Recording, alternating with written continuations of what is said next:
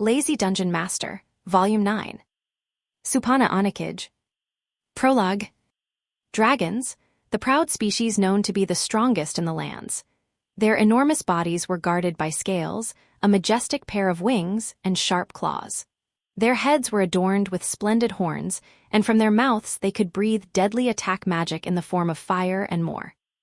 Their lifespans were long, with a life expectancy of 500 years at the bare minimum, and young dragons were treated as children until they were 2 or 3 decades old. Some even had a third horn growing from their nose. On top of all that, they had distinct physical traits based on their unique elements. Earth dragons had small wings that did not afford them flight. Their scales were the color of mud, and some wore rocks like armor. Some theorized that their skin was made of rock. Water dragons could function superbly within water.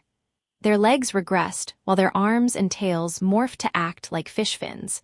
Their scales were blue, and they sometimes flew through the skies to find other bodies of water. Wind dragons had green scales. They generally stayed in the sky. They loved flying, and many of them had feathery wings like birds. When they rested, they did so in forests. Fire dragons had fiery red scales. They tended to be aggressive and violent, with self-centered personalities. In terms of attack power, their fiery breath was the strongest of all the elemental breaths. They were attracted to volcanoes and bathed in magma. Dragons could be classified further based on elemental mixing and purity, but generally all dragons fit into the 4 main elements. There were in fact exceptions in the form of light and darkness dragons, but they were extremely rare. Historically, the only light dragon known to exist was the Ivory Goddess's emissary, and the only darkness dragon known to exist was the legendary Dragon King. No human being had ever seen the Dragon King in the flesh. He supposedly lived on the bottom floor of the Dragon Ravine dungeon, but no adventurer who had entered the bottom floor had ever returned alive. As an aside, lesser dragons did not know how to speak, but true dragons could. Information about the darkness dragon had come entirely from dragons who could speak. FYI, so bored? Which brings us to today. A lone dragon, yawning as it went, flew far above a certain field in the Lavirio Empire. It had such a high purity of mana that its red scales were wreathed as if by fire. It was a higher class of fire dragon known as a flame dragon. Although young for a dragon, it was over 300 years old. This dragon, born in the Dragon Ravine, had departed on a journey to expand its horizons. However, perhaps due to being a dragon, or perhaps due to its own personality, it hadn't found much success. Everything looks the same from way up here. It's boring. Oh, wait, maybe I should try going down? It doubted that there would be any strong warriors in a random field like this, but the ground was better than the empty sky. In the sky, even rock birds avoided dragons to the best of their ability. I'll chomp on any lesser dragons if I find one, it thought as it looked down, quickly finding a paved road in the plains. And luckily enough, there were human vehicles on it, carriages being drawn by horses. The dragon's instincts reared its head. Fire dragons had the most dangerous personalities. The aggressive, violent, and self-centered dragon looked at the carriages with a grin. Disaster flew down from the sky. At first it was so high as to be invisible from the ground, but as it approached the road, panic ensued. Gah, ha ha ha ha, roars that sounded like laughter. The carriages pulled back and tried to flee the way they came. Some of the carriages had horses that went into such a craze they couldn't be controlled. The crimson dragon swooped down lazily, aiming for one of those carriages. Grahaha grahaha? It cackled as it crushed a carriage with its enormous body, enveloped by fire. The air filled with the smell of burning wood. It was obvious the dragon wasn't attacking for food. If it was, it wouldn't have let the horses flee, as they were the best source of food for a dragon the carriages had. Though that wouldn't matter if the dragon was a gourmand with a taste for human flesh. The dragon flipped the carriage like one might flip a building block, then stomped on it, crushing it to bits. The wooden carriage had no chance of holding a dragon's weight. The merchant who owned the destroyed carriage let out a pitiful shriek. But that was the reaction most would have to a dragon. Meeting one meant death for most humans. All they could do was pray that the whims of fate allowed them to survive what amounted to a natural disaster with intelligence. Indeed, the man didn't even think about drawing his sword and attempting to slay the dragon. Only a trapped rat so terrified by fear that they lost their mind would attempt that.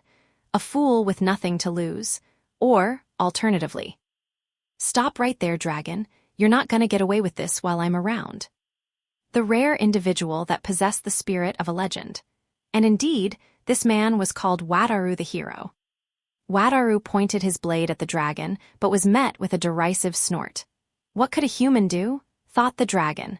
What could a weak creature that can't even live 100 years hope to do? Some stories did begin with the slaying of a dragon, but those were generally dragons that didn't speak, lesser dragons. Talking dragons were reserved for the role of giving advice to sages and heroes. Sir Wataru.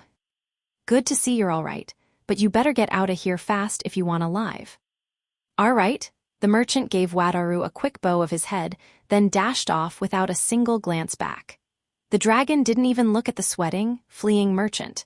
It was grinning a nasty grin, perhaps interested in Wataru now. Just facing the dragon was enough to hit Wataru with a wave of pressure. That's some dense fire mana. This might actually be a bit much for me to take on alone. He spoke as if he could easily win with a helper or two. The dragon grimaced, its pride hurt. A human couldn't recognize the expressions of a dragon, though. That was just how rare it was for humans to face them. Still, Wataru could sense what the dragon was feeling. A casual lust for murder, an intention to kill because why not? It was the kind of arrogant feeling born from true strength. And it was the signal that began their fight. The dragon sucked in air. Wataru, understanding that to be a build-up to fire breath, dashed into sword range of the dragon, and since the dragon was walking on 4 legs, that meant its neck. Wataru swung his blade with deadly precision, aiming to cut off its head with one swing. The dragon, sensing grim danger from the hero's strike, twisted to avoid being hit. The dodge was more nimble than one would expect from a creature its size, but the tip of the blade still nicked the scales, cutting a small wound into the dragon's neck. The battle continued for 10 short seconds. The dragon had to focus on evasion, with no time to let out its breath. That was to be expected. Wataru's slice had left only a small flesh wound, but it was a wound the dragon hadn't anticipated at all. It flapped its firebound wings to get some distance. You shouldn't look down on humans too much. Wanna keep going. The dragon glared at Wataru. Fire flared from its scales, making it look like a ball of fire. Wataru glared back at the dragon without fear, leading to more eruptions of fire. The tense showdown was ultimately cut short by the dragon. It spread its wings and flew off into the sky. Wataru let out a sigh of relief. He had driven it away. Yeah, that wasn't easy. Looks like I've still got a long way to go. Wataru sheathed his sword and looked in the direction the dragon had flown off to. That's where Tsuya is, and Gorin. Are they gonna be okay? Wataru gazed at the horizon for a good while, but he couldn't keep it up forever. He had to think about what to do about the destroyed carriage and the merchant, who was returning after seeing that the dragon had left. By coincidence, on that very same day, Rokyuko was having a discussion with Ridra in Sia Mountain's Flame Caverns.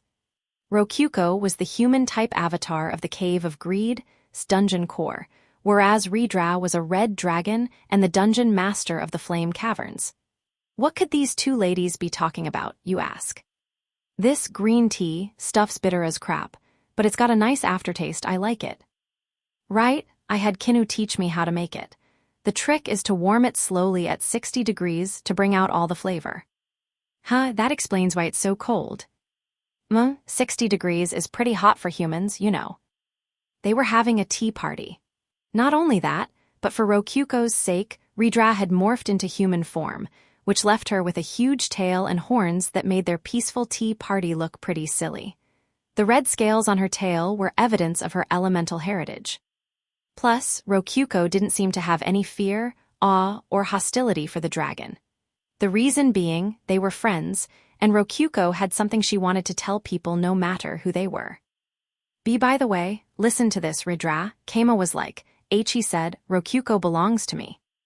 Ooh, that stubborn punk's finally made his move. It was love talk. So, how'd it go? How was your first time? Well, it hasn't really gotten any further than that. Dang, that's annoying. Why won't he just get to baby making already? Rokyuko suddenly fell silent. Redra grunted, urging her to speak. Well. Yeah. Ikika, kissed Keima. Oof, Ikika's that slave, right? Is she the brown one, or the one with big boobs? Big boobs? Are they going to have babies now because of that? Redra recalled how the slave named Ikika looked. In human terms, she had a very attractive body. And she was stronger than Rokyuko. That pretty much sealed Rokyuko's fate? Or maybe not. He had said that Rokyuko was his girl. Redra's brain could produce only one conclusion from the presented facts. This is a harem. Yeah, Keima's the kind of guy to beat my hubby in a fight. Course he'd make a harem. That's a man's dream, not that my man ever would. Oh, you think so? I thought the same thing. But Keima said he has his hands so full with me he doesn't want a harem at all. Love makes you blind, huh? Redra chugged her tea. It was sweet and calming. So, basically, I got worried and came to ask if Ikika and Keima are going to have a baby now. Huh? By kiss do you mean something else? Wah, no, a kiss is a kiss. Want to see? Asked Rokyuko as she pulled up her monitor and put on the video she had prepared. She had copied the video before Keima deleted the original. Yup, this sure is a kiss. A pretty hardcore tongue kiss too, but is that all? That's it. Anyway, I heard you need milk to raise a baby, and milk comes from boobs, right? I wonder if some will come out of mine too. I'm not so sure about it. No milk's ever come out before, said Rokyuko, while holding up her boobs and squeezing them. Redra thought they would definitely make a lot of milk when the time came. Milk doesn't come out till you make a baby, so if you want milk that much, get to baby making with Keima. But don't worry, a kiss alone's not enough to make a baby. Wah, I thought you said kissing made babies. For a second, Redra had no idea what Rokyuko was talking about, but then she remembered that she had escaped this conversation before with that excuse.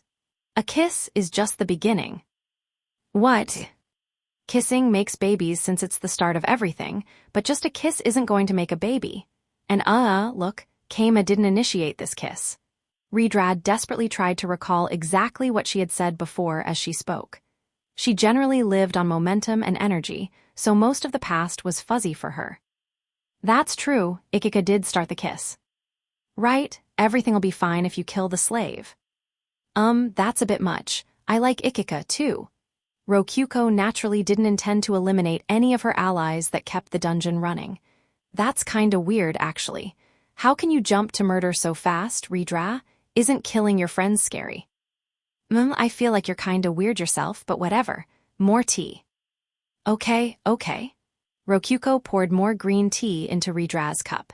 Incidentally, the tea party had a firm rule that Redra was not to bring any of her own drinks. It would just be awkward for her to bring a steaming glass of magma that Rokyuko couldn't drink at all. If just a kiss won't make babies, what should I do? I feel like you tricked me here, to be honest.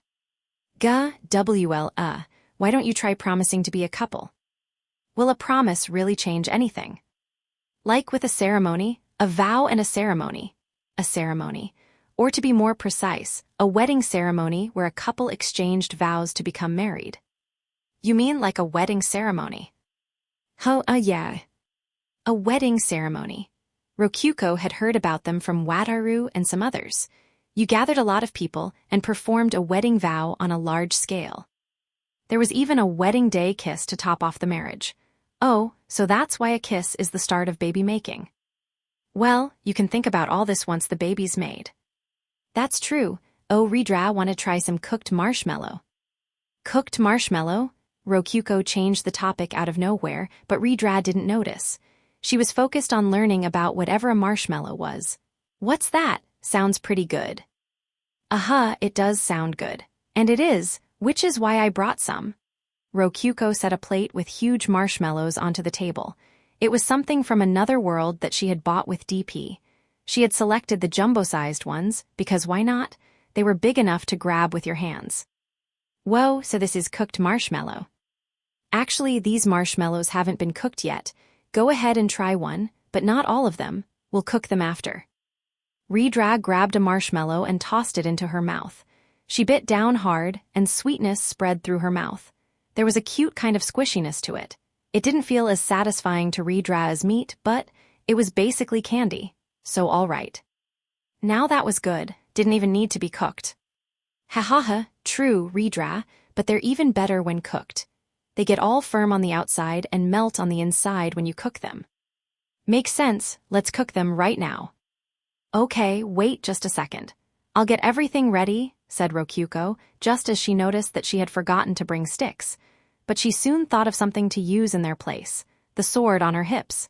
It was a thin blade only there for show, and after unsheathing it, she stabbed it through a bunch of marshmallows. She then pointed it toward Redra. Here, cook them. Rokyuko, you know what it means to point a sword at a dragon, yeah? What? It's just for cooking them. Don't you want to eat cooked marshmallows? She did. Well, all right, we're friends, so just gotta do some light fire breathing. Just hold back so they don't get put on fur. Suddenly, Rokyuko remembered. A famous bard's tale began with the line, "Nobody points a sword at a dragon." Only a trapped rat so terrified by fear that they've lost their mind would attempt that. A fool with nothing to lose, or, alternatively, the rare individual that possessed the spirit of a legend. Guess you did know that, Rokyuko, Redra grinned. I just remembered it, it's fine, we're friends. I dunno about friends pointing swords at each other. Don't worry about it, not like I could hurt you anyway. Plus, a legend like me doesn't even think about that kind thing. Legend, don't you mean fool, cackled Redra. Gahaha, you wicked dragon. Your fire breath's only good for cooking marshmallows. Why, we'll see about that. Take this, weakened fire breath. Redra played along and cooked the marshmallows with her fire. They were hard on the outside, melted on the inside, and totally delicious. Chapter 1. Okay, I used DP to fill up the holes that the dungeon eaters left, so that was fine. Really, almost everything was fine. But despite having just finished the dungeon, after all that it was hard to deny that it needed some improvements. First, we needed to make a room built around defense, one that could fight off a dungeon eater no matter where it came in from. But, wait, would a room like that matter if the dungeon eater could go wherever it wants through the walls? A ton of time passed with me debating over what to do, so ultimately I just decided to make whatever clear improvements I could think of. First came the old puzzle area. I had never fixed it after Rin had destroyed it, not even during my renovations earlier. Mainly because so many people were in the dungeon that it was hard to be stealthy about it. Sheesh. But conveniently, there wasn't anyone around right now. I could implement a gimmick that had occurred to me earlier. That said, I wasn't going to implement any obstacles. I would add a small room next to the corridor, then claim I had found a hidden path to it. But I couldn't make it a big room since the flame caverns were so close. What purpose was there for the small room then? Gathering DP. Now, by gathering DP, I didn't mean killing people. The small room was a simple jail. Inside were a bunch of small jails fashioned as bathrooms that 1 or 2 people could enter. People going inside of them would have their DP income boosted by 6 times due to the effects of both being locked up and being in a jail room. Naturally, I would need people to go into the jails, and naturally, nobody would hang out in a suspicious side room for no reason. Thus, I would pay them. I would return some of their DP in the form of money and items. Only a small portion of it, though. The remainder would come to us in the form of profit, albeit not a whole lot. A person earning 50 DP a day, that is, 50 DP, would earn 300 DP a day inside the jail. I could then easily pay them 1 silver a day, which was worth 100 DP. That would probably attract some people, since it was the equivalent of earning 10,000 yen for doing nothing but sitting around all day. Actually, maybe I should lower it to 50 coppers, since they aren't doing anything. Might be smart to give extra at the start to draw people in. And so, I finished the fixes fast and brought Niku and Ikika to experiment. It was important to test it out ourselves first, mainly so we would have first-hand experience when reporting it to the guild and thereby avoid any unnecessary lies. Reporting it was necessary since nobody would use it if they didn't know how. No need to have a repeat of the tragedy caused by the magic blade testing room just to spread the word. I sure put Yuzu and Muzu through hell back then, and they even got me a magic blade afterwards. I'll need to give them VIP treatment if they ever come here again. Wait, I just remembered that they said they'd come to Gorin as soon as they finished up their next job, and that was a long time ago. Maybe they died? Well, no point thinking about it. Adventurers disappearing into thin air isn't anything new. If they're alive, I'll just think of it as a winning gamble. Anyway, back on topic. I doubted anyone would manage to get themselves locked inside the room, but using it was a bit more complicated than the magic blade trap, and nobody would bother without an explanation of how it worked, which was why I needed to provide an explanation myself. Luckily, everyone in town knew that I was Gorin's foremost Cave of Greed expert. They would definitely believe any report I made on the dungeon. Definitely, for sure. Maybe. Niku, break this wall to pieces for me. Understood. I went ahead and destroyed a wall to make an entrance to the DP room. That way, I could explain away not finding it until now by saying I hadn't thought there would be a room behind the wall. Surely no one would notice that I'd made the original room more narrow to compensate. Okay, maybe it's a little obvious. Whoa, there's totally a bunch of tiny rooms, said Ikika, and indeed, a bunch of tiny rooms in the shape of bathroom stalls were lined up. Each were jails, and to protect privacy I used create golem boards to make solid doors and walls for each. Also, a red mark would appear on a door in use, but naturally they were all empty.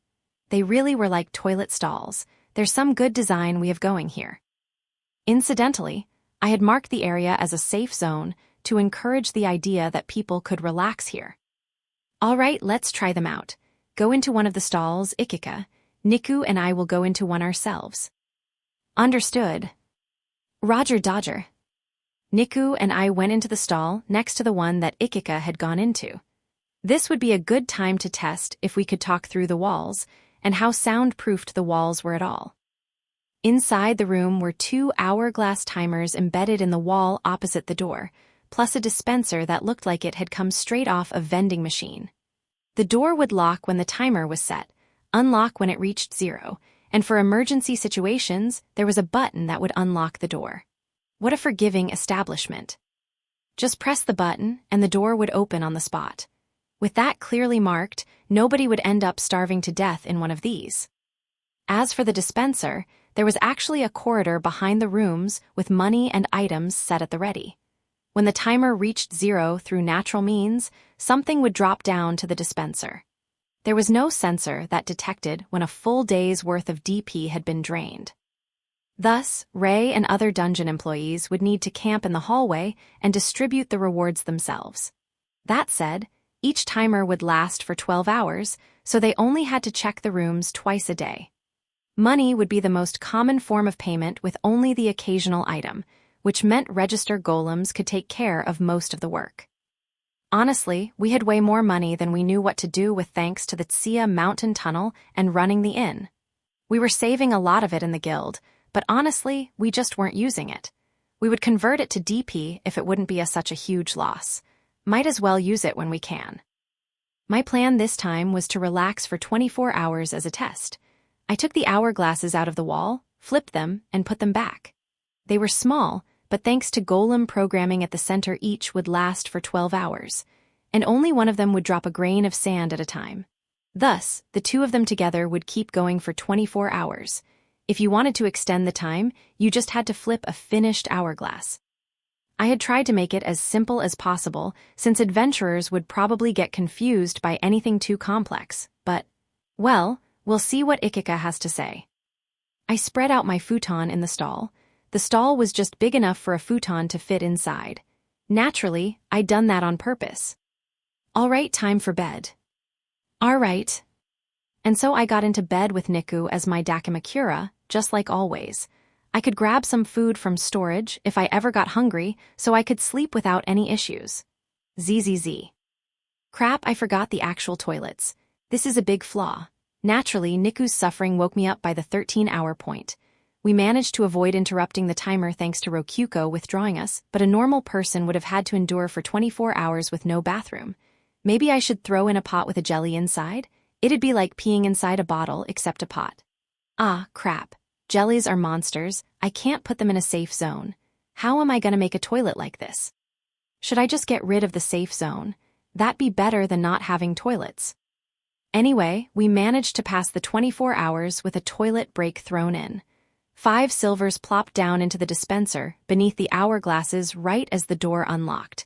Seemed like that was working right. Incidentally, those silvers were all thanks to Niku. My DP income was 0 DP after all. That was that. I was interested in what an adventurer had to say about the stalls. I asked Ikika her thoughts after she left her stall, jingling coins in her hands. Gua, morning master. Yep, morning. So what you think about the stall teach? Why teach? Well, whatevs. The pay is pretty bad, I gotta say. I'd rather just go earn some cash myself than stay stuck in there. She had immediately shot them down. Now that she mentioned it, anyone strong enough to beat the labyrinth area could just hunt iron golems and make more money that way. The pay's basically spare change, and being stuck in a small stall for that long is actually hella painful. Doing nothing all alone for 12 hours is just, oof. 24 hours is even worse. You know you can just sleep through it, right? You're the only one who could sleep that long, dude. 12 hours is just too long. And you gotta leave the safe zone up, otherwise nobody's gonna sleep inside a dungeon. Oh yeah, this place is basically like my home, but for everybody else it's staying inside a dangerous dungeon where anything can happen for 12 hours. Nobody's gonna sleep if not for the safe zone guarantee. The toilet's an issue too, I'd guess, yeah, I glanced at Niku and she was nodding hard. Now that's small stuff, just throw in a pot and let people use purification. Wait, that's all I need to do? Purification sure is convenient. Honestly, purification is the real cheat skill. It can even replace toilets. Now that's impressive. Though you're gonna want ones with lids, 'cause eventually, the smell is gonna stick in a bad way. Right, thanks for the info. Anything else? Ikika put a finger on her chin and fell into thought. So the pay's pretty bad for sure, but it'd be worth it if there was some chance of getting a real bangin' reward. Why not do that, thing you did with Yuzu and Muzu? Oh, use golem blades as bait, you mean? Right, just be you can get a magic blade just by sitting around. Maybe, people'll be all over it then. Especially since you can trade magic blades for gold, yeah. Oh yeah, even Wataru was going after magic blades to sell for money. Funny, since they're basically free to make. Create Golem truly is an ungodly powerful spell. Hes, Ikika, looks like you've got some evil in your heart too, huh? Not as much as you, master. Ikika and I cackled together wickedly. Too many magic blades would lower their market value, but they were in high enough demand that dispensing a few free ones here wouldn't be a problem. Not to mention that golem blades were perishable goods, just like normal swords. They would regenerate a little bit if you poured mana into the magic stone that served as their core, but they would eventually break. You would want 2 or 3 of them if possible. That was actually fairly standard for magic blades, so it wasn't a problem specific to golem blades. Oh, but the walls are thin and I could kinda hear everything. Niku's groaning and stuff. Niku averted her eyes, embarrassed. My bad, there'll be a toilet for you next time. And so, I reported the room to the guild. The door would lock when the hourglasses were flipped, but pressing the button would unlock the door immediately. You would get silvers if you waited until the hourglasses ran out. 1 hourglass was 12 hours, whereas 2 were 24 hours. In total, I was paid 10 silvers for the information. The next day, the guild put up an investigation quest, and a bunch of adventurers went to check out the DP room with forms of entertainment in hand, taking turns staying inside. Their several days of investigation led to everyone safely understanding that if you waited half a day or a full day inside, you would get items and gold in return. There was even a lucky guy who got a magic blade. Of course, we gave him one on purpose, but he immediately bought food and went for a second try. What'd he get the second time? 20 coppers. With all that done, the room became known as the Inn of Greed.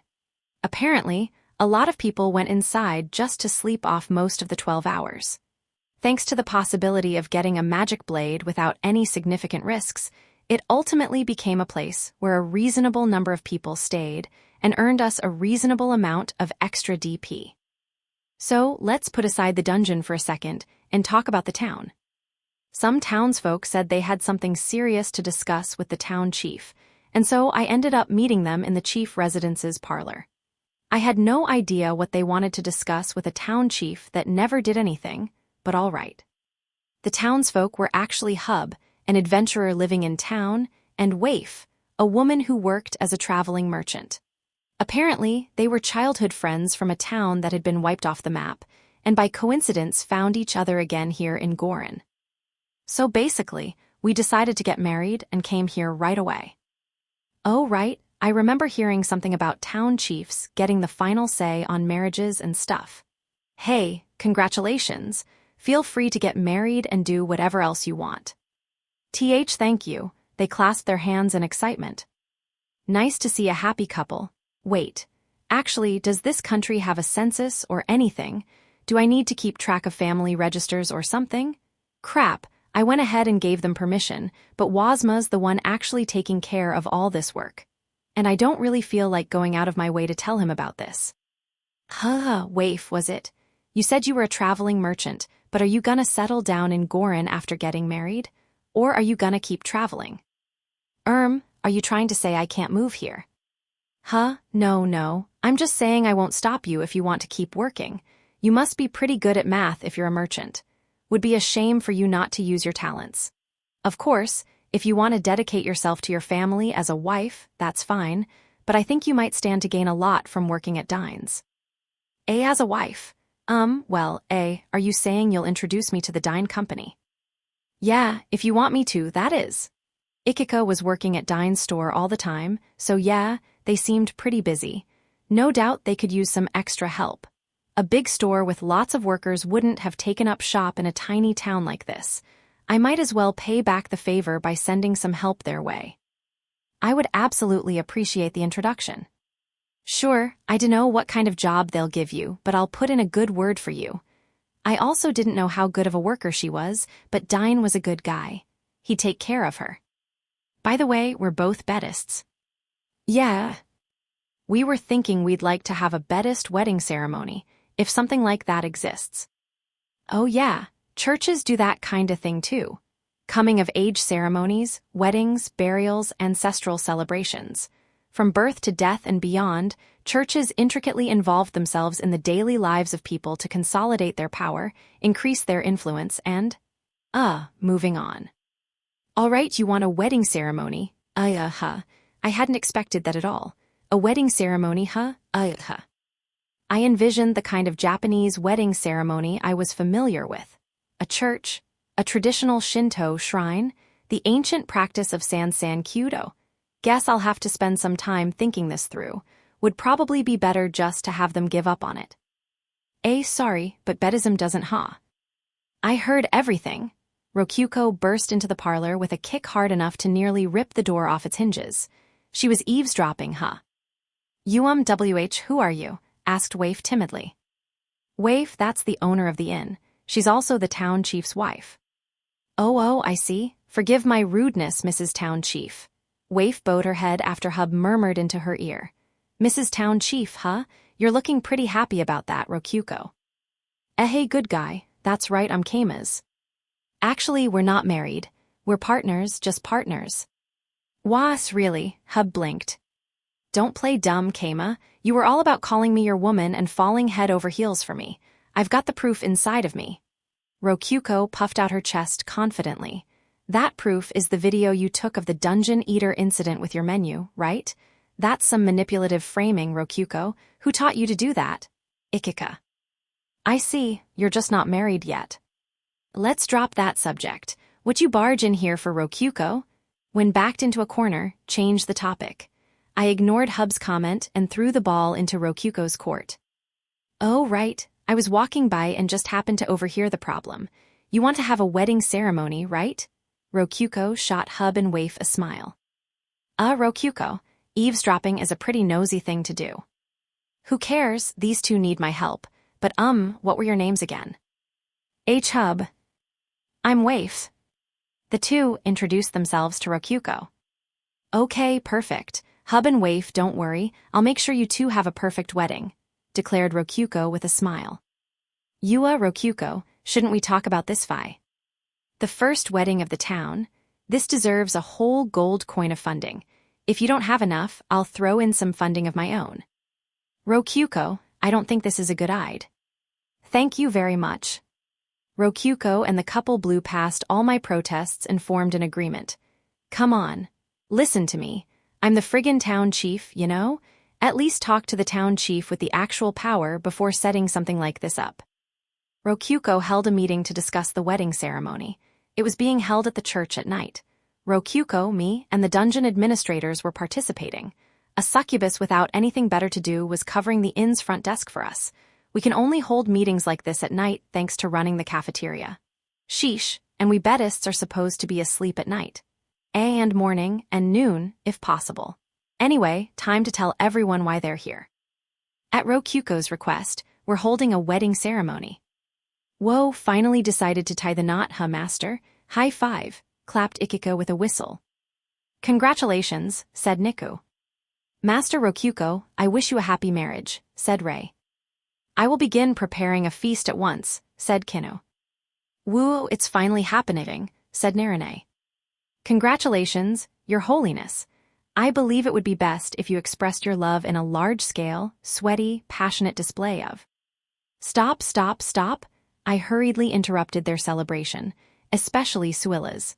Sorry, I should have been more clear. This isn't a wedding for Rokyuko and I. Dude, I'm out. Later, everybody. That's too bad. See you tomorrow, everyone. I'm glad I didn't start cooking yet. Oh, darn. I wonder what my massage schedule for tomorrow looks like. Stop right there, everyone. Rokyuko snapped as everyone started walking off, all of their motivation completely gone. This is going to be like a practice ceremony for my wedding with Keima. Okay? Understand? Are we on the same page now? Say that a little faster, Rokyuko. Get hype. I'll do what I can. I will ensure the wedding goes off without a hitch. Shall I bake a cake, one with several layers at that? Hype-y. I'll certainly be looking forward to the ceremony. Seriously, what's with these jokers? I looked at Rokyuko, having already drawn my conclusions from their painfully obvious acting. Come on, Rokyuko, I know you planned this. Whatever could you mean? Well, whatever. Anyway, we're holding a wedding at Rokyuko's request. I repeated my opening line. There were no jokes this time. Not really sure what weddings are like here, so, take it away, Ikika. Roger, feels like it's been a long time you've had to ask me about something like this. I'm gonna go all out, heck yeah. Ikika coughed to clear her throat. Town weddings are like, you report it to the town chief, then gather all your friends and go wild. All right, so it's an excuse to go out drinking. Yup, there's not actually any standards for what to do or anything. At most a town might have some traditions for the drinking party, like the man carrying the girl around or them eating half of each other's food, stuff like that. Nobody really knows how this all started. It's just them trying to show off how close they are, really. Makes sense, so we basically can just do whatever, all right. Hold it, Keima, interjected Rokyuko. They asked for a Bedist wedding this time. In other words, they want a religious ceremony. Maybe you should ask what they do over in the Ivory Church. Ikika nodded at Rokyuko's suggestion. Yuppers, I figured you were gonna ask about that, so I did some research. This is more for city weddings, but they report to the church and do the ceremony inside of it. In Sia, or I mean in the Empire, most people are gonna be in the Ivory Church. I dunno what the god of light worshippers do in the Church of Light. Huh, so city people do stuff in churches. Not like they can all meet the Archduke and get permission individually, you know. I mean, here in Gorin the Archduke pops up all the time, so that wouldn't be too much of a big deal. Guess he'd get annoyed if people started doing that for real though. There's all the paperwork for the family register and... Wait, I never asked if there's family registers here. Maybe there aren't. All right, so what kind of wedding ceremonies do the Ivory Church hold? Well, I dunno the exact details, but it kind of goes like. And so Ikika taught us all about Ivory Church wedding ceremonies, but since Haku's passing herself off as the god of adventurers and goes out of her way to get heroes in her empire, the Ivory Church's wedding is basically the same thing as a Christian wedding. Apparently in Wakoku, they do more Japanese-style weddings. Just what I'd expect from a country made by a Japanese-loving hero. AA wedding kiss. WW wow, that's wild, and they do it in front of everyone. Is it that surprising, Rokyuko? Asked Ray. Won't that make babies? Seriously, how many times have I told you that kisses don't actually, have I told her that? I guess not, since I don't want her to ask me how babies are actually made. Seems like it all started with this thing called the love swap, where they, drank potions and pressed their mouths together to let their partner drink their potion. But an old hero suggested that they just kiss instead, and so here we are. That's pretty high level compared to just swapping water or something. Not surprised that they wear wedding dresses too. Who wouldn't want to dress up and look nice on their wedding day? But there's no giving rings, the husband just gives his wife a short sword. Yup, so they can protect their chastity when shit gets real. Dunno if you can really call suicide protecting anything, but hey. Holy crap, that's dark. I mean, is that normal? Apparently, a sharper blade showed that your love was stronger, since it would hurt less when they killed themselves. Yeah, this is dark as hell. Normal for nobles, at least. Pretty sure commoners just use it for self-defense. Stab the bitch and all that. Now that I can get behind. I would definitely want Rokyuko having something to defend herself with. Cause dungeon masters die when their dungeon core dies, and I'm Rokyuko's dungeon master. But that was enough about the Ivory Church for now. What does the Church of Light do again? They're more about making vows to their god. They wear fancy armor, make oaths about what they'll do to destroy dungeons, and then as a couple smash a white vase thing made to look like a dungeon core. For example, merchants would make vows like, I will support adventurers by, or, by supporting my husband I will, and so on to show how they as a team will contribute to the war effort against dungeons. Them working as a team probably meant that heroes, or in the Church of Light's case, the soldiers of God who are actively working to destroy dungeons, had influenced the ceremony as well. Yeah, I'm gonna ignore that ceremony too. Let's see, what else? Couples who worship the blacksmith god forge a sword together, couples who worship the food god bake a cake together and eat it, and yeah. Most ceremonies are just all about the couple deepening their bond and stuff. The dice god, I think they trade wallets with each other. Like, if they both have the same amount of money, there's a good chance of them falling in love. Wait, they're still gambling on whether they'll fall in love at the wedding itself. Hey, that's the dice god for you. What else would the god of gambling do? But really, they can just spill the beans to each other beforehand. Cheating's fair game, if you know what I mean. Each religion had its own customs, but most ceremonies did involve the couple showing off how close they were to each other. The food god was the former hero Ishidaka, so her ceremony was basically just the Ivory Churches, but with a food twist. Guess I should do something similar here. Anyone else know of any wedding ceremonies from other churches? Yes, for a Chaos God ceremony, Let me stop you right there, Swilla. I don't need to know about the Chaos God. The Chaos God was just Leona. Nothing good would come from anything to do with her. Began Niku. Mai told me that the War God ceremony is performing blade dances. Oh, this the first time I'm hearing of the War God. But blade dances, guess that's just singing and dancing, but with swords. I guess Niku and Mayodora are talking about weddings then. I'm glad Niku finally has a girlfriend her age. Wataru said that in Mountain God and Sea God ceremonies you offer up wine. You know he's a big deal hero, right? Wataru the hero Sayid. Narine and Wataru are talking about wedding ceremonies too, It must have been about the wine. Yeah, the wine. I feel like with Bedism, there'd be a problem with who drinks the wine. I sure won't drink it. Maybe I can just pass it all over to the Ivory Church. Wait, is there no church for the Dark God? Dude, now that you mention it, I dunno. I've never heard of any dark church. The Dark God himself is totally famous though. Really? Strange, considering the Light God's Church of Light is such a large-scale operation. Though I guess it's not really a big deal since the Ivory Church is basically serving the Dark God. Anyway, I had heard all about the wedding ceremonies of different churches. It was finally time to devise a Bedist wedding ceremony. I asked for opinions, and Suilla immediately raised her hand. Yes, yes, please add succubus traditions to the wedding ceremony. It all begins with everyone taking off their clothes. No, what's even the point of everyone taking off their clothes? Isn't it obvious? I'm sure you know what would come next. Oh ho ho. No details, please. Wait, do succubi even have men? Do they marry incubi or something? Oh, we succubi just do it with each other. Our tails are surprisingly convenient for this kind of thing. We can just... No details, please. Calling on Suilla was probably a mistake, though to be fair, she was basically in charge of the church as head nun. By the way, dude, in some cultures the town chief has to pop the bride's cherry if you catch my drift. You gonna get in on that? Absolutely not. Not you too, Ikika. Anyway, I think we're gonna base our ceremony off the ivory churches too. The Buddhist church was structurally similar to Ishidaka, the hero's food church in origin. Should be safe to just copy what they did, more or less. I can get behind a couple feeding each other the first bite of the wedding cake. But I kind of feel that giving a short sword is a bit too violent for Buddhism, so I'm gonna change that. How does trading rings sound? Trading rings, said Rokyuko. That's what you do in your original world.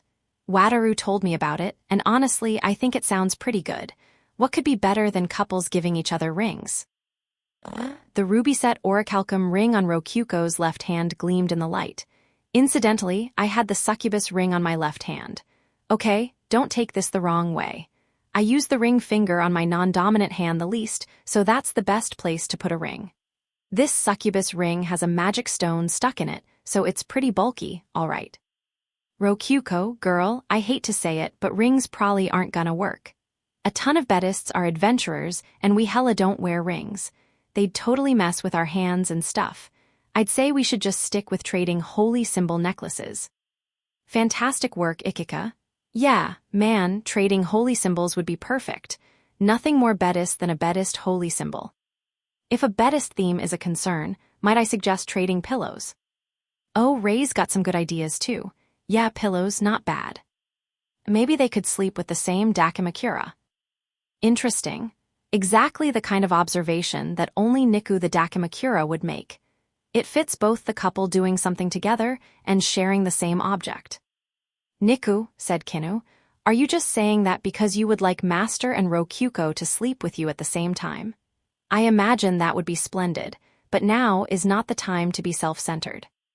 You're sharp, Kinu, replied Niku with a kinda pouty tone. Oh, I know. How about the husband gives the wife a lot of melon rolls? Rokyuko shot her hand up, but that was even more self-centered than what Niku wanted. A whole room of melon rolls, and they can eat as many as they like. Perfect, right?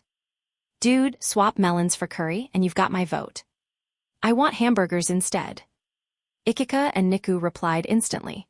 They were my unchanging rocks in these troubled times. In that case, I want to drink a whole bathtub of blood. The blood of the one I love. Ray, giving that much blood would kill them. Do you want your wedding to be a bloody tragedy? Would I like a clean room or a filthy room? I suppose a filthy one so that I could clean it. I want lots of magic books and also scrolls. Kinu and Narine aren't even talking about food anymore. I mean, not that blood is food. If I may suggest. No, Suilla, please hold it in, I'm begging you. The wooden dolls.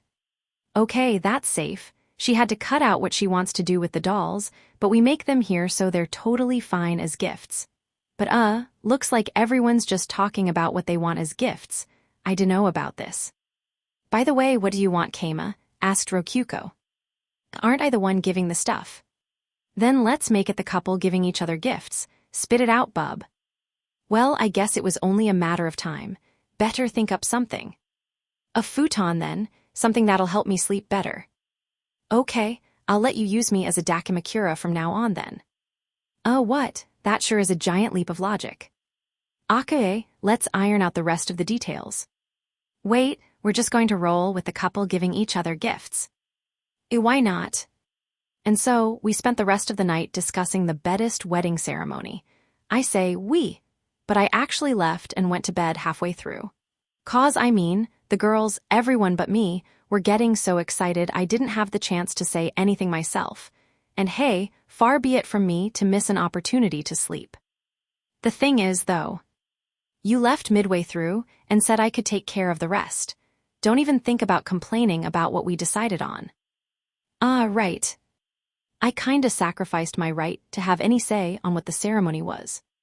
So, these are the different kinds of wedding ceremonies that Buddhism offers. Take a look and pick the one you like. After summoning Hub and Waif, I showed them a pamphlet containing all the different options. By the way, I had summoned them to the church. Suilla was with me to give them various bits of advice. There certainly are a lot of kinds, and they're customizable too, observed Waif. Yes, replied Suilla. Buddhism prides itself on being accommodating. By the way, I suggest the full nudity course. Waif looked inside the pamphlet, and her eyes widened in surprise. W8, are you sure about this?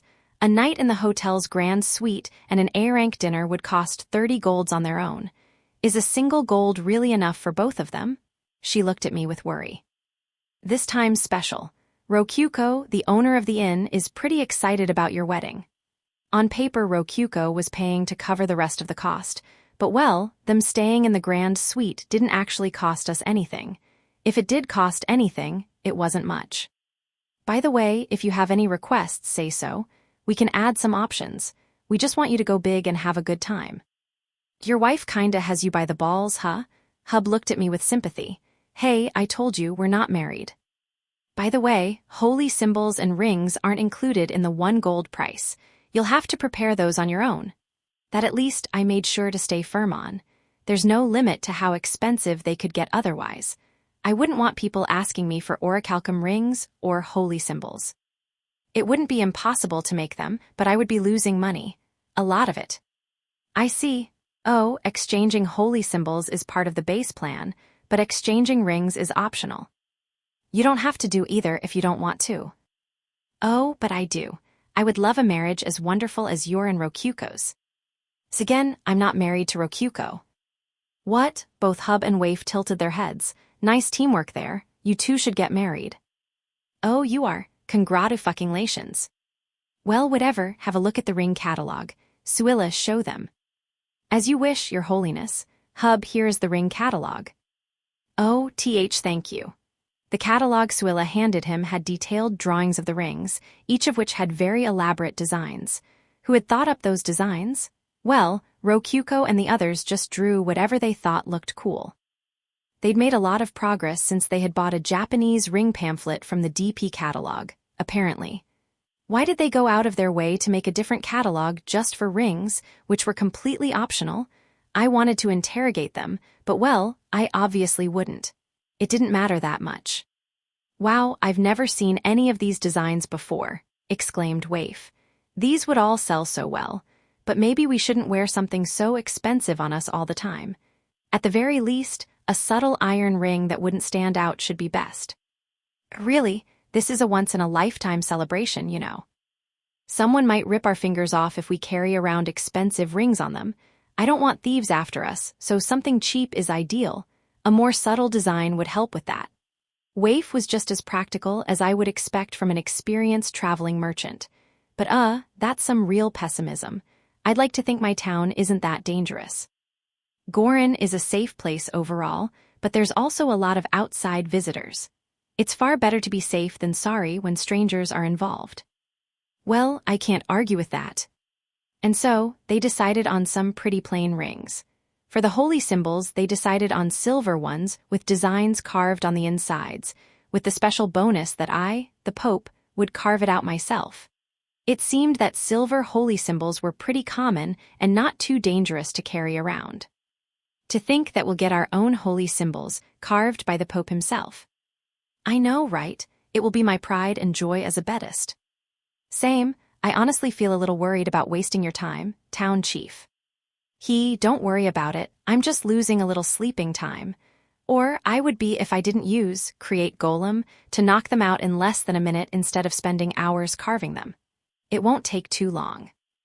Anyway, let's get this over with so I can get back to sleeping. Let's see what's left. The most time-consuming thing will probably be the wedding dress. It'll take at least a week to finish it up, so yeah, come back in a week or so.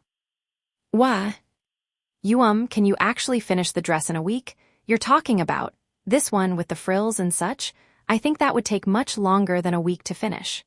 Now that she mentioned it, the design certainly was frilly and cloth-heavy. Finishing it in a week after the initial measuring would be too fast, I guess. But, well. Don't worry, Kinu said she could finish it.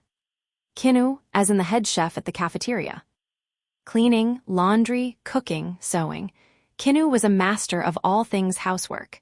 To be honest, it was hard not to think of her as a superhuman. Or rather, a super silky. It would be fair to say that she was getting the most done out of all the monster girl administrators. So yeah, Waif, pick the 2 designs you like most out of these and bring them to Kinu. 2 of them. Well, it's actually customary to change dresses midway through the ceremony. You'll need a second one, explained Suilla, leading Waif to check the pamphlet again. It seemed she didn't know about how changing dresses was customary. By the way, I recommend this design. What do you think? FYTH this is. Wow, Hub, what do you think about this dress? Whoa, I think all of them would look good on you, but this one's a tad too revealing. I'd like anything but that one. I don't want anyone else to see you in it. Really? That settles that then. They had been looking at a simple dress Suilla designed herself that left one's shoulders and belly button exposed. Can't really blame them for getting thrown off by it. Anyway, with all the customizable stuff settled, it was time to prepare. It would be mostly just townsfolk attending. Wouldn't be too hard to plan around that. Kinu worked on the wedding dresses while we prepared the wedding. Things were going well, since the silky trio and even Waif herself were helping. I myself was busy with carving the designs into the holy symbol. They were already done, but trust me, I was busy. By the way, why aren't you helping with the wedding dress, Suilla? You must be pretty good at sewing if you can modify the nun outfits like that. One day after Mass that question struck, so I asked it. Really, she had modified the nun outfits so much they were pretty much unrecognizable from what I had originally given to her. Traces of the original design were still there, but seriously, she had changed them so slowly that I hadn't even noticed. Oh no, the clothes just changed on their own as our succubus power soaked into them. Oh wait, that's a thing. Yes, all our clothes end up like this if we continue to wear them for a long time. I thought she was joking, but Suilla looked dead serious. Like seriously, no joke. Yes, seriously. Do you think I would lie to you about this, Your Holiness? I guess clothes get sexier when succubus power seeps into them. Man, succubi are scary. I guess that's why my clothes always become skimpier when I let Kisaki possess me. It is for this reason that if we attempt to help, the dress will end up being revealing no matter what we do. We cannot help even though we would like to. A true shame. I guess I'll need to give them a regular supply of new nun outfits. I don't want everyone visiting the church for the first time to mistake it for a themed brothel. Might be worth looking into that. To think that succubi had a curse that powerful. A curse? I consider it a wonderful blessing that turns all our clothes into their ideal form just by wearing them. I certainly love how stimulating this design is. By wearing these nun outfits, we express our succubus nature and, well, they feel extremely nice to wear, to say the least. Suilla casually lifted the slip of her nun outfit covering her crotch, which had started to droop a bit while she talked. At least wear some underwear.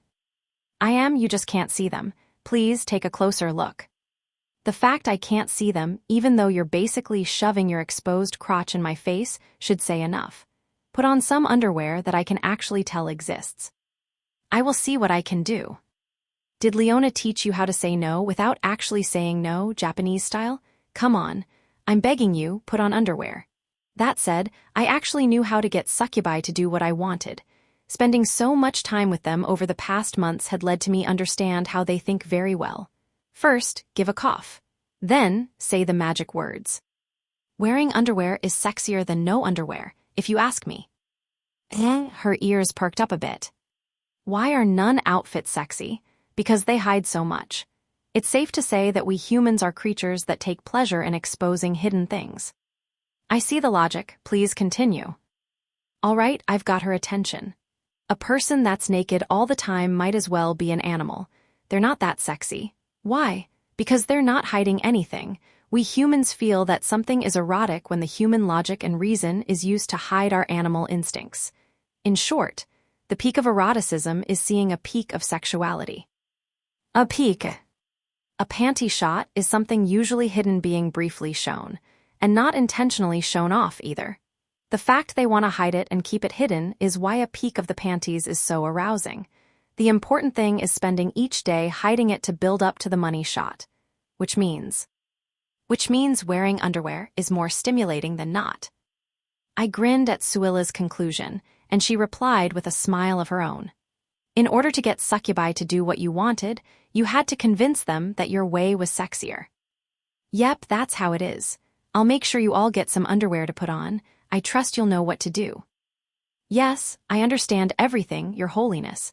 I would expect nothing less from a scholar of your magnitude.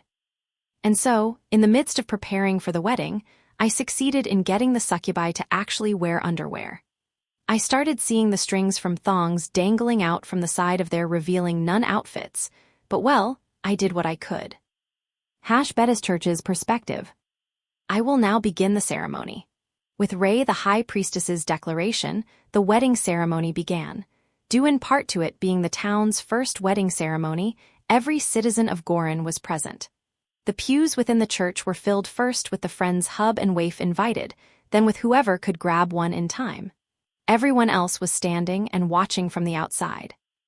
A red carpet was spread from the entrance to the altar, with the seats positioned on either side of it. The carpet resembled the ivory church's bloody road, a symbol for how many monsters the husband had slain for the sake of she who would be his wife. But in Bedism we called it the culmination road, to symbolize that it was the culmination of all their efforts up to this point.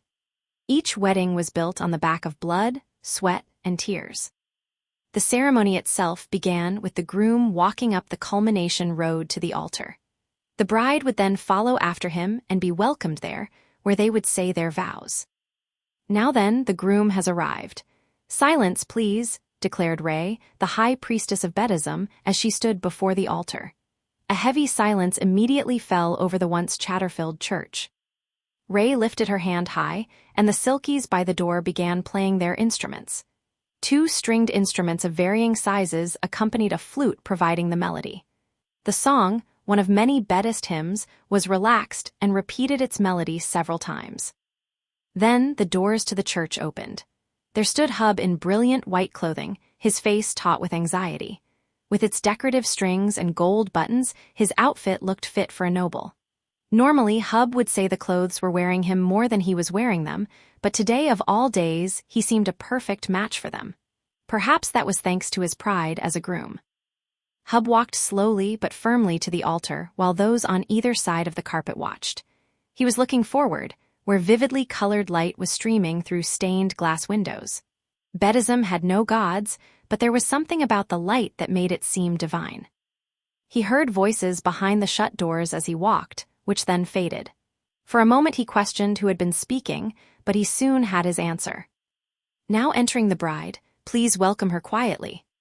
The doors to the church opened again, and there stood a woman resembling a fairy princess with her face hidden behind a thin veil. It was his bride, Waif, wrapped in a light green dress.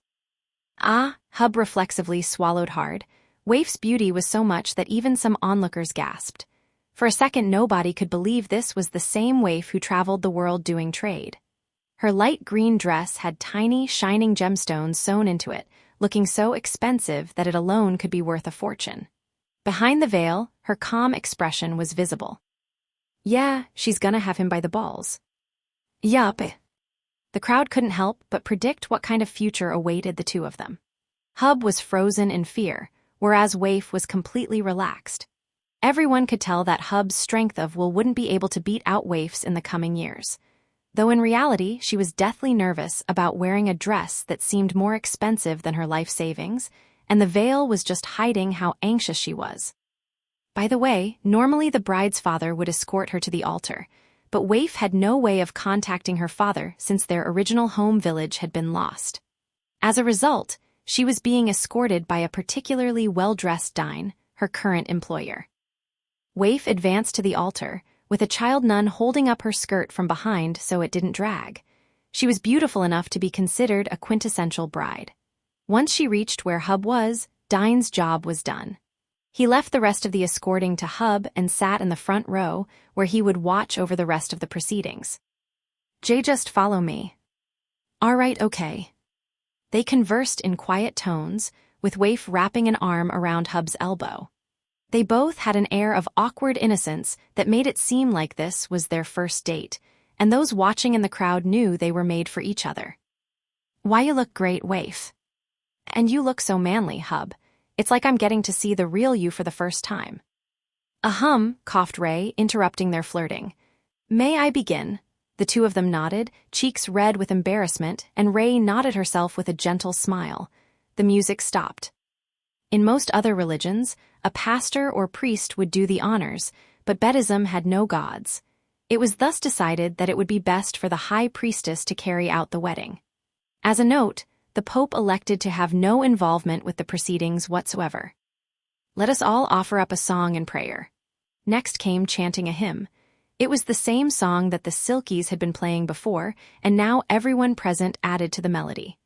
The hymn was titled Sleep Peacefully, and it resembled a lullaby. Or rather, it was an actual lullaby that Buddhism was in the process of spreading throughout the world. Each seat had a card with the lyrics written on it, so nobody had to panic. Everyone participated in the chanting with calm and peaceful voices.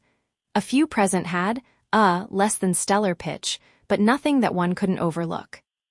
Once the hymn was safely finished, Ray the High Priestess opened up the Buddhist Bible that was placed upon the altar. "Let us discuss the meaning of love." As was fit for a wedding, Ray discussed how love was portrayed in the Bible. Love is, ultimately, compassion for your partner. It is a splendid emotion. However, not all forms of love are ideal. Sometimes love can take ill forms. There are the yanderas, and perhaps the stalkers, who have no compassion in their so-called love, and thus only hurt others in the end. The sad tales of love that yanderas and stalkers brought about had been discussed in prior masses, so the couple, as devout followers of Buddhism, were very familiar with them. Love is splendid, and due to how splendid it is, there are many cases of lovers being so blinded by it they lose sight of their surroundings. Love triangle, kasas, kanya, kyuhaki. These names were listed in Buddhism as those who had destroyed themselves after drowning in love. Love triangle and kasas in particular had even brought down all those around them as well. We must be thankful for the failures of our forebears, and we must not repeat their mistakes. Always be compassionate for the one you love, do not lose sight of your surroundings, and if you find yourself being consumed, find the opportunity to take a break. If you hold these lessons true, you shall find love to be a splendid thing without any fault. There, Ray smiled a bright smile full of compassion. In Buddhism, we call compassionate love that embraces one as a futon might by the name Kumphalove. Kumphalove, what a splendid and beautiful word. It was such a powerful word that the Pope, sitting in the first row, had to hide his face for all the emotion he was showing. Compassion with a warm, enveloping embrace. Love brings about peace. Love is the source of power, the love of a parent protecting their children. The love of a guardian protecting the peace. The love of friends sharing their joy and laughing together. The love of a couple seeking each other. And finally, the love of two who have been married, who spend their lives together through the highs and lows in life. It allows for peaceful sleep where both are compassionate for each other. Heartwarming love is thus called Kumphalove, and thus is how love should be. Hub, Waif, please hold firm the idea of Kumphalove within your hearts. As long as you have Kumphalove, the Buddhist church will always be there for you. May your love be blessed. Oyasumanasai. Oyasumanasai, repeated the crowd. It was the holy word of Buddhist prayer. Ray the High Priestess chanted it, and so too did those watching in prayer. Now, if the bride and groom would say their vows. Ray shifted to the side behind the altar, such that she was standing directly in front of Hub. Do you, Hub, take Waif as your legally wedded wife, to have and to hold from this day forward for better, for worse, for richer, for poorer, in sickness and in health, in sleep and in waking, until death do you part? Do you swear to strive to have pleasant sleep with her, spending your life with her, to speak honestly when things become too much and to fight for her sake when necessary? I swear it, answered Hub despite his anxiety, and with a nod Ray moved to stand in front of Waif. Do you, Waif, take Hub as your legally wedded husband, to have and to hold from this day forward, for better, for worse, for richer, for poorer, in sickness and in health, in sleep and in waking, until death do you part. Do you swear to strive to have pleasant sleep with him, spending your life with him, to speak honestly when things become too much and to fight for his sake when necessary? Yes, I swear it. Waif also made the vow. Rei the high priestess nodded and returned to the center of the altar. The vow was an oath that they would both be compassionate to one another. As was normal for the hands-free Buddhist church, it focused more on a state of mind than any physical practices to uphold. The Ivory Church and the Church of Light demanded that the couple vow to work hard together, but the Buddhist church knew that human hearts tended to wander. The secret to long-lasting marriages was not to push oneself, but to relax and keep things reasonable. Thus, the focus on compassion. Now then, please exchange your rings and holy symbols. A nun appeared from the side, holding a small box. Inside were rings and holy symbols for Hub and Waif. They put the rings on each other's left hands, the finger next to the pinky. That had become tradition after a hero introduced the concept of a ring finger. But for Buddhism, it was also honoring where the Pope and his partner wore their rings. They mimicked their traditions so that they too could become a wonderful couple. The exchange of engraved holy symbols was to symbolize their partnership as two with the same hopes and dreams. And now the kiss. There, Hub and Waif faced each other once again. Hub lifted the veil, covering Waif's face. That apparently symbolized that there were no longer any walls separating them. Waif's. Hubby. They looked into each other's eyes, and then they kissed. I hereby declare that these two are married. Oyasuminasai, everyone celebrate. Congrats, Hub. I'd kill for a wife like yours, man. Waif, you're so pretty, congratulations. Have a happy life, Oyasuminasai. Yup, yelled Ikika, going this far for a kiss like that was totally worth it. Grats. Hey, that will be me soon, murmured Rokyuko as Niku quietly clapped beside her. All those gathered, in fact, clapped and tossed out words of celebration at the high priestess's behest. Oh, you can stop kissing now. All right. NNNN, I knew kissing in front of people would be embarrassing, muttered Waif quietly. Her blushing was cute, and Hub wanted to keep it all for himself, so he put the veil back on her. Such was the right of a husband legally recognized by the Buddhist church, and it most certainly did not represent walls forming between them again.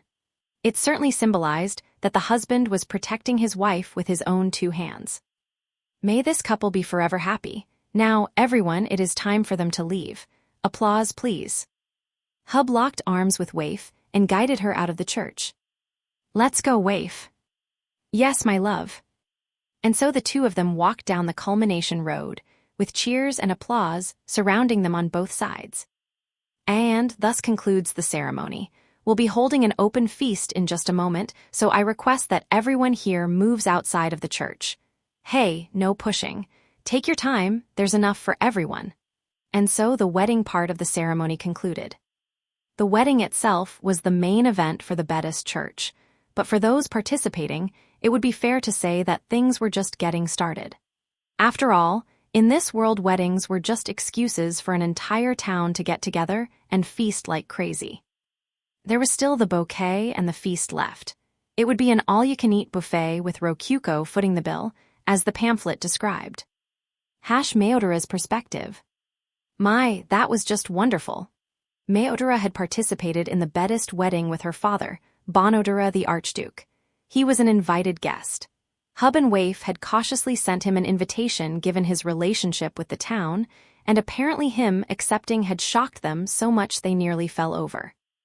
The Archduke himself, participating in the wedding of some random villagers. They had probably never expected it. He had indeed worn normal commoner clothes to blend in, but they hardly made a difference. In the end, he was still wearing clothes on par with the married couple and those in the front row. This ceremony certainly resembled an Ivory Church marriage, Bonodara noted, though there were some points adjusted to suit the Buddhist church's philosophy. Geez, father, analyzing customs during ceremonies is uncouth. Haya, now I truly want to have a wonderful wedding of my own with Kuro. That was such a splendid dress. I hear they finished that dress in a single week. Although true, the dress itself was found within the dungeon by Kama. It seems all they had to do was decorate it and make some minor size adjustments. I helped with that a tad. I see, that is significantly more reasonable. Bonodura nodded, one mystery having been solved. Incidentally, there's another dress just like it, for the color change. See, come again, there's another dress just like that one.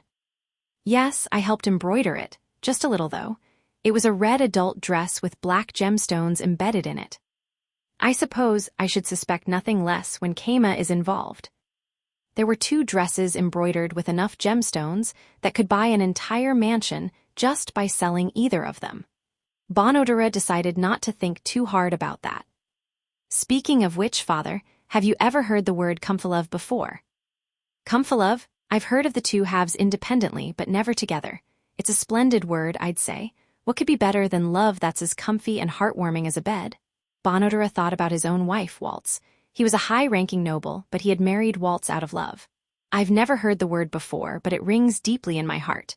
Thinking back, there has always been a comfy warmth I've felt with Waltz. That is surely the comfalove of which he speaks. I too feel warm and happy when I'm with Kuro. That must mean I am enveloped with comfalove for her, said Meodora with her cheeks blushing. Not to mention, I quite liked the vows the couple swore. They were kind vows filled with compassion for one another. Ahea. I especially liked the part about being honest when things became too much. If one knows the struggles the other is going through, it becomes easier to accept that you aren't the only one suffering, which will breed compassion. I see, I should tell Kuro the things I want to say too. Meodora lifted her head proudly, which made Bonodura raise an eyebrow. I've been meaning to mention this, but you do know your engagement with her was made on the assumption it would be cancelled, yes. I will ensure it happens, no matter what. Kurinu is a skilled enough warrior that I would gladly accept her into my family, but, well, regardless. Rondo will inherit the duchy. You may do as you like. I will ensure it happens, no matter what. I think I will ask Mikuru to perform the service, actually. Bonodura, pleased by her enthusiasm, patted his daughter's head, slightly mussing it in the process. In any case, it seems as if there is something happening before the feast. What was all that about? Oh, the bouquet toss. It's the bouquet toss, father. I can't be here. I need to give it everything I have. The bouquet toss.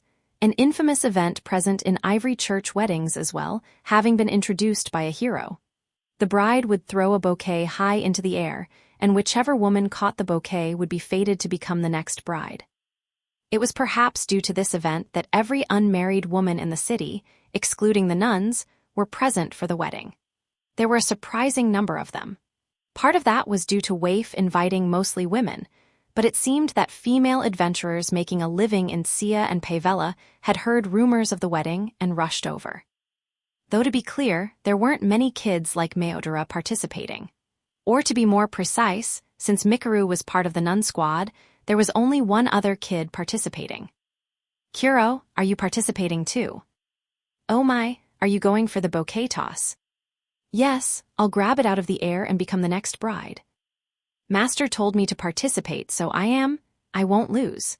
It was likely that he had only said that casually in hopes of her having fun, but suddenly the thought struck Meodora. If Kuro caught the bouquet, that would make Meodora the husband. In other words, they were competing to see who would be wearing the wedding dress. I won't lose, thought Meodora, before correcting herself. Rather, I won't let Kuro get the bouquet, anyone but her. I will not lose either. I want to wear a splendid dress like that as well. I will get the bouquet myself no matter the cost. You're cute, Mai, so a dress like that would look good on you. Hiya, thank you very much. But I won't hold back just because you complimented me, added Meodora on the inside. And it was then that the toss began. Waif yelled, "Here I go," then tossed a bouquet as high as she could behind her.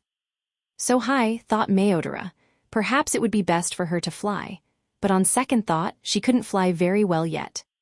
The bouquet fluttered down, carried by the wind. She predicted where it would land and headed that way, only to find other participants standing there already. That said, Meodora's victory condition was actually just preventing a certain person from getting the bouquet. She searched for that person, Kuro, and found her a short distance away from the crowd. From that distance, she won't be able to catch it. It happened the second after Meodora thought that. Ikika, I'm borrowing your head. Wah, come on, Bigoa. Kuro leapt into the air, using Ikika's head as a springboard. She leapt, straight toward the bouquet. That acrobatic feat was the mark of she who was known as the strongest fighter in Gorin.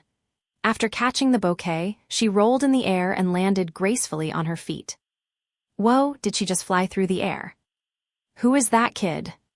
It's Kirinu, the strongest adventurer in Gorin. The ambush nobody expected. Come on, Kuro, don't be a Maru. Wait, you're a kid, news. Does this mean none of us are getting married until Kuro does? This can't be happening. The other participants were surprisingly devastated, Meodora included, of course.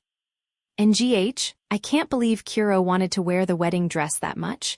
Ah, but well, of course she would want to wear a splendid dress like the one we saw. Even I had my heart stolen by it. Meodora sadly plopped down onto the ground without a care for how that would dirty her dress. Kuro walked over with the bouquet in hand. What's wrong, Mai? Oh, it's nothing. Congratulations, Kuro. I am sure that wedding dress will look perfect on you. So she said, but Kuro just tilted her head in confusion. I'm not sure what you mean, but here, you can have it, Mai. Wah, Meodora looked at the bouquet held out to her in disbelief. Well, didn't you want it? Oh, yes, yes. Meodora took the bouquet. She had briefly considered that cross-dressing as Kuro sometimes did would be fine, but at heart as a girl, she still found herself enraptured by the idea of wearing a wedding dress. Kuro handed over the bouquet she had gone out of her way to get without any hesitation.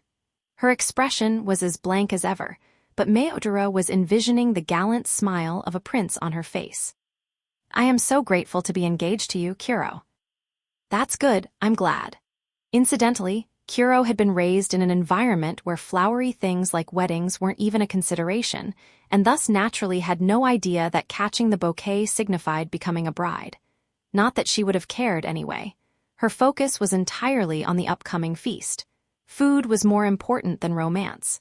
Such was the nature of children her age. NGH, so this is Kumfalove. This is the love of the Baptist Church. I can feel it, I can feel the love. The Kumfalove is overflowing. The bouquet toss participants who had been watching them from start to finish began writhing in discomfort, but neither Kuro or Meodora really paid them any heed. Hash came as perspective. I let out a sigh of relief once the bouquet toss was over. That ends the ceremony. All that's left is basically the party. That might have been my first time attending an actual wedding. Well, I might have gone to some family member's wedding when I was a kid, but if I did, I was so young I didn't remember anything about it. Murmured Rokyuko. Maybe that wasn't the best way to do the bouquet toss. Timing and placement-wise, this was the only time to do it, but it feels kinda weird to have the newlywed couple leave the church and then just wait around. We should at least have them waiting in a room nearby. What are you writing down, Rokyuko? I mean, obviously things to improve for next time. Trial runs are always going to have all sorts of problems. Makes sense. Guess she's trying to work out better plans for the next wedding to squeeze out more money. When did Rokyuko get so hardcore about things? Actually, Rokyuko, you don't mind that you missed the bouquet toss. It's fine. I'll want 2 or 3 more samples to iron out the kinks, I think, so there will be plenty more opportunities for me. Though I won't be paying for those. Using acute observation to build up experience through constructive trial and error. Rokyuko's the very model of a business owner now. Seems like she's intent on making this bridal project succeed. Rokyuko shut her notepad, having finished writing down whatever had been bothering her. Okay, next up is the feast, the wedding reception. There's no work for us to do here, so let's just enjoy ourselves, Keima. Sound good? Yeah. Rokyuko and I were casually sitting in some of the visitor seats, watching the Silkies hurry about distributing the food. Incidentally, the plan for the reception was for Hub and Waif to cut their wedding cake, give a speech, and then lead the crowd into the party. But Rokyuko and I had absolutely nothing to do. That was all according to Rokyuko's plan, of course. Hey, Rokyuko, why aren't we doing any work here again? We had helped to some degree with the setup, but she had been strict about neither of us doing any work the day of. I had thought that was because I would have some religious duties as Pope, but no, I had nothing at all to do. So much so that they had adopted some nonsense about Kumfalove I had written as a joke into the ceremony. Man, it sure was hard not to bust out laughing at that.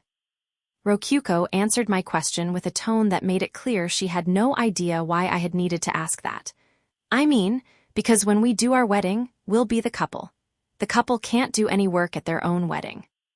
I see, this really was just a trial run for your own dream wedding, huh? Don't worry, Keima. I'll use the experience I've gained here to make our wedding perfect. All right, I appreciated Rokyuko's enthusiasm, but I wasn't saying yes or no to the wedding, I was just nodding along as she went. You know, it might just be time for me to start preparing to fight Haku. Thoughts of my impending death flashed through my mind as the party began. The crowd had stirred at Waif's second dress, Hub had cut the cake and they ate the first bite, and their friends had finished their speeches. The food up until now had been fancy high-class food, but what awaited was a wild feast where everyone in town, regardless of religious affiliation, could eat all they wanted. It was basically a gigantic frat party, one that both invited guests and random passers-by got pulled into. In Japanese terms, it might be called something similar to the after-party of an after-party, where only the closest friends stuck around. Except it was the whole town instead. So yeah, there were mountains of beer and food for everyone to eat. Apparently, it was supposed to represent the couple giving everyone a ton of food to get them off their backs. Incidentally, once the main events were over, the couple headed to their grand suite at the inn. They would spend the rest of their time alone, taking their time with whatever needed to be done without anyone bothering them outside of extreme circumstances. Yeah, feel free to return the dresses the morning after. Hey wo, town chief, ya drinkin' any? Yelled an unsurprisingly drunken Gazu, his face bright red. Hey Gazu, that's gonna be a no for me. See Muan, this is Hub's wedding, you know? How's everyone supposed to let loose if the town chief's not letting loose? My man, everyone is already letting loose. He's right, Keima, drink a little burp, said a lurid, familiar voice. I turned around to see Rokyuko eyeing me up with an empty beer mug in her hand. Her face was bright red. Hey, who gave Rokyuko beer? It was him, nah it was him, I gave her some too but it was him. Oh, should I not have? Of course you shouldn't have. What are you talking about? She's an adult, ain't she? NGH, now that he mentions it, Rokyuko does look just barely like an adult in this world when she's not in her DP-saving form. Anyone who's known Rokyuko for a while here will think she's of age, obviously. No backtalk, I say she can't drink and that means she can't. And come on, she's obviously had way too much. My bad, it was just so fun seeing her gulp it all down I couldn't help myself. What'll you do if she gets acute alcohol poisoning? Don't swear at it, Keima. Wait, when do you learn a duplication skill, Keima? Why it, everyone's duplicated. But I can't touch the clones. Rokyuko smacked the empty air beside me, where presumably she was seeing double. She had gotten completely drunk. Talk about being hammered. Man, now I'm scared she's gonna leak our deadly secrets to someone. Oh, I can touch this, Keima. Ahihihe. Rokyuko. Alright, let's get to drinking, Keima. Stop drinking, you're coming with me, bucko. But why ye? Do you have something fun for me? Let me tell you now, I don't want any friggin' goblins. Melon rolls? Gimme some melon rolls, Keima. I used my golem assistance to pick up Rokyuko and evacuate to the chief's residence as she kicked her legs. Hey, look everyone, we've got some more newlyweds over here. Really, congrats. Siomfylo Oyasu manasai. Cheers of celebration rang out as I escaped with Rokyuko in my arms. What will make them understand that Rokyuko and I aren't married? Keima, do you not want to marry me? Asked Rokyuko, looking at me with sultry, wet eyes. The problem is that I kinda would, and marrying you means getting killed by Haku. Then what's the problem? Keima, kiss me. No, there's big problems. Rokyuko pursed her lips in my arms and started leaning forward to kiss me, but suddenly stopped midway through. Oh, right, I got the order wrong. Rei, R-E-I, say the vows again. This is an order, get to it. Biwuha, you understood right away. Rei, who had been doing her job as High Priestess, dropped everything to rush over to us. Kama, do you take Rokyuko as your lawfully wed? Good enough, I swear. Biwua. Hey, don't shorten the vows. And you skipped the whole groom part, you're gonna cut my part out of the vows. In that case, you may now kiss the bride. Rei, you don't have to do this. I'll get Rokyuko in bed, you do whatever it is you need to do. I ran off. If not for the golem assistance, I probably wouldn't have been able to run while princess carrying Rokyuko. Thank you, golem assistance. Thank you, create golem. Anyway, I need to distract myself with pointless nonsense. If I don't. What's the problem, Kama? I'm yours, Suo. Kiss me. I won't be able to resist Rokyuko while she's drunk. She's just that overwhelming. All right, just settle down. Ehehehe, you said all right. That means we're married. New take-backs. Ahahaha yare. Rokyuko giggled with glee, but the happier she got the more physically and mentally exhausted I became. I can't let Rokyuko get drunk, and I can't let her be like this in public either. No doubt about that now. I finally reached Rokyuko's room and went inside after somehow managing to open her door while carrying her. The air was adrift with her familiar smell, though it was a little more natural smelling here than in my arms. The room itself was neatly organized without much stuff in general.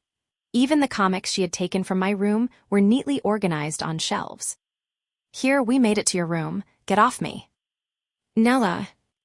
Don't nah me. I put Rokyuko down onto the bed, but she wouldn't let go of me. I'll let go if you kiss me, if you give me the wedding kiss. I'm telling you, I can't do that yet. So I said, but Rokyuko pulled me towards her. I lost my balance and was forced to lie next to her. Why is she so crazy, Stro? Oh right, she has golem assistance too. When will you be ready? I'm already all yours, why won't you be mine? I guess when Haku gives her permission. Rokyuko's face was right in front of my eyes. Her cheeks were red, showing that she was still a little drunk. I could hear a thumping heartbeat. Was it mine or Rokyuko's? No idea. She'll obviously say yes, so go ahead, kiss me. Face the facts, she's not gonna say yes, which means no kiss. GRR, you big bully, you big coward. I didn't argue with Rokyuko's pouting insults. I certainly was being cowardly here, after all. Well, Kama, if you won't kiss me, will you at least spend the night with me? Fine, better than you going back into that mess. I'll keep this a secret from Haku for you, said Rokyuko with a smile as she wrapped her arms around me, falling asleep with me as her Dakimakura. Did I manage to go the whole night without losing my self-control? Yes, I did, 'cause I'm a coward. Thank you very much, Town Chief. I'll never forget how perfect our wedding was. It's thanks to you that we had such an amazing wedding, Rokyuko. Thank you, here are the dresses you lent me. Oh, and of course I didn't take a single gemstone off them. All 128 of them are still there. Sweet, you counted them, huh? The fact that Rokyuko was blushing harder than Hub and Waif when they came to return their purified clothes was a fact I'll keep between you and me. I'm just gonna have to hope that none of this leaks to Haku. Hope and pray. Chapter 2. And so began another peaceful day in Gorin. Adventurers turned farmers, the bulk of the populace, were putting their all into tending their fields. Man, my field is super great. Grow well, my beloved cucumbers. Yeah, the crops are all sparkling with dew. Your flashes of skin really get me going, you cutie radishes. I'm not surprised you're drooling over some slutty skin showing. You could learn a lot from how modest my potatoes are. The farmers, having learned from one of the books in the Buddhist church that plants grew better if you talk to them, had grown accustomed to talking to their crops while farming. They all doubted that at first, but the plants were alive after all. If you considered how some monsters were walking, man-eating plants, it just made sense that pouring love into crops would make them grow better. That line of logic was all it took to convince them. And indeed, the crops did start to taste better. They really had no option but to talk to their crops anymore. As an aside, despite the fact that it was well into winter, the fields were nice and warm thanks to the effects of farming magic tools. A noble who had begun practicing Buddhism casually lent them at Gorin's request. He had been using similar ones in his garden. They were probably outrageously expensive, but due to agreeing with the Pope's position, he lent them for cheap. To give more details on them, a single one of the tools could keep 3 small fields warm for half a day using just a single goblin's garbage-quality magic stone. They could keep their fields warm just by working together to kill 2 goblins a day, which killed 2 birds with 1 stone, since goblin corpses were good fertilizer too. About time for the harvest, huh? Hey, hear that, my little sweets? Kinu's gonna make you into good food, and the nuns are gonna eat you up. Man, I'm happy for you all. Hey, what's that? One of the farmers noticed something in the sky. At first it looked like a tiny dot, but it was growing steadily, as if it was heading straight for them. Soon, the red scales covering its large body became visible. It had 2 featherless wings that looked like they belonged to a bat, yet its head was that of a reptile. The horn removed all doubt, however. It was a red dragon. NGH, a dragon. We gotta evacuate. What? Is it after my field? Bastard, I'll fight you off with the holy radish blade I grew myself. 1 sec, just let me pull it out. You want cucumbers, 3 of them, that's too many. Come on, am I the only sane one here? This isn't the time for games, we gotta run away. It was a red-colored dragon of the fire element, and it was no normal dragon. The rampaging flames wrapped around its body showed that it was a flame dragon, which was a red dragon even more in tune with the fire element. Once the dragon was close enough to be fully visible, it flapped its wings in the air. It then opened its mouth wide and sucked in air. Oh shit, this is the first time I'm seeing a dragon, but it's definitely about to breathe some fire. Watch out. Hey, are you telling me to leave my radishes behind? No way, I'm about to get them on, just hold it.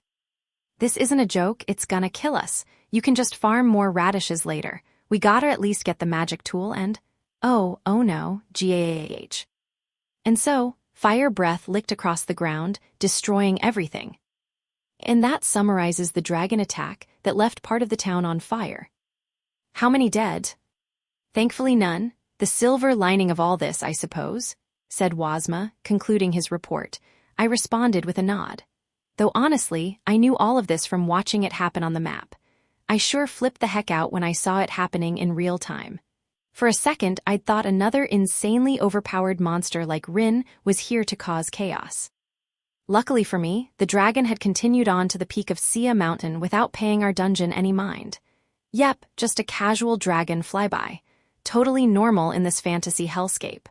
Hope Itetsu can handle that dragon. But wait, according to Rokyuko, a flame dragon is pretty deep in the fire element.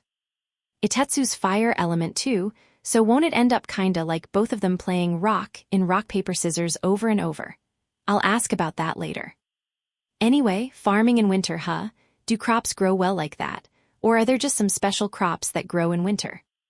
It seems that the farmers were using a greenhouse magic tool lent to them by Archduke Bonodera. It luckily survived the fire. A greenhouse magic tool, those exist, and they were borrowing one. It seems he was using it for a garden he had in the past that no longer exists. Sounds convenient, can we mass-produce them? It was found in a dungeon, and it does not affect a particularly wide area, so it wouldn't be usable on the large-scale farms run by the Tsuya family. Makes sense. So, what shall we do about the dragon? It is believed to still be located around Sia Mountain. I'll go check out the fields and look around, see if anyone knows something about the dragon. Oh, and it might be Ridra's family or some member of the Dragon King faction. I'll ask about that later, too.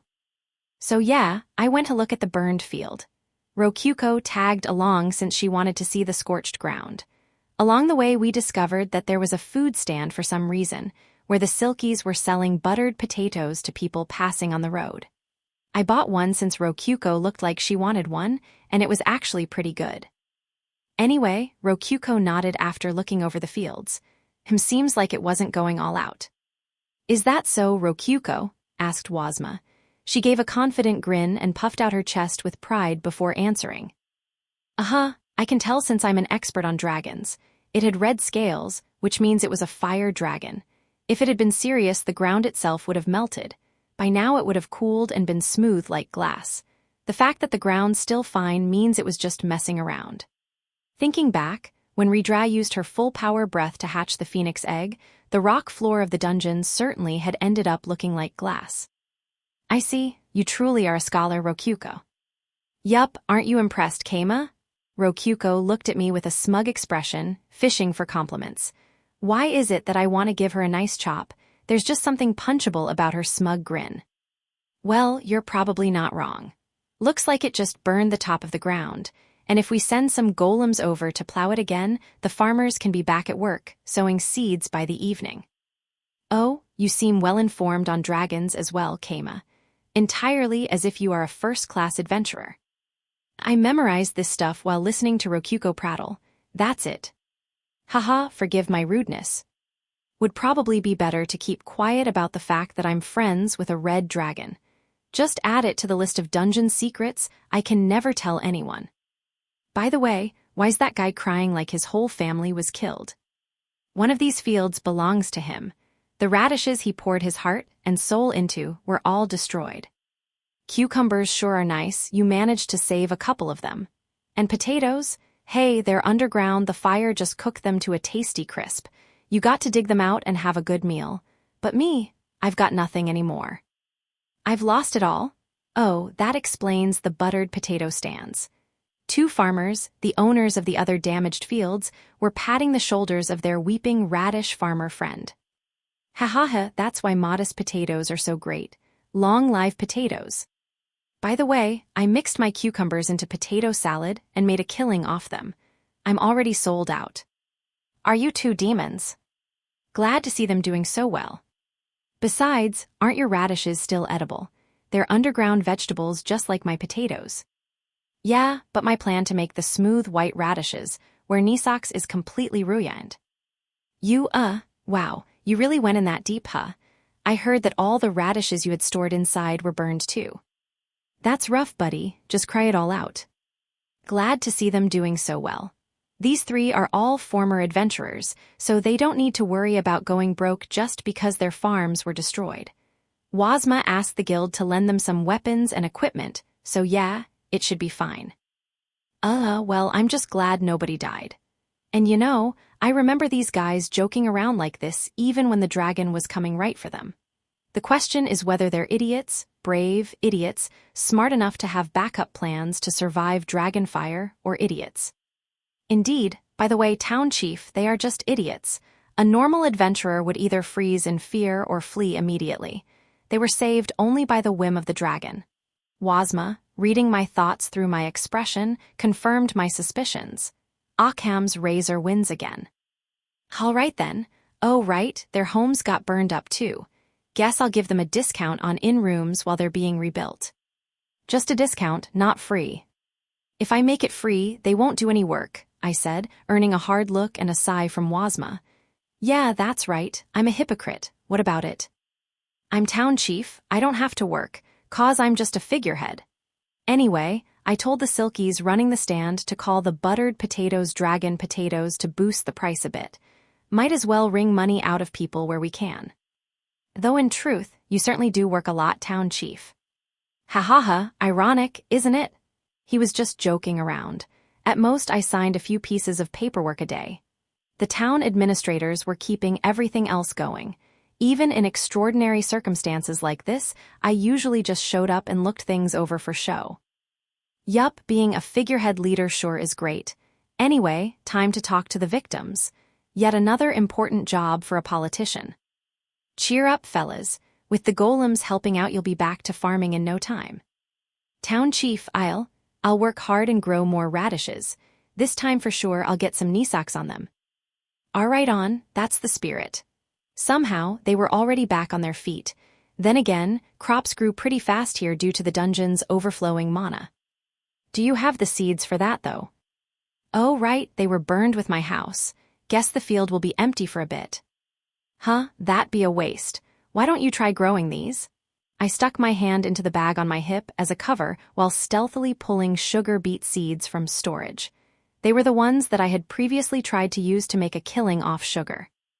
Ooh, thank you, town chief. What kind of seeds are these? Sugar beets, a plant that can be turned into sugar. Pretty sure one of the books in the church explains how to make sugar, so have at it. Yeah, Ikika made me translate some recipe books, and I think I put them on the bookshelves to pad them out. Town chief, where'd you get those seeds? Plants turning into sugar sounds pretty crazy. Consider that a Buddhist secret. Seriously, Buddhism is incredible. Thank you, Oyasumanasai. Whoa, those seem great. Can I have some too, town chief? Me too. Sure, but you're gonna have to give me some back later once they're grown. The cucumber and potato guys wanted the sugar beets too, so I gave them some extra seeds. I wasn't going to do anything else with them after all. Oh, but if they all turn into sugar beet farmers, I won't know what to call them. Meh, who cares? Impressive as always, town chief. When did you acquire those seeds? Who knows, it's been so long I can't even remember. Wazma shook his head with an exasperated sigh. Is making sugar out of plants that crazy? Hey, Keima, chimed in Rokyuko. Won't it be a waste to rebuild the farms if the dragon just comes to ruin them again? She's right, town chief. What should we do? Despair gripped the farmers once again. All right, I'll think of how to handle the dragon. You guys just focus on raising the sugar beets. Right, they all said in unison. We'll leave the dragon to you, town chief. Yeah, I can't tell any of you mobs apart. Town chief, what do you intend to do? Asked Wazma, worried. Rokyuko, and I know a guy who knows even more about dragons than either of us. I'm gonna go ask him for advice. I answered, and he nodded. I will handle the town while you are gone. It won't take that long. They're, pretty close to us. Flame Cavern's perspective. The Flame Caverns, located within Sia Mountain, had a rare visitor. A red-colored dragon was stomping its way through the dungeon halls, made just big enough for Redra and her dragon form to fit through, while eating magma slimes along the way. It progressed straight to the stairs and went down, as if it had the dungeon layout entirely memorized. It took the shortest paths available and in no time reached the boss room on the 5th floor. Normally, there would be a mid-boss red minotaur lying in wait to fight off the intruder, but instead there was Redra the red dragon, the dungeon master, and the last boss of the dungeon. The two dragons faced each other, then instinctively sucked in air. They were preparing to breathe fire, and at full power, too. Then, before long. Grah! They both let out sparkling bursts of fire at the exact same time. The pure white fire looked like beams of light, and they smashed together, exploding and shooting up the temperature in the boss room. They temporarily shut their mouths to cut off their fire breath, then walked toward each other with their dragon claws leaving deep marks in the now molten ground. Once close, they bumped noses happily. You've sure learned to breathe some alright fire. Guess you've been keeping up your training, Igni. Of course, Mom. Who do you think I am? My daughter Hahotheth. The dragons roared friendly roars. They were in truth mother and daughter, with Redra the red dragon being the mother and Igni the flame dragon being the daughter. This was the first time they were seeing each other in several decades. There popped up the father, Itetsu, the salamander dungeon core. Hey, how you been, Igni? Dad, I'm home. I've been great, super great. Igni, with the enormous size of a flame dragon, tackled Itetsu. Despite the fact that his daughter was bigger than him, just like a four-wheeler big rig is bigger than a small commercial truck, Itetsu had the pride of a father. He dug his back feet into the ground and used his tail to disperse the force of her tackle, taking it head-on without being thrown away. You've sure grown a lot since I last saw you. Pretty sure you're gonna be bigger than Redra soon, yeah. You think so? I think Mom just got smaller. Like hell I did. Sheesh, kids these days grow way too fast, though I'm still pretty young for a dragon, just saying. Redra gave Igni's head a hug and dragon knuckle rub, which made her let out a childish giggle. That put the weight of two dragons on Itetsu. He might have collapsed had he lacked the fatherly pride. Well, hey, feel free to relax wherever. This place is still your home. Yeah, oh right. Mom, I want to talk to you about something.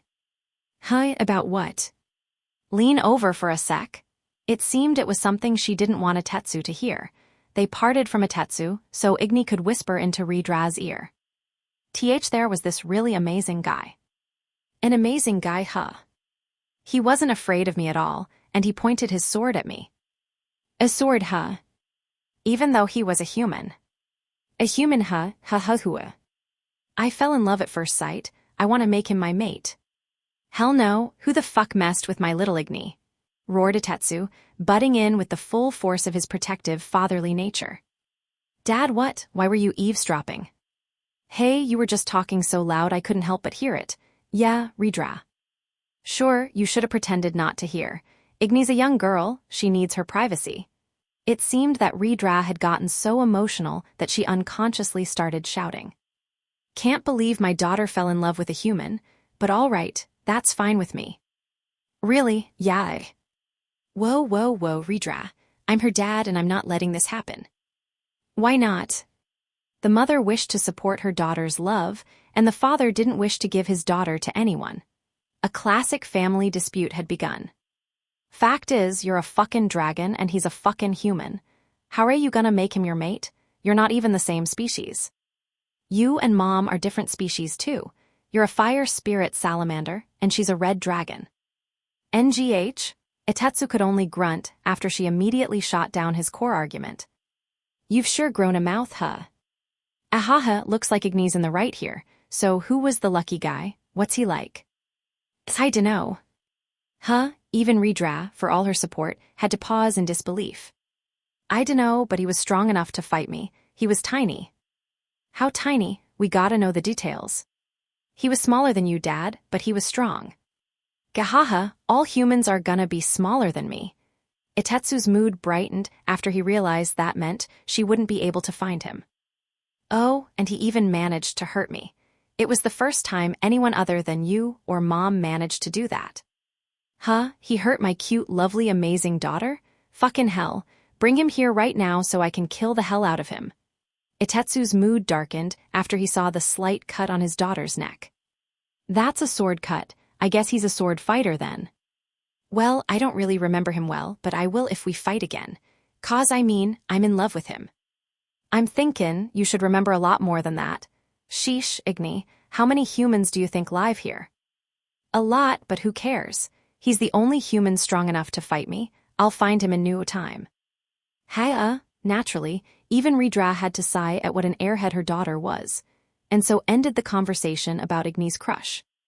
You know, things sure have changed a lot around here, said Igni. Yeah, been about 30 years since you've been here, Igni. Things are gonna fucking change. Like, the city at the base of the mountain. That was there like 100 years ago, too. Oh, but there were some weak-sauce humans walking on the mountain. I teased them a little. They panicked super hard and ran all over the place. Itetsu stiffened as Igni began cackling. Hey, about how far up the mountain were they? About halfway up, I think. They were wearing clothes and they weren't on fire. Their homes were nearby, so I burned them too. It was at that point that even Redra noticed. Hey, 112, were those humans maybe, Probably. See, Mir, Igni. You remember how to morph into human form, yeah? Wah, sure, Dad, but, Gaia, don't pull my wings. Coincidentally, the Cave of Greed, dungeon located beside them, chose that moment to contact them. Itetsu and Redra both cradled their heads. Hash came as perspective. And so, when I went to talk to Itetsu, I found him with a little girl about Niku's size. She had red scales on some parts of her body, hands and feet with reptilian claws, a tail like Itetsu's, and overall was the spitting image of Redra in human form, except a lowly. Who the heck are you? She asked. Shut it, Igni. Ouchie. On top of that, it seemed like a whack from Itetsu's tail barely hurt her at all. Yep, well, I know what that means. Sorry about all that, Keima. Our stupid daughter sure gave you hell. Itetsu's daughter was in fact the flame dragon that had burned those fields. He lowered his big lizard head. You actually had a kid, Itetsu. Wow, well, don't worry about it. Yeah, it's cute how she's got a dumb side like Redder. It's a real shame she's dumb enough to mess with neighbors. Itetsu looked my way, scratching his head before bowing it again. Dad, why are you bowing your head to a weak-looking human like him? Shut it, idiot. This guy's my friend, and when you fuck with my friends you gotta apologize. He's your friend, Dad. You have friends. No way, all you do is hang out inside or flirt with Mom. That's what you're surprised about. Come on, I only don't go outside 'cause I'm a dungeon core. Good to see that they're so close to each other. Anyway, Itetsu, I'm guessing she's the dragon that burnt up my fields. Why yup, not much I can do for your dead but apologize for letting it happen. I'm hoppin' you'll be fine settling this with some DP. Igni? That's her name. You may not like this, but I've gotta ask you not to try and get revenge on her. Well, it wasn't that bad. She burned some fields and houses, but nobody died. Definitely not enough for me to want to kill a child, seriously. Yeah, that's good to hear. Silver lining of all this, huh? Itetsu let out a sigh of relief. What a good dad. I'm not gonna ask you to forgive her just 'cause she's a kid. I wanna make this fucking right. Tell me what you need and I'll see what I can do. All right, I'm fine with you paying for the damages. But really, I just want Igni not to do anything like that again. You got that right. She's gonna be grounded for a bit, about 5 years. For a bit means 5 years to him. Nice sense of scale. Got it. That's all I really need. Guess I'll tell Wazma that the dragon will be staying in the Flame Caverns for a while. Sorry, mister, I didn't know you were Dad's friend. It won't happen again, Uncle. Uncle, I guess that's one thing to call your dad's friend. Sure, all right, I forgive you. Wow, thank you. Also, Uncle, keep being friends with Dad, okay? Please, he doesn't have any other friends. Aw, you sure love your dad, huh? Hey, you shut it, I've got plenty of friends. Now that she mentions it, I actually haven't seen Itetsu with any of his friends. Can't say anything for sure, since I don't know much about how dungeon cores hang out, though. I asked an expert on the subject, and he said the dragon will probably be staying in the Flame Caverns for the next 5 years. After returning to Gorin Town, I immediately informed Wazma of Igni being grounded in a roundabout way. 5 years, but what would compel a famously erratic fire element dragon to stay in place for 5 years? Well. Something about how Tsia Mountain's Flame Caverns are so plump with fire elementals that the dragon will have plenty of food. I see, when they have snacks, or food, they don't need to travel, and he believes that food will run out in 5 years. I think it's more like the dragon will just get bored of it in 5 years. It's a dungeon, the food will probably never run out. But anyway, point being, we might as well just let sleeping dragons lie. It'll leave on its own eventually. I see, that is understandable then. But may I ask the name of the dragon specialist you spoke to? Oh crap, I didn't think of one. Time to ad-lib. It was Narakin, Haku's friend. Goodness, Narakin isn't just a specialist in construction magic, he's even an expert on dragon behavior. I see. Yep, sure I'm glad everyone trusts Narakin just 'cause he's Haku's friend. In that case, I will inform the Adventurers Guild and the townsfolk that they may rest easy. Yep, thanks, I'm counting on you. It will be done. And so, the trouble caused by little Igni's surprise attack came to a close. Or at least, I was the only one optimistic enough to believe that. It took several days before I finally realized nobody else intended to let it end there. What's this about a flame dragon extermination request? In the middle of a boring hour of stamping my signature on paperwork, I suddenly found one that stuck out. I decided to go ahead and ask Wazma about it. That is the paperwork asking for the Empire to send troops to exterminate the dragon in Tsia Mountain, of course. His answer was not surprising. But the flame dragon's going to be chilling in the mountain for like 5 years. Yes, that means we know where it will be for 5 years, a perfect opportunity to exterminate it.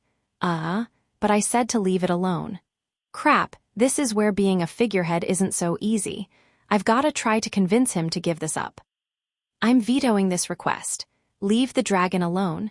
We don't want to risk it or other dragons coming for revenge.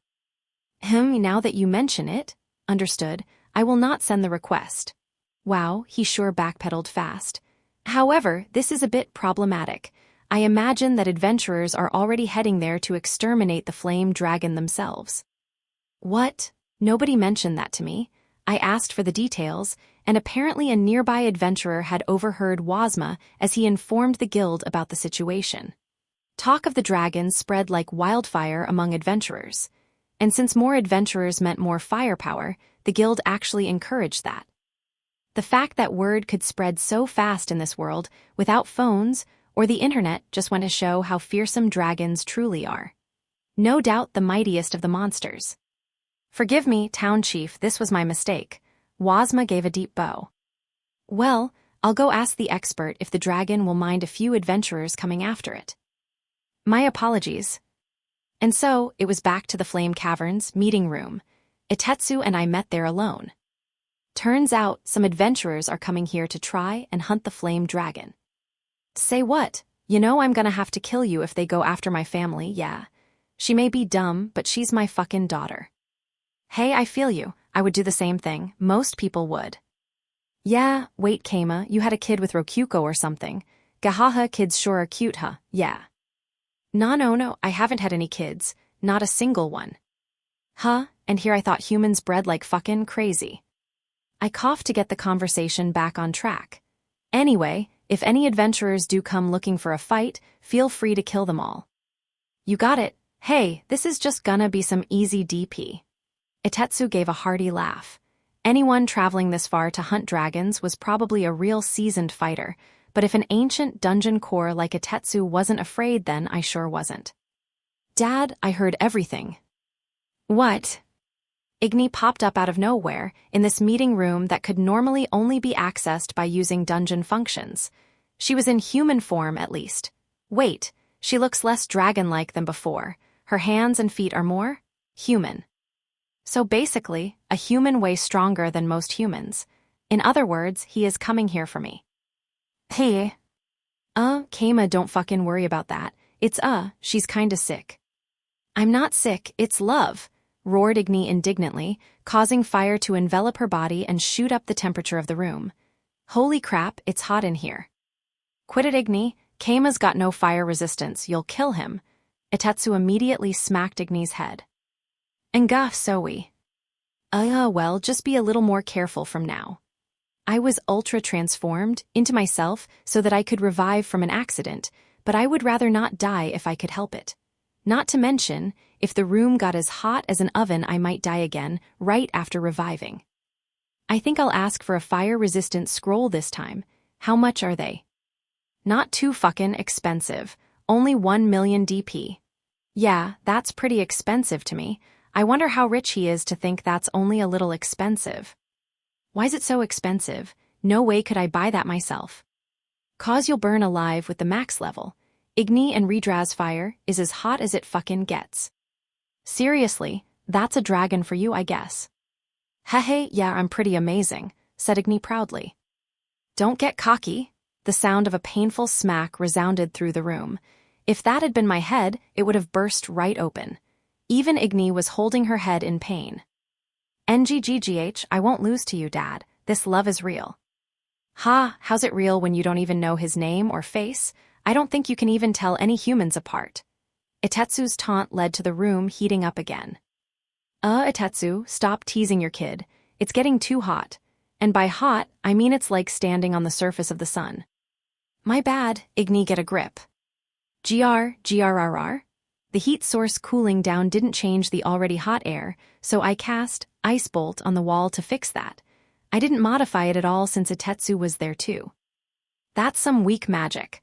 I guess all humans except my love really are weak, said Igni with disappointment while looking at me, which seemed to make Itetsu want to tease her again. Hess, you're in for a world of pain if you look down on Keima, all right. He beat me in a fight, you know. Was you, Dad? No way. It's a fact. Redra and I can't hold a candle to I am. Even Mom, but he looks so weak. Itetsu, I just told you not to tease her too much. What are you gonna do if she challenges me to a fight now? Right, no way are you stronger than Mom and Dad. Fight me, see, what a pain. Hey, what's the problem? Go ahead and accept. You can set the rules and everything, all right? Have some fun with my daughter. Itetsu's big lizard face broke out into a grin. Seemed he was completely confident that I would come out the victor. All right, I'll have some fun. But gimme 100 DP so I can buy some tools. Common right up. I took the DP Itetsu gave me and used it to buy stacking blocks, straight rectangles that formed a square when 3 of them were lined up. I then stacked them while changing the direction they were going in each layer. What, are those your weapon, Uncle? Nah, they're just toys. Now about our duel, we'll take turns pulling out blocks from the tower. Whoever makes the tower collapse on their turn loses. Indeed, it was G***ga. Time to see if her still-clawed half-dragon, half-human hands can beat me. Oh, and no attacking the other player or using anything but your hands on the tower. And so, after becoming a dragon buster of stacking blocks, I used my authority as victor to make Igni promise to try and not kill the adventurers who came to fight her, if at all possible. I didn't want to indirectly make the child of a friend a murderer if I could help it, even though she was, technically 300 years old. Also, I gave her the blocks. They'll be good practice for her human form. She'll get better at using her fingers, and since getting heated will burn the blocks, she'll have to learn to stay calm in human form. I prepared plenty of spares for her, so she should be fine for a few days. Unless she burns them all in one go. Anyway, I went to give Wazma an update in the bar. Hey, Wazma, turns out it's probably gonna be okay. He said a few adventurers going in won't be a big problem, though he can't guarantee they'll come out alive. I see, that is a relief. Wazma put a hand on his chest and sighed. What brings you here, Kama? Gazu, nothing much. I just got back from asking a dragon specialist some stuff. I gave Gazu a brief explanation as he chugged his beer like always. All right, so you're saying we can all go hunt the dragon and the town will be fine. I guess, but don't, you'll all die. Gahaha, we wouldn't go on our own, but with Wadaru, things are different. We might just win if you come along too, Kama. Sorry, but I'm not crazy enough to risk my life for nothing. Same here, and hey, that means we can just go hunt iron golems like normal. Right, and you know, the townsfolk really didn't seem nervous or panicky at all. Gotta say, I'm impressed they're keeping their cool when a dragon is so close. You know that there's a legendary red dragon that lives in Sia Mountain, right? What's another dragon on top of that? Oh, I didn't know there was a legend like that. There's a pretty famous song that goes like, there be a red-scaled dragoon deep in the flame caverns, you know, never heard it. Nope. And today I learned that Redra is a legendary red dragon of which songs are sung. Some say she's a god protecting the whole country. Seriously, I had no idea. You're a guardian goddess, Redra, congratulations. Though to us it's just a shut-in that's never left its mountain in the whole time we've been alive. I've only heard of it in the song, and who knows, maybe it's dead by now. And neat, Redra, you're such a shut-in that people aren't even sure if you're still alive. Hey, what are the chances that the flame dragon is that legendary dragon, and it's actually been away from home until now? Either way, we know for sure a dragon's in Sia Mountain now. Lots of people out there forming parties to try to take it down. Yeah, makes sense. They want the prestigious title of Dragon Buster, but is it really worth it, honestly? Wazma, how many people do you think are gonna come here? Let's see, quite a few, I believe. We may want to devise a plan for dealing with them. That many, But how many is quite a few, exactly? All right, good luck, Wazma. I will do my best, but I will expect your help, Town Chief. Anyway, time to sleep while Wazma takes care of everything. Several days passed after I made that decision. And indeed, reckless adventurers seeking glory came to our town one after another. The first problem occurred in the Dancing Doll Inn. I'm telling you, give us the best room you got. Like I said. On my way to grab some grub from the cafeteria, I heard an argument at the receptionist's desk. I went over to see what was up and saw 5 buff adventurers glaring at Narine over the counter. She seemed kinda bored, but the dudes looked like they were one step away from getting violent. Good grief. Hey, what's happening, Narine? Master, these, customers, they want to use the best room we have. The 5 dudes glared at me. You're the boss around here, they yelled, but I didn't flinch. The fact I wasn't scared at all probably showed that they were no big deal. Itetsu's yells were 10 times as loud and intimidating. That's right. I don't see any problem with letting you use the room if no one else is, but what's the problem? Well, the thing is, they're saying they won't pay for it. That means they're not customers. Listen, buds, this is an inn. You gotta pay for the rooms to stay here. Shut it, this inn'll get famous as hell if we stay in it, so you better give us the room now while we're still in a good mood. The hell is wrong with this guy? And what's wrong with his 4 companions for not stopping him? You must be pretty famous to say that, huh? Yup, believe it or not, we're all dragon busters. Sorry, never heard of you. I'm not too familiar with adventure groups. What's your party name? The Thunder Gods of Super Mega Thunder, hell yeah? The 5 of them flexed their arms to show identical tattoos. The ink was artistically styled like lightning in a way that even some Japanese tattoos were. But that's one weird party name. At least it'll stick in my memory. Hey, too afraid to even speak, huh? Even this backwater town's heard of how the 5 of us hunted a wyvern, I see. My muscles speak for themselves. How about that room then? These guys sure jump to conclusions. I guess they are technically dragon busters if they took down a wyvern, but wyverns seem kinda weak. By the way, what rank are you all? Listen and be amazed. All 5 of us are C ranks. Our party rank surely matches that of a B rank. I like that he had to say surely to avoid stating something untrue as a fact. 5 C ranks forming the party the Thunder Gods of something something. Sorry, never heard of you. Pay or get out. Say what? We're doing you a favor here, just give us the room. I will if you pay. A night in our best room is, well, with 5 people, 125 golds. Why is it that expensive? Grab a normal room if you're too poor for it. Those are just 50 coppers a night, so it'll be 2 silvers and 50 coppers a night for you all. Food is separate, by the way. I see, this inn is a tourist trap. We must deliver upon it the judgment of the Thunder Gods. The lankiest and smartest looking of the buff dudes cracked his knuckles. Narine, looks like these aren't customers. Deal with them by the book. Akaze, go forth, my cute little golem. Narine clapped her hands, and a clay golem I made appeared from behind the counter. On its arm was the band of the Adventurers Guild. Hell yeah, time for a fight. No way, that's a guild armband. There weren't as many now as there used to be, but in the past, a ton of violent customers came trying to stay for free. The Adventurers Guild's armband always proved very effective here. If it didn't work, we still had the option of just reporting them directly. A loud shout here would be audible to the Adventurers Guild next door. Our inn works with the Adventurers Guild, so yeah. Even the prices for the rooms were decided on by a higher-up in the guild. If you've got a problem with them, bring it to the guild.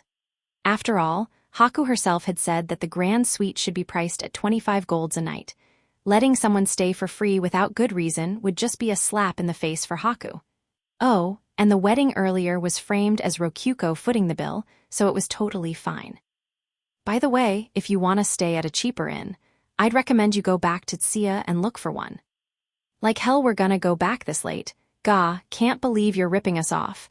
This is why I hate country bumpkins. What city did these losers come from? Anyway, they settled on staying in a normal room. They all chose E-rank meals, 50 coppers each, which totaled 5 silvers with their rooms. But well, our inn was good enough to justify the price, so I didn't feel bad in the least. The next day, it happened at dinner time again. How many times must I say it? Give us your best room. Bro, get it through your thick-ass skull that it costs 25 golds a night per person. If you want to sleep there, pay up. The voices were different this time. I wandered over and saw that a party of 3 elf-eared individuals, 2 male, 1 female, were blasting Ikika. We've given you the opportunity to house the great eternal beauties. At least drop the price to 1 gold. Shut it, you friggin' stupid morons. Quit trying to haggle and just go for the friggin' normal rooms. Ikika, I think you might be blowing up a bit too hard. Not that I can really blame you. Hey, what's going on? Oh, master, good timing. So, you're in charge around here.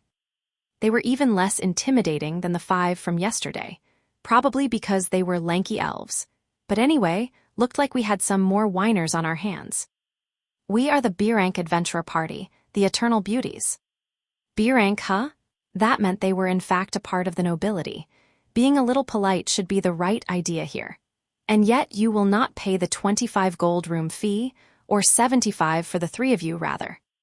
The price is certainly high for an adventuring party, but you do not seem to be average adventurers.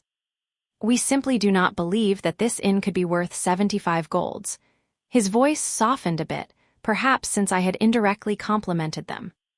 Then please stay at another inn, honorable adventurer. We have only our grand suite and normal rooms, so if you would like neither, we cannot provide any service to you. You may choose another inn at your leisure. NGH, you know there's no other inn. Oh, but there are in Sia, though there are no more carriages going back there today. It is quite all right, Orita. You needn't argue for my sake any longer. But Princess Kairali. Kanda, please pay for the normal rooms. Princess, I could never force you to stay in the same rooms that these commoners use. Princess, huh? Seems like she's royalty, but I'm just gonna pretend I didn't hear anything. Oh, or maybe rich noble daughters are called princess too? She might just be on the level of the Archduke. We have come to this distant land to defeat the wicked dragon that plagues your innocent people. Forgive us, sir, for causing a stir. The female elf bowed her head apologetically. Seemed that she had an actual head on her shoulders. No problem at all.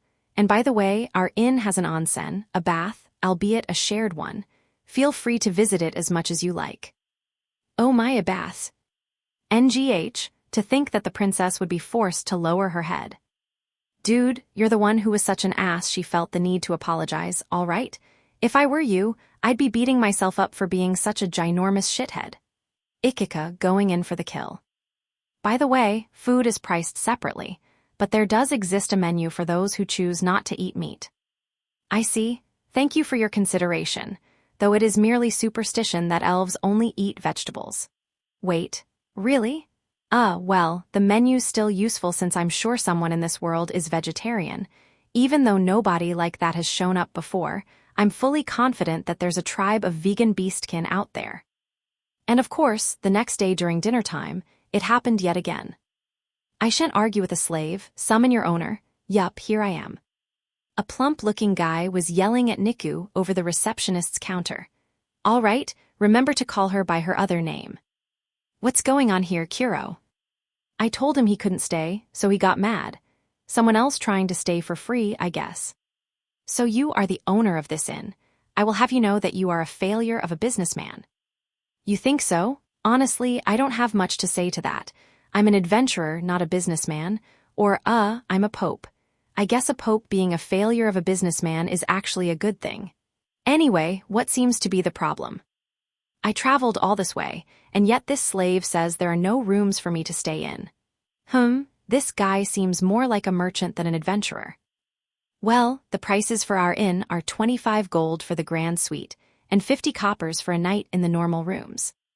I have already been told, but when I tried to stay in a normal room, I was informed there are no empty rooms. Wah, pretty sure our inn has 20 whole normal rooms. Kuro, is that true? Yes, all the normal rooms are filled, only the grand suite is open. Wow, all rooms filled, we sure are making a killing off this. I see, so you can't stay because all the rooms except the grand suite are filled. Indeed, the fault for this predicament lies with your establishment. It follows that it's your responsibility to lower the price of the grand suite to make up for this blunder, no? An interesting point. So basically, he's saying it's our fault that there are no rooms for him to stay in even though he wants to, and thus we should let him stay in the grand suite for free. Man, it always comes down to cheapos trying to haggle, huh? I decline. Our grand suite is worth its price and no less. Empty rooms have a high opportunity cost.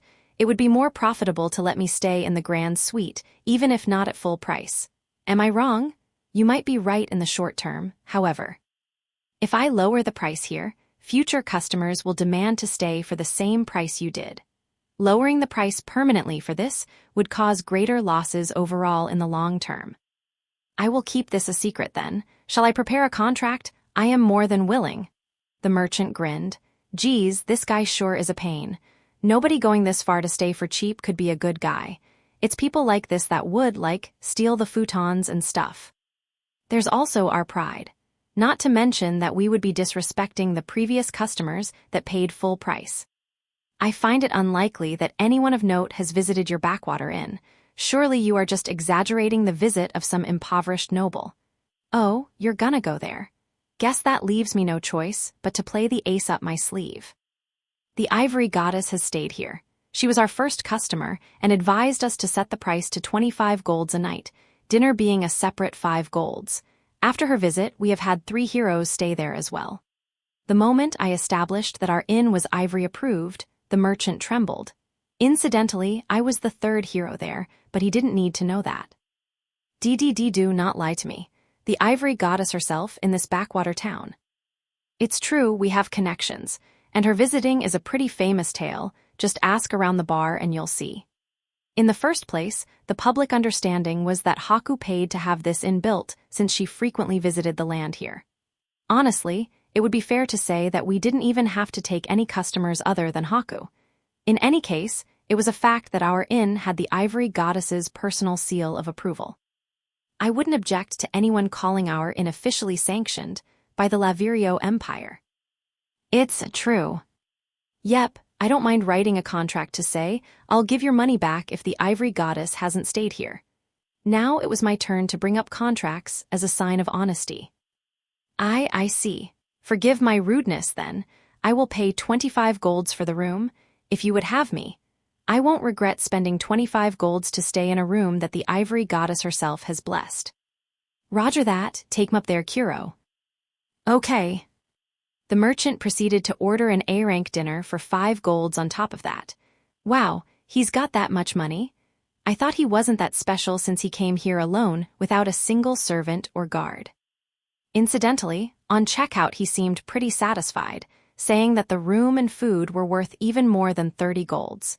He left the grand suite in pretty good condition, so if he ever came again, sure, I wouldn't mind letting him stay there again. But anyway, wow. This is the first time since founding the inn that we've ever run out of rooms.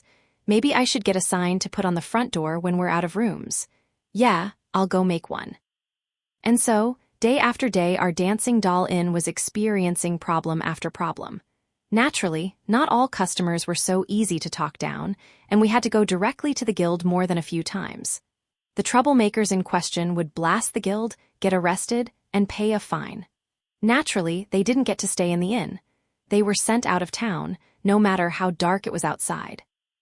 In the event of merchants causing trouble, the worst-case scenario was me threatening to use my authority as town chief to label them as criminals and confiscate their wealth.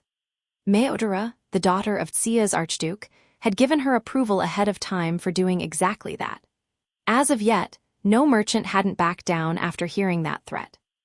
I just wish I didn't have to get involved every single time there was trouble.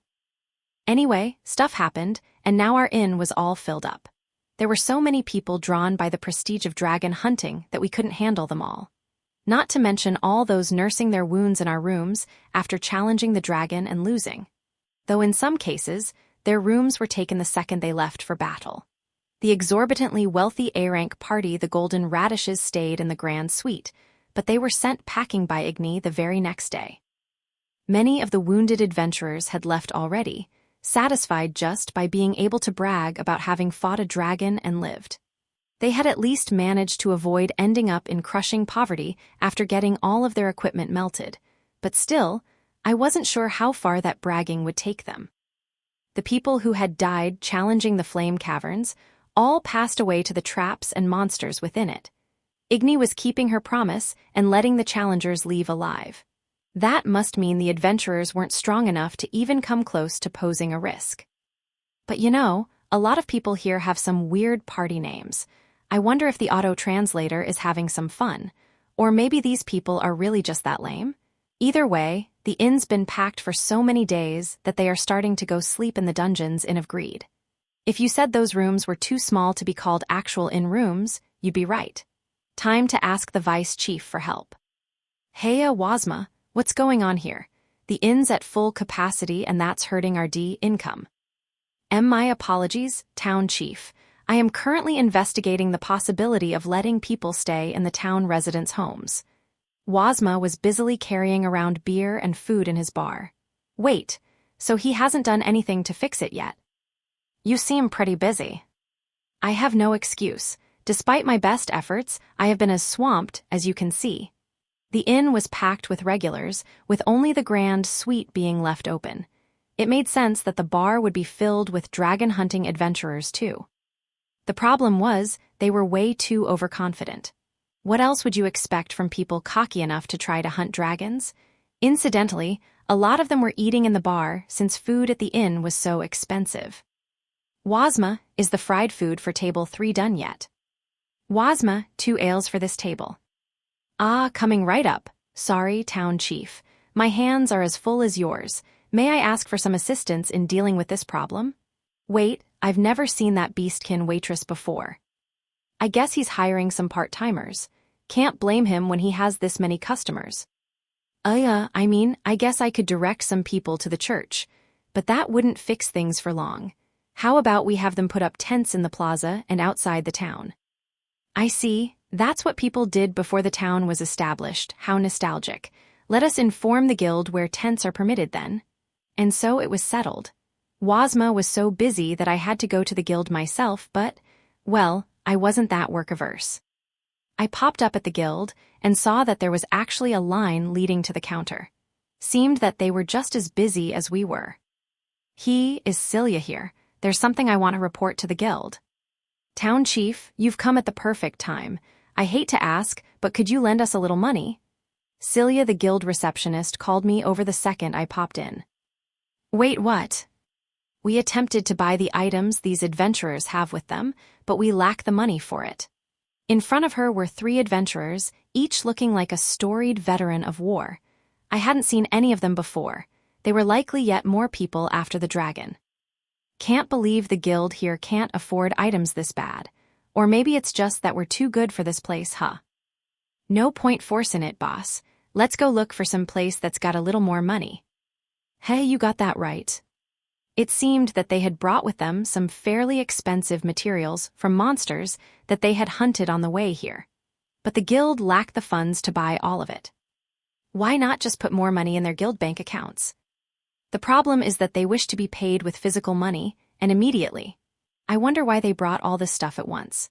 They could have sold the items in Sia's guild building, but instead they went all the way to this branch office and are demanding direct payment. I would guess that they merely wish to brag about having hunted such expensive materials that the guild could not afford to buy them. Ah, makes sense. They could go around talking about how they're great adventurers and all that. Not sure what the ultimate point of that would be, and they're kind of proving the exact opposite by pulling this at all, but sure. The items are all older than I would expect from something they hunted recently as well. So, you're saying they probably went out of their way to buy these expensive materials. Hey, I heard that. We hunted this mandragora in Sia's dungeon on the way here. It's just dry 'cause we cast dry on it. How about you stop trying to pin false charges on us? Now, buy it all. Give us the money. Celia's efforts to avoid divulging personal information had been ruined by the adventurers themselves bragging. All right, I understand everything. Consider the money lent. How much do you need? 100 golds. Haha, we're in a rush, so we'll wait exactly 10 minutes for you. You couldn't afford that much money even if you scrounged up every silver and copper in town. Anyway, here's the money. I handed over a gold pouch that I had stashed in my storage. I had left it there ever since Wadaru gave it to me, so it was exactly 100 golds. The adventurers gave grunts of shock, which Celia ignored while counting the money. Yes, that will do. Thank you, town chief. I will return it in full tomorrow with an interest rate of. Don't worry about interest, that's more effort than it's worth. We both help each other out. The bigger deal is getting this transaction finished fast, there in a hurry. I'll leave another bag here in case you need it. Thank you. In any case, here is your payment. W8, hold on. No need to explain, I know you are in a hurry. Here you are, we await your return. Next, please. Celia finished their business with merciless speed, ignoring their attempts to stop her. The line moved forward. Incidentally, mandragora roots of that size and age could be bought at specialized stores for about 200 gold. They would have just lost a huge amount of money if they had just bought it at a store, but that wasn't relevant here. They hunted it themselves and made 100 gold. Hey, how about you 3 use those on my inn's grand suite? We love customers with money on hand. Hey boss, what are we gonna do about this? We've gotta pay full price if we don't bring it back, right? We're gonna be enslaved and no, my perfect plan. Oh, looks like you won't be able to afford it. My bad. Oh, right, Celia. I want to talk about setting up space for tents outside. I finished my own business with Celia, then went back to the inn. Actually, it might be a good idea to close the game room for a bit and use it as a place for sleeping on the ground. Maybe 25 coppers a night or so. Anyway, all the dragon hunting adventurers were swarming the dungeon as well. If you're just gonna sleep anyway, Keima, could you help me with this? Hi. Rokyuko took me to the master room. What's all this about? Take a look. That's a lot of red. The monitor, projected onto an entire wall, was showing the maps of the second floor, third floor, and the labyrinth area with all of the adventurers on them. There were a lot of adventurers there. Each red dot signified an invader, and just to repeat, there were a lot of them. So many that we could barely even move the golem walls to manipulate the true path through the maze, ruining the area's entire gimmick. We're busy controlling golems and getting items to people staying in the Inn of Greed. There are a few people getting past the staircase area too, so you'll need to restock the golem blades there. Right, seems like the dungeon's just as busy as the inn. It turned out that dragon hunters who failed in their goal turned to our dungeon to make some cash or bring souvenirs back with them. The inn was packed, and the space set aside for camps was steadily filling up, which led some to form camps in the dungeon.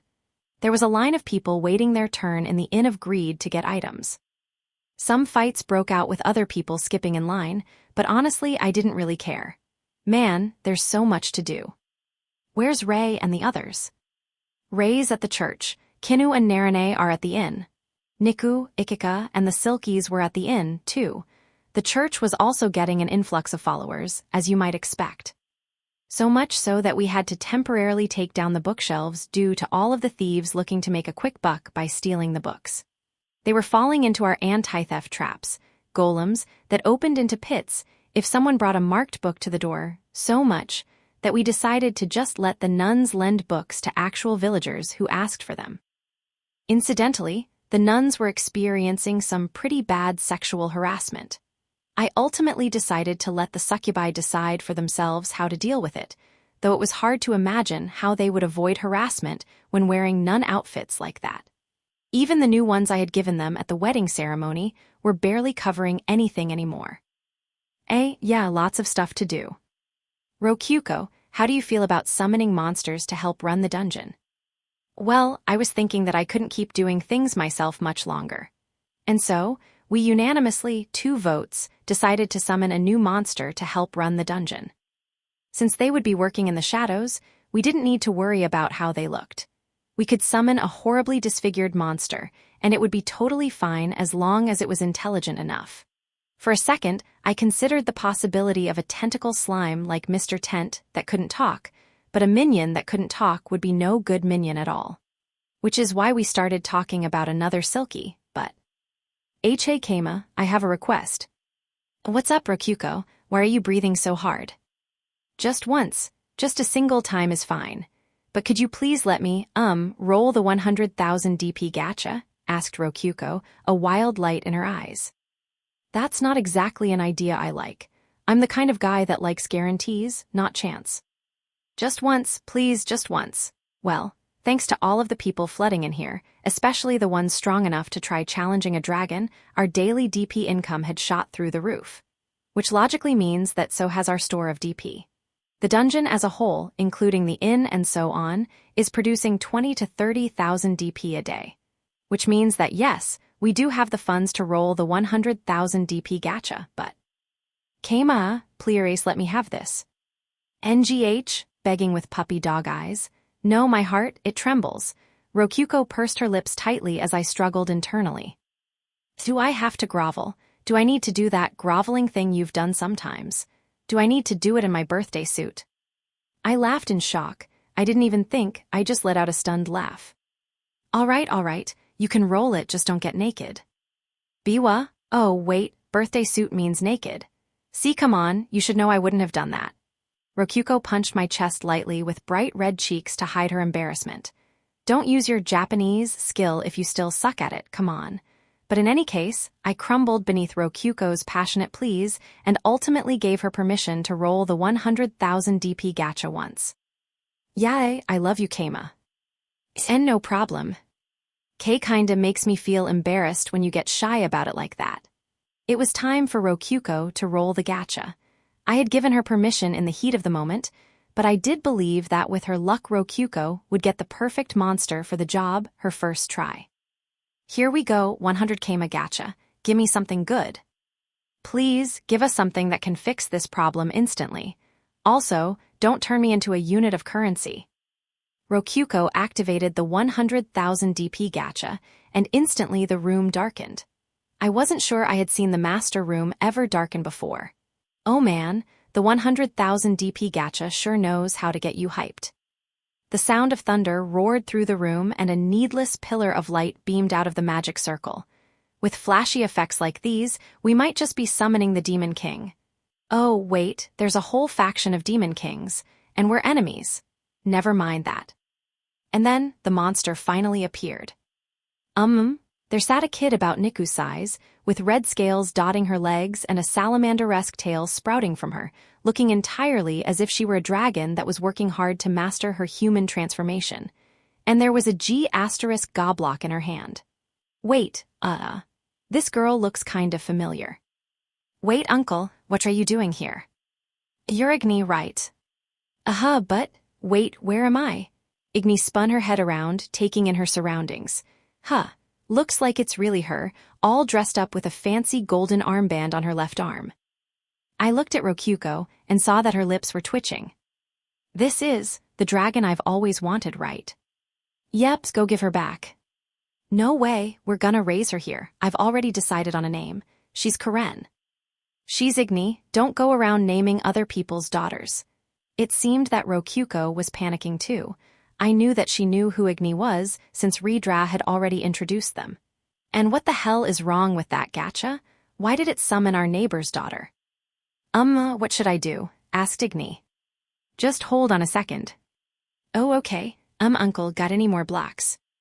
I gave her another G** ga set to shut her up. What a nightmare.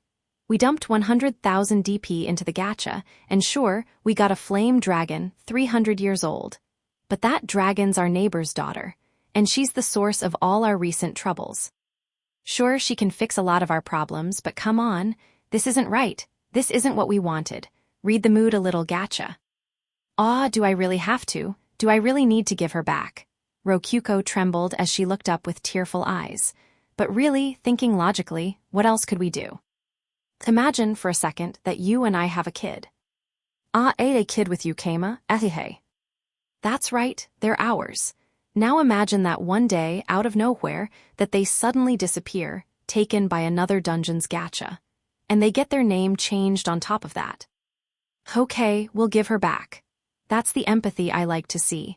But only if I get to roll the gacha again, just once more. I'll definitely get something good this time, definitely. I dunno, 100,000 DP really is a lot. I fell into thought. I don't mind giving up on snacks for a bit. I won't eat so many melon rolls. Just one more, all right? She was begging so much like a desperate child that I couldn't help but nod. 100,000 DP was several centuries worth of melon rolls, but her desperation was hard to resist. Yae, I love you, Kama. I kinda feel like this is gonna be a heavy hit to our DP ranking, though.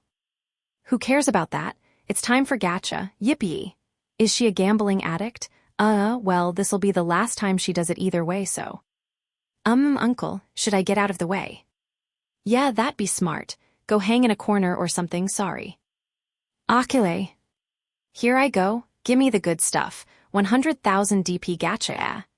Igni moved aside and Rokyuko rolled the 100,000 DP gacha again. This time a magic circle exploded out with a burst, then slowly shrunk down. Oh, it's different from last time. I think this is the same thing that happened with Fenny, in which case, I guess all that thunder and stuff was for an SSR roll. Would expect nothing less for a flame dragon, I guess. And this time, what we got was an elf wearing shabby clothes in tatters like a slave might wear. And given that her entire body was transparent, she was probably dead. Is this a ghost? Looks like a ghost. Wait, hold on, I feel like I've seen her before. I definitely had, but where? Some elves passed by recently, but I was thinking even further back. It didn't take long to shrink down the possibilities. She was an elf and she was a slave. Dead, too, by the looks of it. These hints led straight to the only possible answer in my memory. Indeed, she was the elf who had been for sale in the same slave market as Ikika.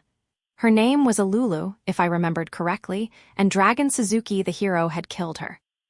"Wait, you're Ikika's master, aren't you?" she said in a kinda sleepy tone after we made eye contact.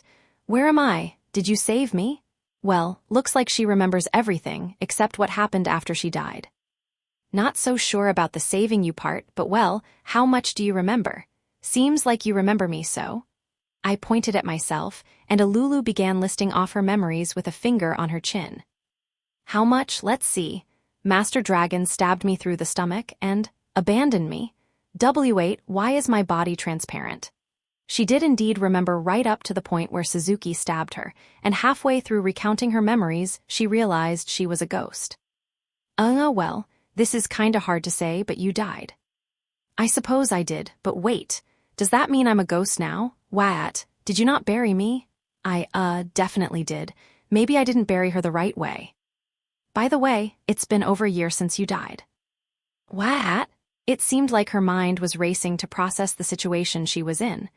I would probably do the same if I ended up as a ghost. Though really, the main thing I was taking from this is that here, the dead did speak, and that opened up a lot of potential problems for me. No longer could I blab about my evil plots before killing a hero, for fear of them returning as a ghost and revealing everything. What happens now? Are you going to exorcise me?" "I kinda have some work for you to do, but who knew if ghosts would be good workers? Would she disappear if purification were cast on her?" Well, I mean, you did try your best to save me back then, so I wouldn't exactly hate serving you, definitely not. But now that I'm a ghost, how could I service you?" "Service?" said Rokyuko. "You mean like by doing your job? I'm definitely not sure if ghosts can hold things. Keima, go test it out." She's considered a dungeon monster now, so worst case scenario, I should be able to let her use the menu and move the golems through it, but that would limit her to only doing work through the menu. "Uncle, can I go home news? Oh right, I forgot about Igni. Bring the blocks over here, I want to see if ghosts can stack them." "Got it, I'm gonna win this time." And so, Igni, Alulu, and for some reason Rokyuko all played a game of G***ga. Alulu was pretty quick to accept that she had died and turned into a ghost, so she went right to testing the limits of her new body. She learned that she could grab the blocks with no issue. She could also phase through them if she didn't focus on grabbing them, and with a little expertise, she could grab only her selected block while phasing through the rest of the tower. Naturally, Igni lost the game. Hooray, now Rokyuko and Alulu are dragon busters too, in G***ga. Oh, since I became a ghost through murder, do I need to get revenge on Master Dragon before I can rest in peace? Is that just something you want to do, or are ghosts actually bound to that way of life? Wait, way of life is a poor phrase to use here. Way of death. Well, Master Dragon? Or rather, Dragon gave me a painful death, so I feel like it would be wrong to not kill him if he's still alive. Dragon might be my mortal enemy. Wah, Alulu, you want to fight me? Igni stood up happily, having misunderstood the context for the name Dragon. No, sit down, you've got the wrong dragon. I explained to Igni that there existed a hero named Dragon Suzuki. Luckily, we managed to clear up her misunderstanding without any funny mishaps. Wow, that's surprising. Goodness, Igni, why would I ever view you as an enemy? Ahaha. Well, I'm a flame dragon after all. Kind of an easy mistake to make. Ahaha. Ahahaha. Wait, what? Really?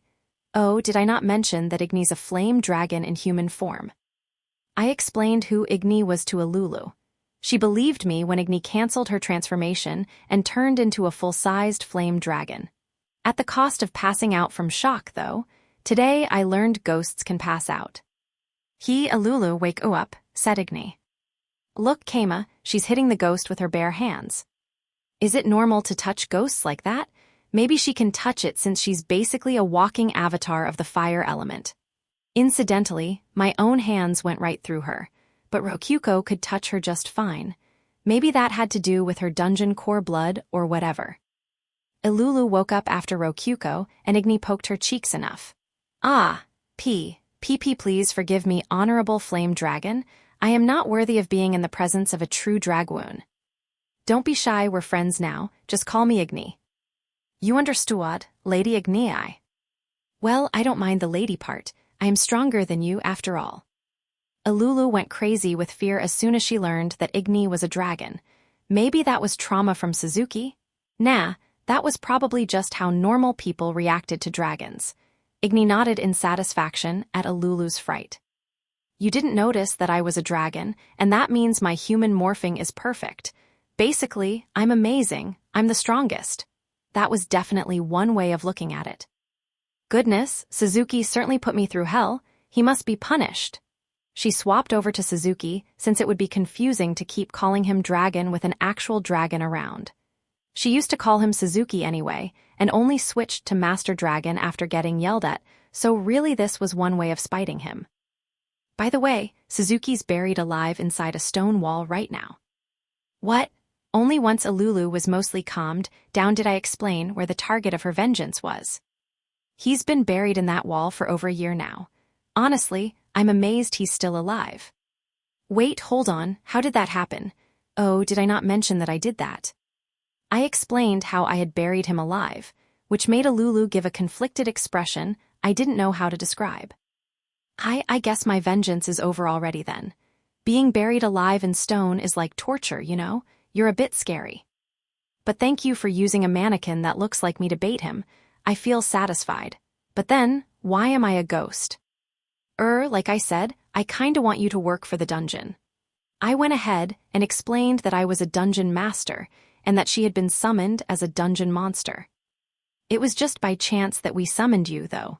Want us to look for a way to exorcise you instead? I'd want you to work while we figured that out, though. Well, I don't mind working. Keima, Master, you were forced to help the dungeon after being summoned just like this, right? I want to help too. Alulu was full of motivation. Hugh, that's another employee to help manage the dungeon. Things should get easier around here now. I wish I could leave all my work to other people and just sleep. Bleh. We went and gave Igni back to a Tetsu later. She was a bad omen of suffering that we didn't want anywhere near us. You know how fucking worried I was when she disappeared out of nowhere. Hey, don't get mad at me. The gacha did that all on its own. Direct any complaints to your father. He gave us a gift of 100,000 DP as thanks for returning her safely, so Rokyuko got her year of sweets back. Lucky you, Rokyuko. Anyway, Alulu's joining the team. Give her a warm welcome. Alulu, you're okay, well not okay, but technically not dead, squealed Ikika as soon as she saw her. It's me.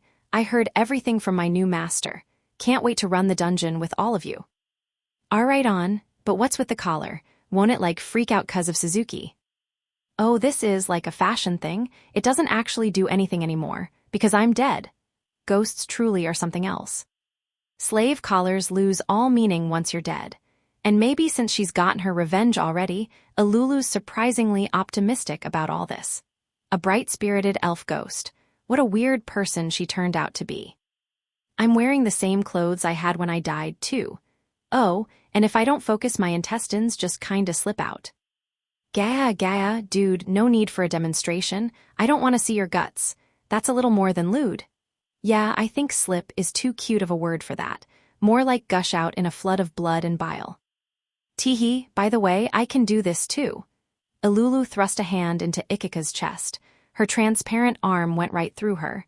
I can't impact living things too much, but it looks like I can move their organs around a little.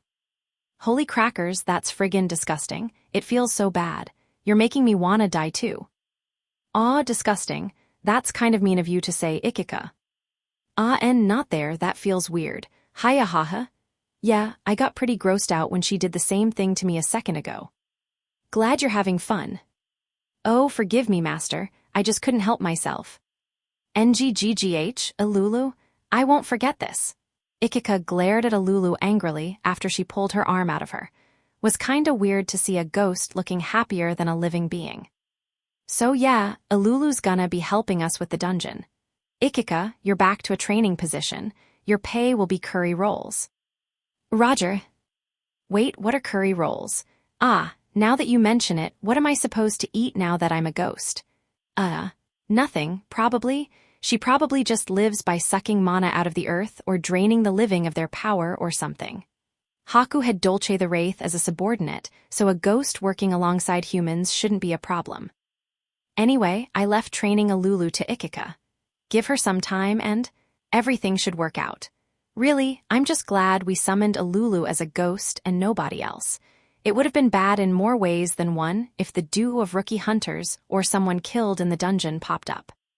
From that perspective, Rokyuko rolling a Lulu is yet more proof of her luck being amazing, I guess. Who knows? Come to think of it, though, summoning a single helper here is kind of like throwing a bucket of water at a forest fire. More and more adventurers are gonna be coming to town, and we could run out of manpower again in a snap. We're just barely holding on now. I thought while looking at my map, when suddenly I noticed something strange. Aren't there too many Silkies here? What? Rokyuko checked on her own map, and there we confirmed that there were 5 Silkies. I hadn't gotten it wrong. I took a closer look and saw that there were 2 Hannahs and 2 Nicoles. Oh, and now 3 Pios. What's going on here, a bug? No, the monitor is showing all of them where the map says they are. Are the Silkies actually ninjas? I summoned Kinu and the Silkies to get to the bottom of this after work calmed down. Anyway, it looks like the Silkies have been duplicating. Can they do that? They can duplicate, answered Kinu seamlessly. What? I mean, I saw them duplicate, but still. You 3 can duplicate. Yes, we can duplicate, all 3 of them answered at once. They can duplicate. So every Silky can just up and duplicate themselves, huh? Not quite. I believe that is one of their special traits. You summon them as a set, correct? Asked Kinu. And indeed, I had bought the Silkies as a Silky set. The price was 80,000 DP. Wait, wasn't Kinu only 10,000 DP? I looked at the catalog again, and a closer look revealed that the Silky entry had several new levels. Oh yeah, wasn't the Silky set 30,000 DP back in the day? I remember us talking about how it was a better deal over buying just one. The first level was a Silky for 10,000 DP, the same amount we had summoned Kinu for, and beneath it was 40,000 DP for a Silky. Wait, what? And the Silky set after it was 80,000 DP. Oh, look, Keima, they come with skills. It says right there, you can make its stats identical to an existing Silky, said Rokyuko, and I saw that message written in tiny, hard-to-see letters at the bottom of the monitor. Shouldn't this kind of important warning be written in red or something? The menu sure can be a dick sometimes. So basically, if we select this one, we'll get a Silky with the same stats as Kinu. My, a Silky just like me? That meant having 2 Silkies as competent as Kinu. Man, Silkies are amazing. Getting a maid as skilled as her for 40,000 DP seems kinda overpowered. Maybe it's not a big deal since she's not much of a fighter. We totally missed this. We missed something about the Silky set too. Honestly, the Silky set was even more unforgiving. 3 Silkies were shown as an example image, but there wasn't a single line about them being able to duplicate or anything like that. All the set said was that it was a good deal. It was like the maker of the catalog just figured that showing that there were multiple Silkies would be enough without any concern for the user experience. Though well, I had no idea if anyone had made the catalog at all. Maybe Father did. Considering his personality, it was possible he had made it confusing on purpose. By the way, does duplicating have any negative effects on your body? No, answered Hannah. All right then. I was worried it would shave off some of their lifespan. Oh, wait, they're fairies. I guess they're immortal as long as their home remains. That's kinda incredible. Unfortunately, it seemed that all duplicates shared the same life, and if one Hannah died, all the Hannahs would die. Nicole and Pio had their own lives, but in the end, the group was limited to just 3 lives total. I can guess that's to stop anyone from using Silkies as living shields. What about your memory? They all combine when we fuse back together, answered Nicole. It was less that some bodies were clones and more that each body was the real thing, but they would fuse back together before eating, so they only needed 1 meal each. Yeah, that's definitely a good deal. The splitting happened when they needed to be in 2 places at once. They would just go, like, I'll go here, and I'll go there without even thinking too hard about it. Man, I'm kinda jealous. That kinda feels like you're being overworked, though. Are you sure you're all right? Why wouldn't we be? We love to work, answered Pio. Such was the strength of she whose life revolved around work.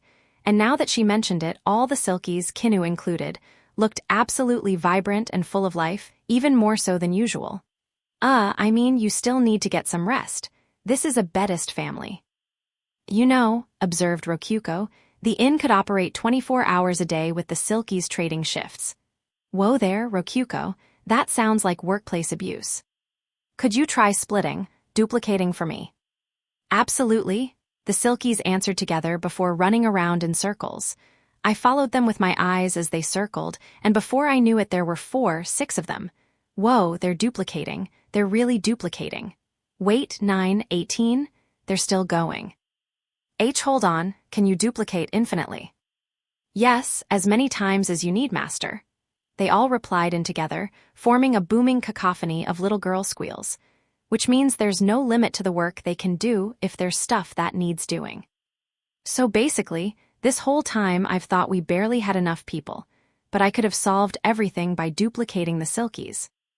That's correct, answered Kinu. On the other hand, this did mean that they had been helping me from the shadows without me realizing it, even when the workload had become too much for them to handle without duplicating. I've got to think up some reward for this. Oh my, in that case, master, may I suggest that you use one of the many Silkies as your Dakimakura? Niku has been so busy lately that you have been left without one, no? Suggested Kinu. It was true that I had been sleeping Dakimakura-less for a bit. Well, I guess taking one would be pretty nice. But wait, would that really be a row? It was too late. The second I said pretty nice, my fate was sealed. All the Silkies looked at me like predatory maids with their eyes locked on new work to take on.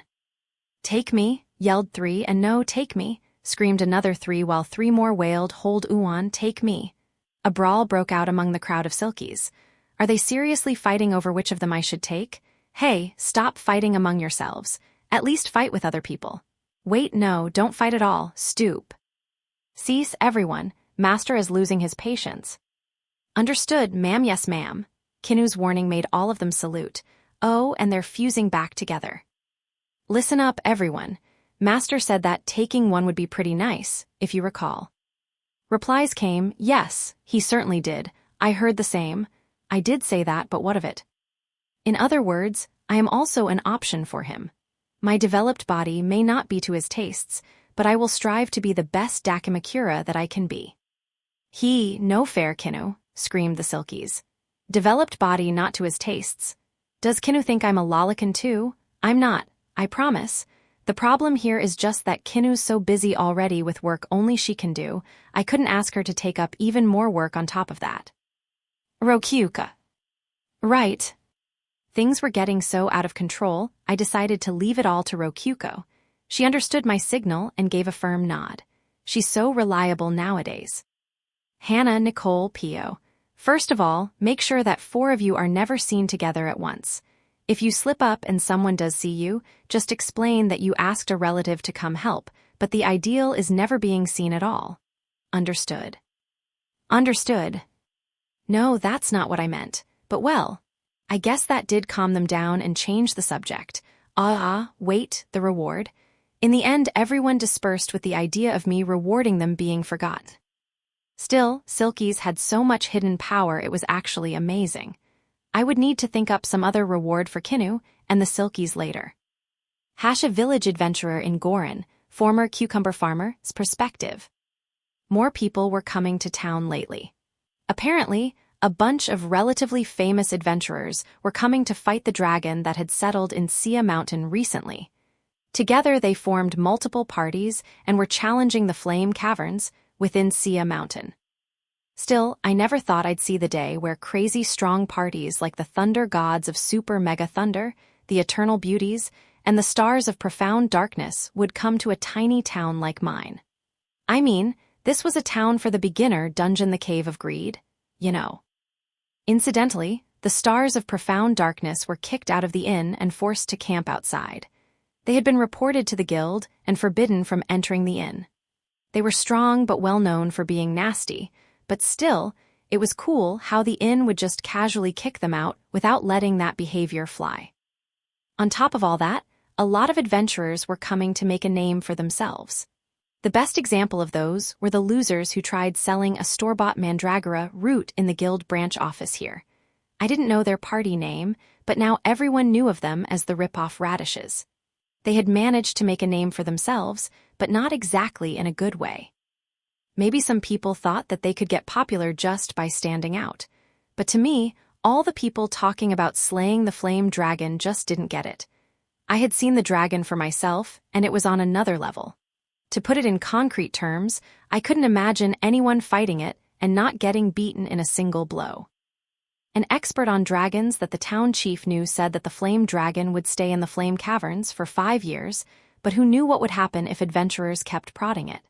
The expert had said a few attacks wouldn't bother it too much, at least. From the flame dragon's perspective, we adventurers were like children trying to slap its leg. Or maybe even like jellies, unable to even do that. We were nothing to it. As proof of that, a party of 3 adventurers came back from a failed attempt at dragon hunting. Luckily, none of them had been killed. The dragon had apparently been playing around with them from start to finish. Forgive me, Princess Kairali, my shield could not protect us. No, it is the fault of my full-power ice bolt, being unable to pierce the flame dragon's hide. So said the elf princess of the eternal beauties and her knight companions. It was staggering to think that an elf's magic, and of an element purported to be most effective against fire, did no damage at all. Though it wasn't that crazy when you considered how much more mana dragons had than humans. Thunder gods of super mega thunder returned with their hair standing up and their skin black with ash, as if they had all been hit with fire.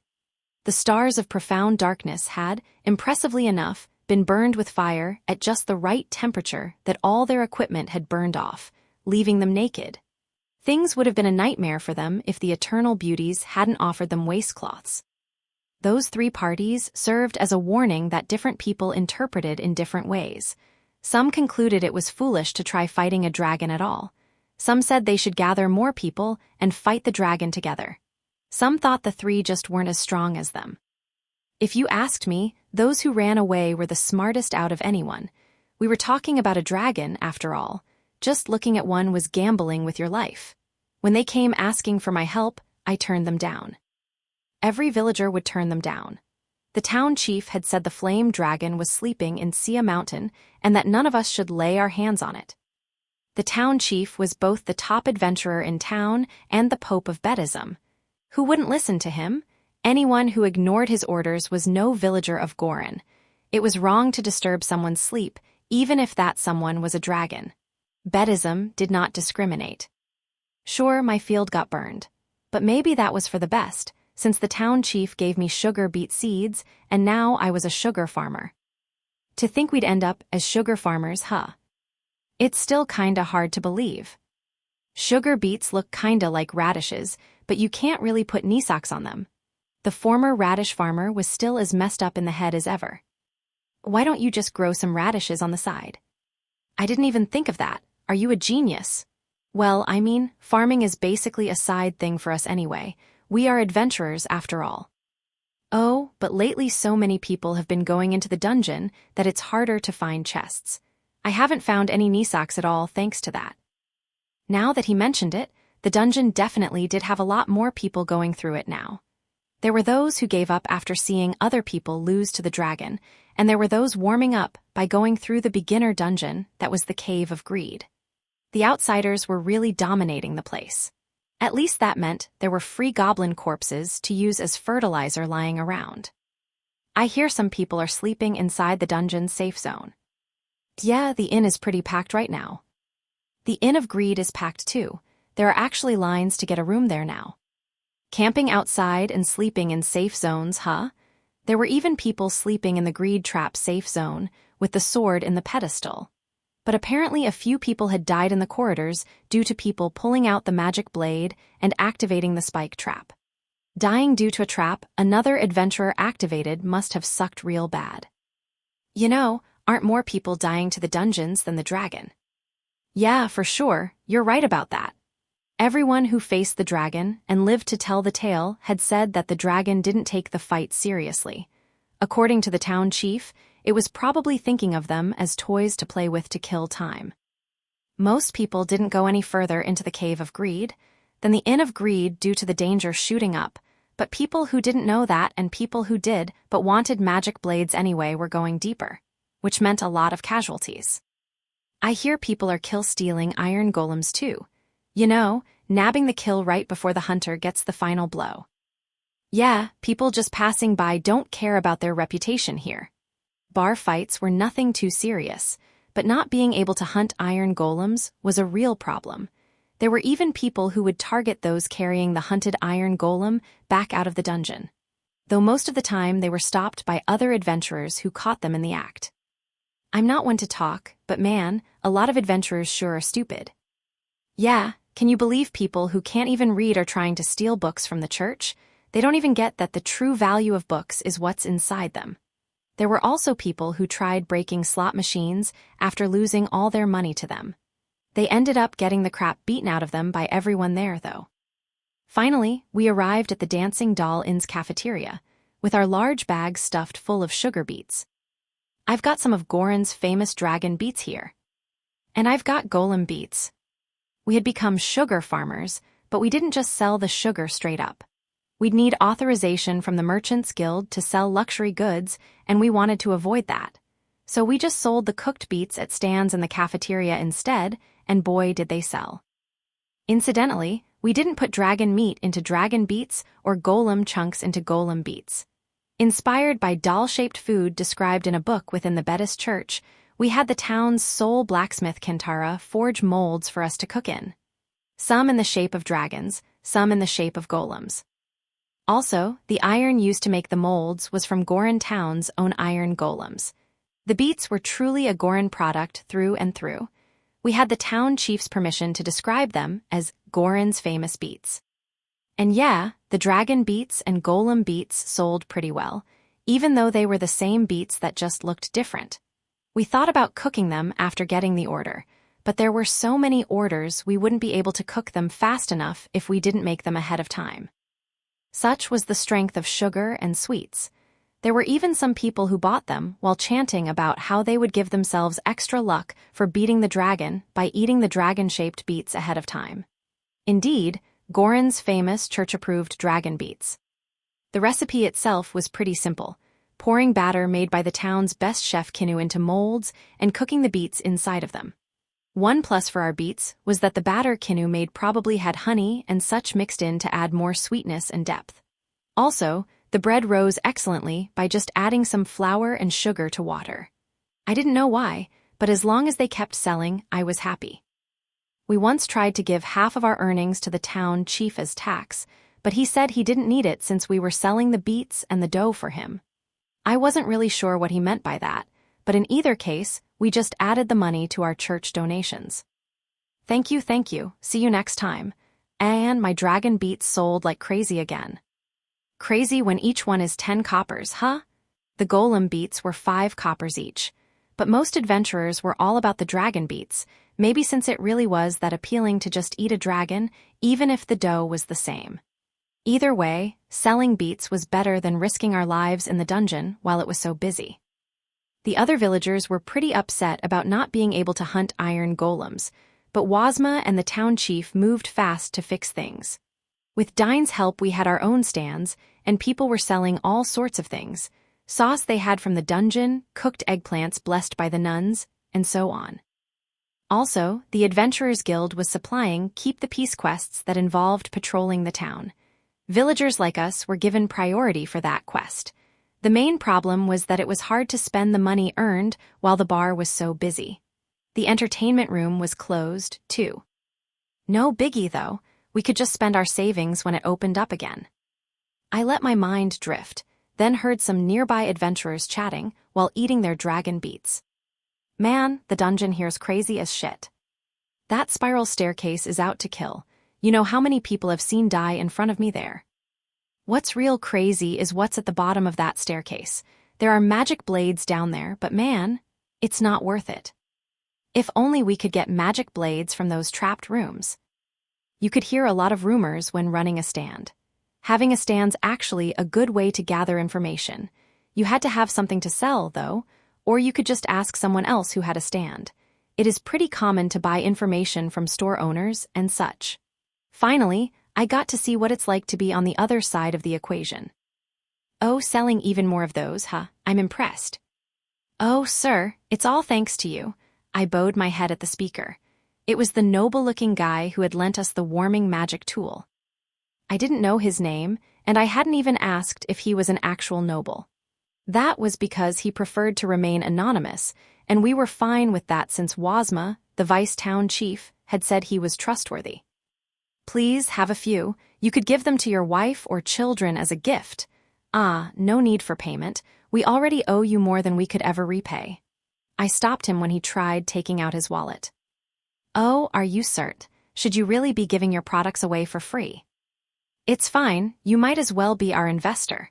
We owe you a lot for letting us use your magic tool, and this is really the only way we can repay you. I explained while putting dragon beats on a plate and holding it out to him. Investor, where did you learn that terminology and manner of thinking from? From a book in the church, not really something that helps much with adventuring. I see, you've been studying well, he replied while wrapping the dragon beats in a white handkerchief and sticking them into his storage. He must have been a real noble if he carried around handkerchiefs like that and knew storage. He seemed close with Meodora, so maybe he was the Archduke? Haha, just kidding. Meodora was one thing since she was just a kid, but the Archduke himself wouldn't go around enjoying food from random stands, surely. By the way, weren't there 3 of you before? I see only 2 of you here now. Ah, that guy's watching over the magic tool right now. There had been a lot of untrustworthy people around town lately. We couldn't leave the magic tool on its own without someone to guard it. I would hope Sia has something prepared to fix this situation. I'm sure the town chief has something up his sleeve, I said casually, which made the noble widen his eyes in surprise. Do you think that Kama has a plan? Maybe he's Kama so. He certainly is trusted by his people, I see, laughed the noble. He then thanked me for my wisdom and left with a smile. All right, back to selling dragon beats, and whatever golem beats I can. Side chapter, a thief named Taif. In Goran's bar, there was a villager talking to an adventurer friend of his. You know, there was a wedding here right before the dragon came. Yes, a wedding here. Yup, it all happened at the nearby church. Man, it was something else. Come on, it's just a small-town wedding. Couldn't have been that great. The bride had 2 dresses. You mean some simple all-plain dresses, yeah. Nah, fancy ones like nobles would wear. Actually, ones so fancy not even most nobles would wear them. Pretty sure they had actual gems sewn into them. Seriously, what kind of villager can afford those? Apparently, the Bedis church lent them the dresses. Sheesh, I dunno what our pope's thinking, spending that much on some village girl, said the villager, and Taif heard it all.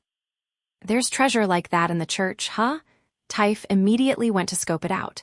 It looked clean on the outside, hinting that it was newly built. The walls were white like the buildings in Pavella, giving it a sense of purity and cleanliness. Once inside, he found a bunch of believers reading books and sleeping on the desks. The air was comfortably warm, and the chapel had stained glass windows, a massive holy symbol, and a magical tool spinning on the ceiling to keep a steady flow of air. Wait, books, but these look like commoners. Don't tell me nobles sneak in here. What, first time in the church? We're all commoners here, you know, villagers. A passerby replied to Taif's murmur. Why are commoners reading books like it's no big deal? This church lets believers read its books. They used to be in some shelves near the back, but thanks to all the thieves lately, they were moved to a back room. Those empty shelves were bookshelves? Hold on a second. That makes it sound like books were just left out and people could grab them whenever they wanted. Yeah, anyone in the church could read them.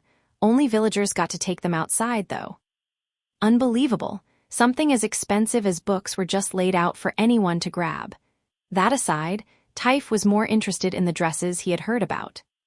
I heard something about some crazy dresses at a wedding here. Know anything about those? Oh yeah, for sure. Those were some awesome-looking dresses, but Waif didn't let them own her. It felt like the dresses had been made just for her and her alone. Yeah. Everyone made fun of Hub because we were jealous of how lucky he was. It seemed the man was another villager. You know where those dresses are? I want to take a look at them. Yeah, the town chief probably has them. Why the town chief? Asked the thief.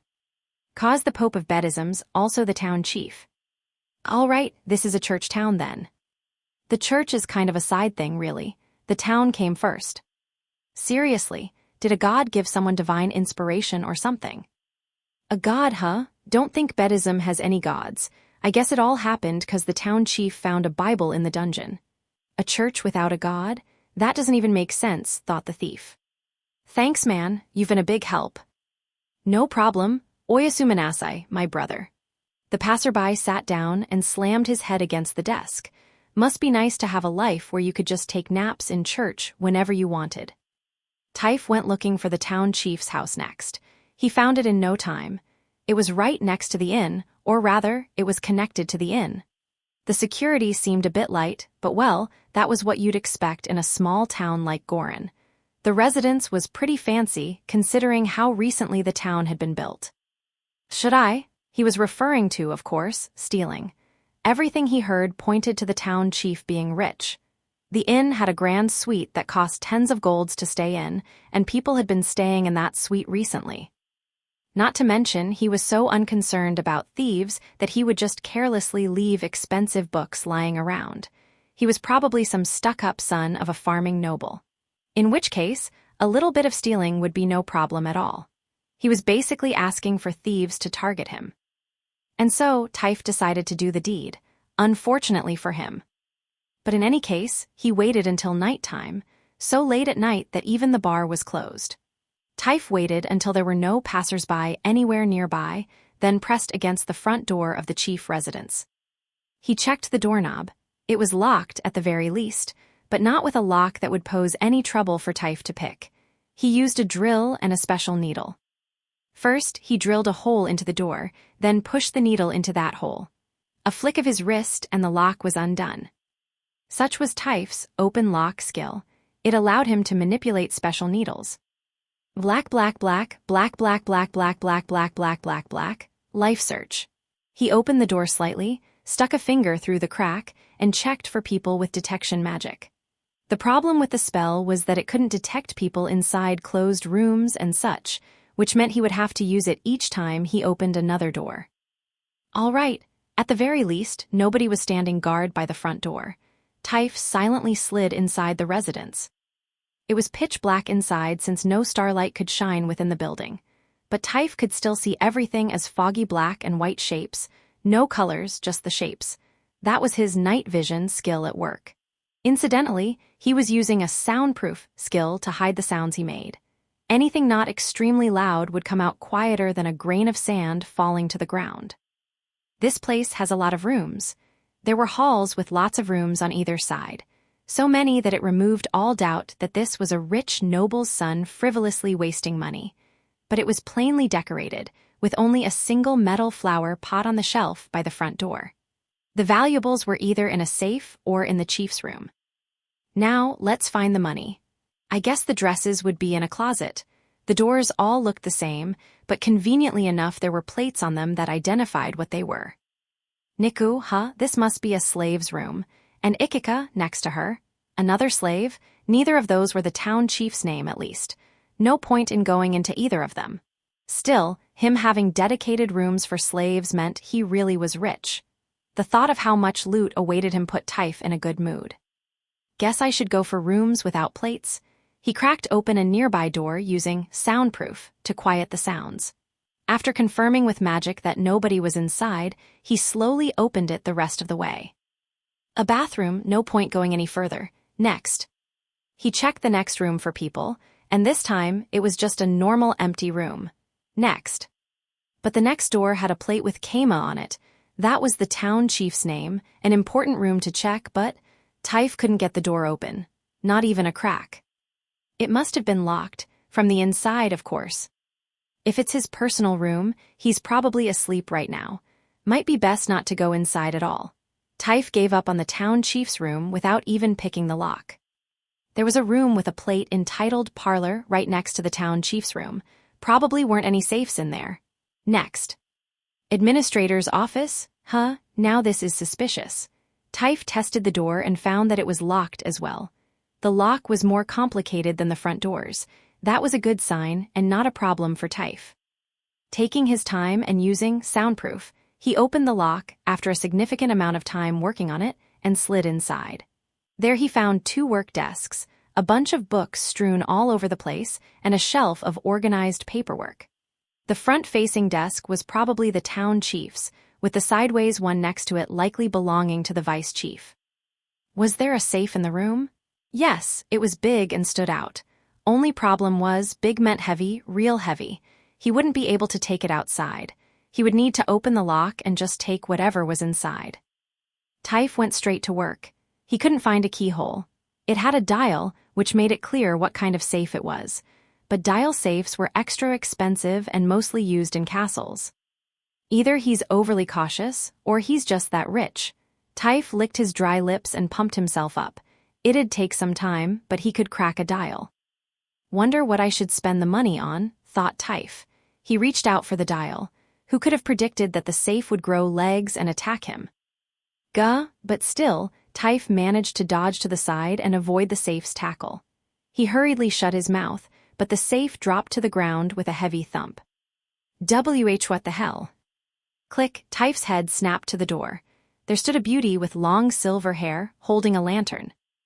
Who's there? This is the town chief's residence. Oh shit, I gotta get out of here. Taif decided to flee. He had 2 routes available to him, the door and the window.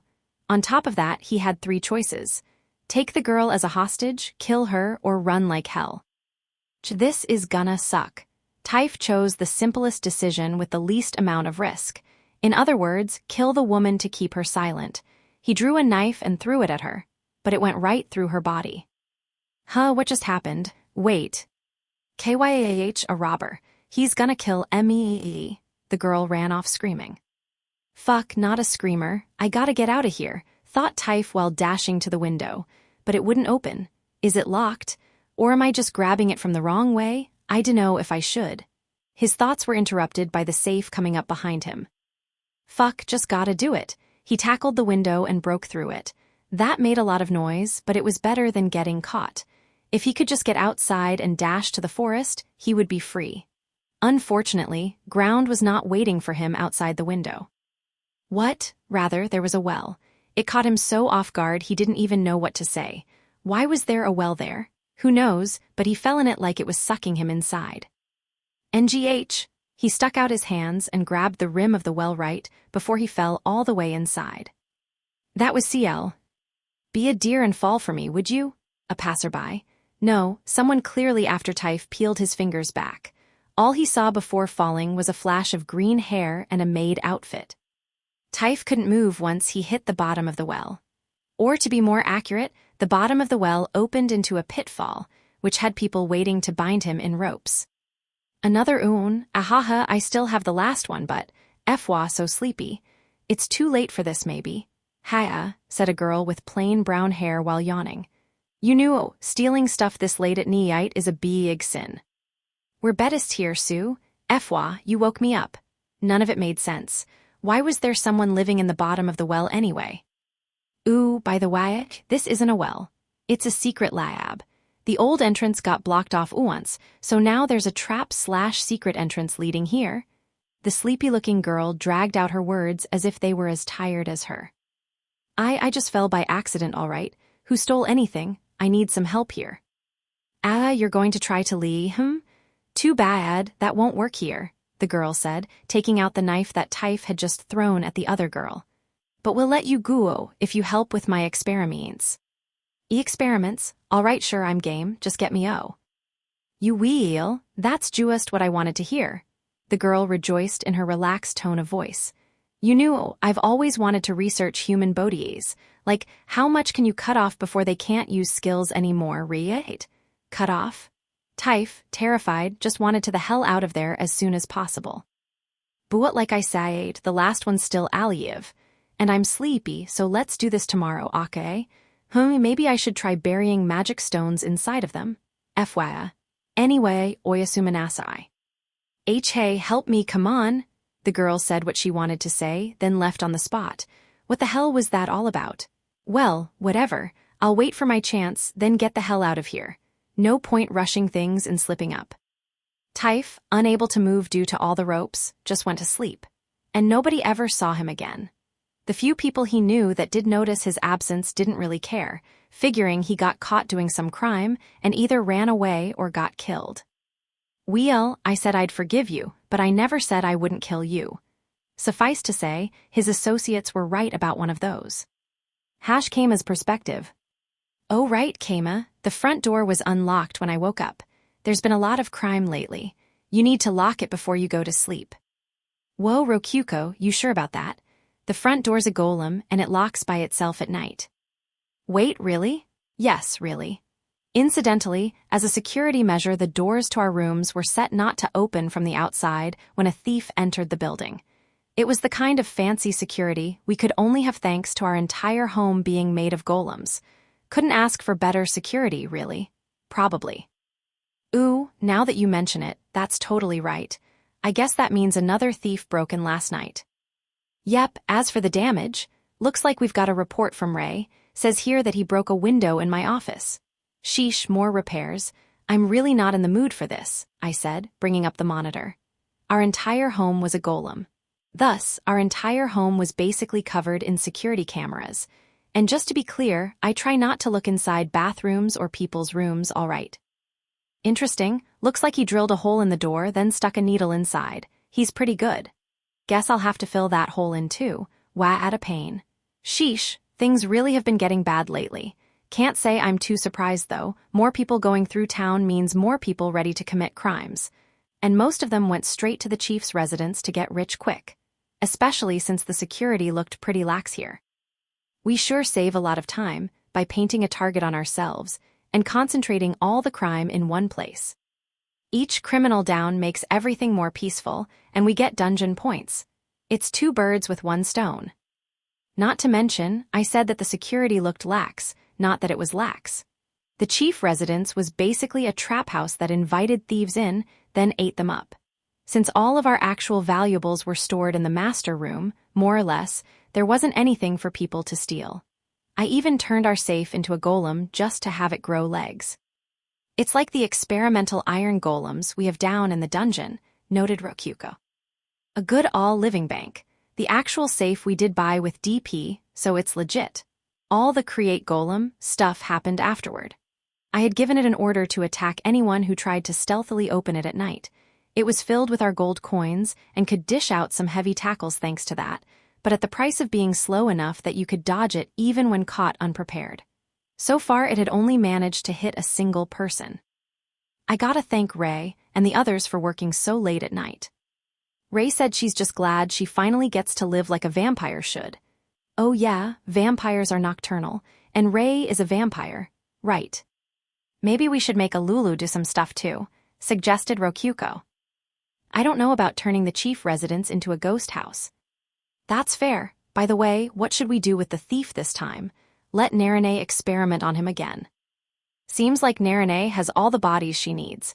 Maybe a Lulu will want him for something. She had said that she wanted to experiment with how much she could interact with humans, whether she could curse and possess them, and so on. I was completely behind her doing those experiments in her spare time. Though I do kinda want to execute him now to save the hassle of him potentially escaping and leaking secrets. Anyway, I'm off to bed. Come on, you just woke up. At least fix the house before going to bed. Yeah.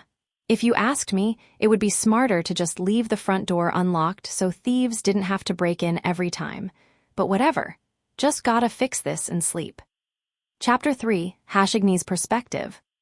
Think of the boss room in the 5th floor of the Flame Caverns. Normally, there would be a red minotaur camping out there, but now there was a flame dragon rolling around on her back. Okay, I'm bored. It had been yet another day of her crushing adventurers without any effort. She was letting them leave alive due to her promise to Kama, but she had really gotten bored of playing around with small fries. Incidentally, she was stripping the adventurers of their equipment which she could to give to Atetsu. Turned out their equipment was good for putting into treasure chests. She didn't know why humans wanted fragile armor and helmets that she could easily break between her toes, but Atetsu gave her sweet golem beats as thanks for them, so, well, she didn't mind it. Incidentally, golem beets didn't actually have golems in them, but they were sweet and tasty. Small too, so she usually ate them in human form. There were dragon beets too, but that felt kind of like cannibalism. Sure, they looked cool and were super tasty, but they would go bad if she just kept one around to look at. Dad, can I go play with Uncle Kama? Did ya already forget you're grounded? Oh, right. That meant she would have to sneak out. Not like she would just stay inside when she had a new ghost friend she wanted to meet. Igni stealthily morphed into human form, put on a gold armband, and ran through the dungeon. The armband apparently hid her strong dragon aura. Kama was used to Atetsu and Ridra, but her ghost friend Alulu would pass out if she weren't wearing it. Eventually, she reached the magma-flowing passage that connected the flame caverns to the Cave of Greed. Luckily, nobody seemed to have noticed her. Oh, Igni, welcome. Hi, I'm here to play. Excluding her friend Alulu, that is. As the Cave of Greed's manager, Alulu noticed the second Igni came and went to pop her head out of the dungeon wall. Within the magma-filled area apparently called Fenny's Playground, she and Alulu played the block tower game. It was fun, especially now that she was good enough to win 1 out of every 5 games. You know, I think that means I'm a master of my human form now. Well, you might be able to pass yourself off as a Dragonoot, but you're so strong that people could die if you aren't careful, Igni. It'll be fine, I don't even burn the blocks anymore, right? You are a lot better about that than you used to be. Better means perfect. Yay! Igni squealed happily, which made Alulu break into a smile. Children were always so heartwarming, even when they happened to be 300 years older than you. I think I'm ready for the next level. The next level? Yeah, it's time for me to learn more about humans. Igni clenched her fist and flared up. That turned the blocks she had been holding to ash, but Alulu decided not to worry about that. Alulu, I want to see the human town. Why not just look at it through the monitor? Here, I'll open the menu and turn off the invisible option. As a dungeon administrator, Alulu had been given access to most of the menu. She could use the monitor to see the town on top of the dungeon, because the town was part of the dungeon, but anyway, and soon enough Igni could see all of the monitors Alulu was looking at too. Whoa, there's so many humans. That's right, there seems to be a festival going on. A festival? Like, those things where humans offer up beer and meat to you. People worship you, Igni. Some people tried to give me human women. I didn't really like them, though. Minotaurs and orcs have way more meat than humans. Alulu deduced that Igni was referring to sacrificial rituals, not festivals, but in the end, there really wasn't that big of a difference between them. By now, she had learned that being fussy over details did not serve you well while spending time with dragons. Also, spicy food's way better. Oh, you like spicy food, Igni? I like it 'cause spicy stuff feels strong. It goes good with beer, too. For a second Alulu wondered about Igni drinking while looking as young as she did, but then remembered that her human form was just temporary. Her actual dragon form was plenty old enough to drink. She was 300 years old either way, after all. Suddenly, Igni pointed at one of the monitors. Hey, Alulu, aren't those golem beats? Indeed, that monitor was showing the golem beats stand, though so many more people were buying the dragon beats that they felt kind of like a side thing. Yes, that is the golem beats stand. Do you like golem beats? They aren't that spicy. They aren't spicy, but I like sweet stuff too. I sure would love some spicy golem beats. Those would really make me want beer. Oh, but I'm grounded right now, and Dad said no beer. Igni didn't mind leaving home while grounded, but she drew the line at drinking. Alulu honestly could not comprehend why that was. Anyway, I like golem beats the most. I see, said Alulu just as a fresh golem beet was finished. Hot steam wafted off it, making the pastry look good even through the monitor. I want to go eat one, said Igni, her eyes shining. Oh no, thought Alulu. She had been given permission to play along with Igni's visits, but who knew if that permission extended to taking her to the town? Really, though, it wasn't too hard to conclude that it certainly did not. After all, the town was more than filled with adventurers here, specifically to kill Igni. Things would get real bad real fast if they found out who Igni really was somehow. I want to eat a fresh golem beet. I know you can buy them. In that case, want me to bring you some? I'm sure Ikika would be willing to buy them for you. Nah, I'm going myself. My human form is perfect now, after all. And so began the tantrum of a 300-year-old child. If you're wondering why Igni was so obsessed with her human form, it's because her mother told her that if she was in love with a human, she had to master her human form and the ways of human culture to be with them. Now that she had gotten a grip on it, it really was time for her to learn about human culture and such.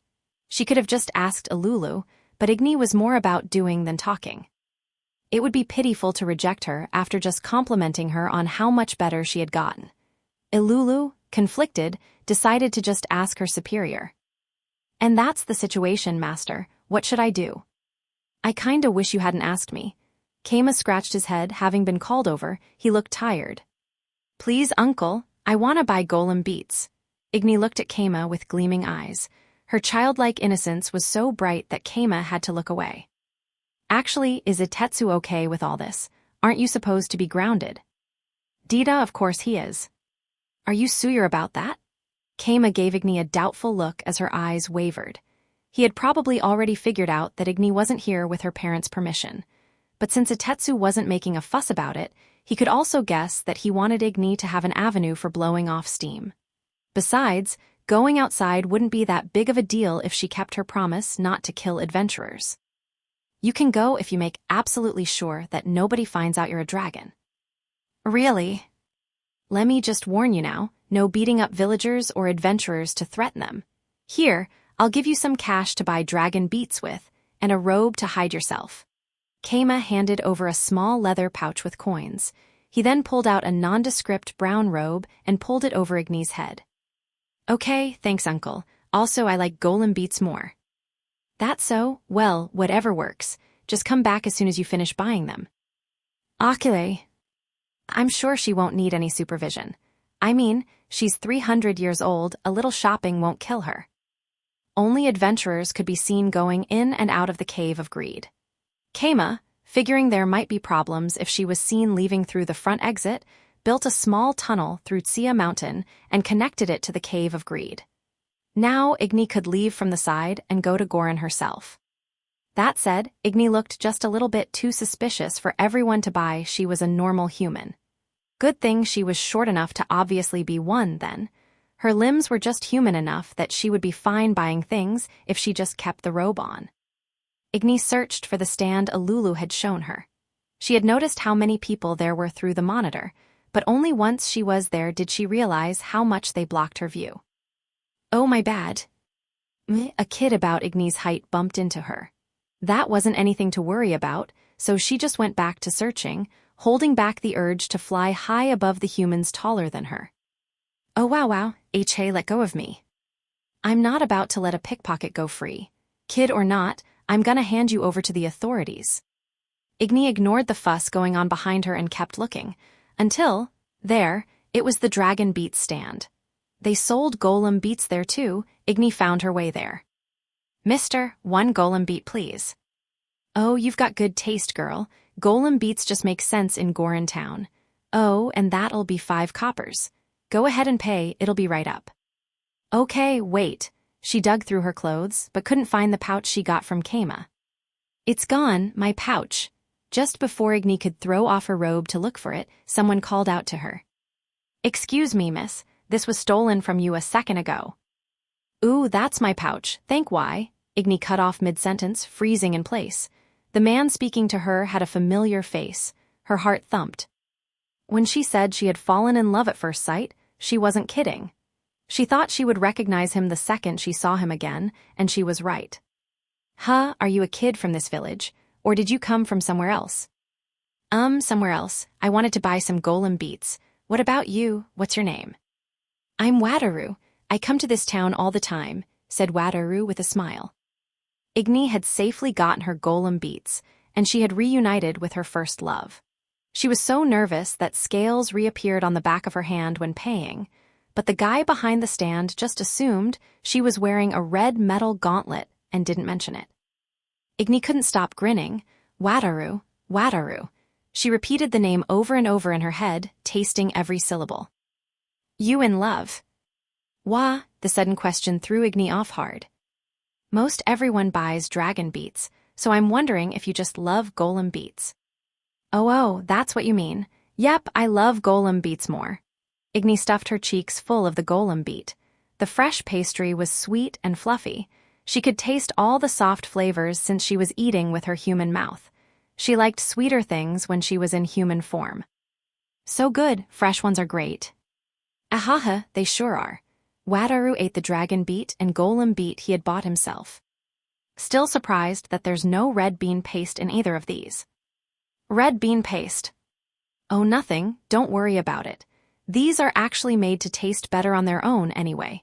Really reminds of the baby casella I used to eat at fairs. They're more like teiyaki size-wise, though. Wataru bit into the tail of his dragon beet with a nostalgic look in his eyes. Igni watched him carefully. Why you like dragon beets too, Wataru? Yeah, dragon beets are way more cool. They look strong and everything. Really, they look strong. You're so right, dragons are super strong and cool. But golem beets are cheaper and bigger. They're the better deal. Maybe I like golem beets more after all. You're so right, golem beets are awesome. Igni was so happy that he liked what she liked that she actually waved her arms in the air. But she stopped once her wings started to grow back. Just had to hide them back in her robe. I was right about you, Wataru. You can come to my home anytime. Thanks. You're welcome, come to my place, promise. Ahaha, I'm not sure if I can promise that, but where do you live anyway? Over Thea, wait. Igni started to point to Tsia Mountain, but then remembered she had promised Keima not to reveal her identity. It's a secret. I'm a girl who keeps her promises. Guess I can't push the subject then, Wataru smiled. Well, I'll look forward to your warm welcome if I ever go to your place. I'll make Dad accept you no matter what. Igni puffed out her chest with pride, having successfully managed to make a promise with Wataru. She decided to give him her prized magma slime to eat if he ever came to the Flame Caverns. Then they could play with the blocks and have fun fighting. She would welcome him with all she had. At which point she remembered she'd promised Keima she would go back as soon as she bought her golem beets. She hated to leave the love of her life so soon, but Igni was a girl who kept her promises. Okay, I've got to go home. See you later, Wataru. Sure, see ya later. Igni energetically waved goodbye to Wataru before heading home. Incidentally, Itetsu was waiting for her there and gave her a harsh lecture on not only leaving the dungeon, but going all the way to town. Keima's perspective. I thought all the dragon stuff would barely last long at all, but it sure was still going on. There was no end to adventurers wanting to defeat a dragon to get famous. So, I did some research into why, and learned that it was all my fault. I should never have said that Igni would be staying in the mountain for 5 years. That made everyone consider the next 5 years their chance to get the flame dragon. Many adventurers were hearing tales of the situation and deciding it was their time to shine. But that was fine. A problem, but not the big one. The big problem, and my big mistake, was making Igni promise to let the adventurers leave alive. I did say, if possible, but they were all small fries to Igni. As long as she didn't slip and crush them by accident, it was cake for her to send them running while still alive. The result, everyone noticed how many people were coming back alive, and realized that they could safely challenge the dragon. Although one could also say that I didn't want to set my friend Itetsu's daughter on a path of non-stop murder for half a decade, so maybe this was still for the best. Anyway, people coming back alive meant more information about the flame dragon getting passed on. That meant each new challenger could make a more informed plan. Party after party of adventurers with perfectly constructed plots were strutting into Goron each day. But not even their plots could overcome the enormous power difference between them and a dragon. Fire-resistant armor could be blown off with a single sneeze from Igni. They would need armor made from phoenix eggshells if they wanted to resist Igni's fire. and those would shatter if she poked them. To sum it all up, there was an infinite loop of adventurers coming to town, fighting Igni, resurrecting thanks to me, spreading more info about Igni, and inspiring more people to come to town. If things kept going as they were, it was possible that someone might eventually beat Igni. Though to be fair, they weren't the best at keeping information accurate. Which is to say that the losers mainly hyped up the story to brag about how intense their fight had been with all their special plans and equipment. The people listening understood that the tales were exaggerated, so they fiddled with the details themselves. Sometimes they ended up retelling just half the story, assuming the other half to be false. People would hear the modified story, think they needed to prepare twice as hard to win, which ultimately put them at the same level as the people whose story they heard, except with a pinch of overconfidence that led them right to their failure. Even people who made actually crazy plans ended up spoiling them by bragging loudly about them in the church and camps. Oh, and I was the one spilling the beans to Itetsu, though he always told me that none of it would work on Igni. Anyway, I got off track there. The point was that this mess was mostly my fault, which meant I had to do something about it. Things were so busy it was hard for me to sleep. If only the adventurers would stop fighting among themselves for 1 minute and let me get a nap in. Not to mention that so many of them were flooding our own dungeon and making it to the storage room area that the dam was about to break. So basically, just as I decided it was finally time for me to do something, he appeared. Keima, sure a lot of people here, huh? Got any open rooms? Wataru, no spare rooms, but you've come at the perfect time. Wataru, the hero of debt. It would be fair to say that he was just as strong as a dragon. Probably. Surely. Yeah, definitely. A brilliant idea dawned upon me the second I saw him. Wataru, let's go beat the dragon. Wah. Indeed, if I had Wataru beat the dragon and send it running, then everything would solve itself. Looking back, I was probably sleep-deprived when I thought of that plan. So yeah, I was wondering if you'd let us beat the crap out of Igni. Fuckin' what, Keima? That's not what we agreed on. Itetsu glared at me. Sorry, I said that poorly. I was wondering if you'd let us kick her out of Tsia Mountain. You want me to drive my daughter out of her own home? Huh, he glared at me again. Just for now, I never said she couldn't come back. Ah, I getcha. Itetsu seemed to realize what I was getting at. Indeed, I would have Wataru the hero beat Igni, then let her flee to some distant mountain. That would send the dragon away from here and let beloved peace return to my town.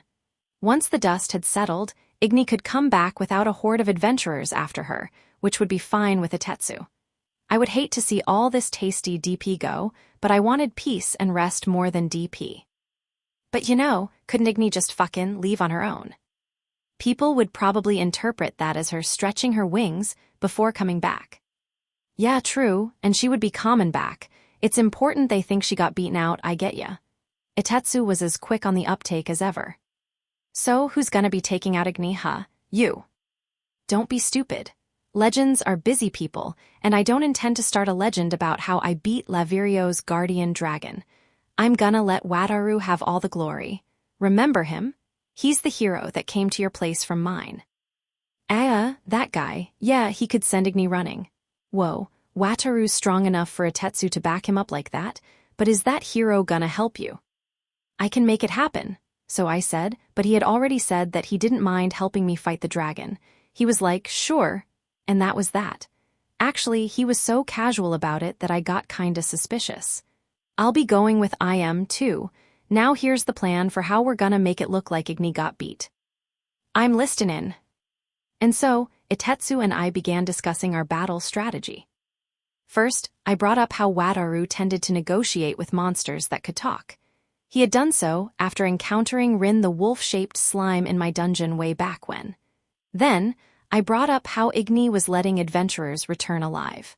That gave her the perfect opportunity to play the innocent little dragon that definitely meant no harm.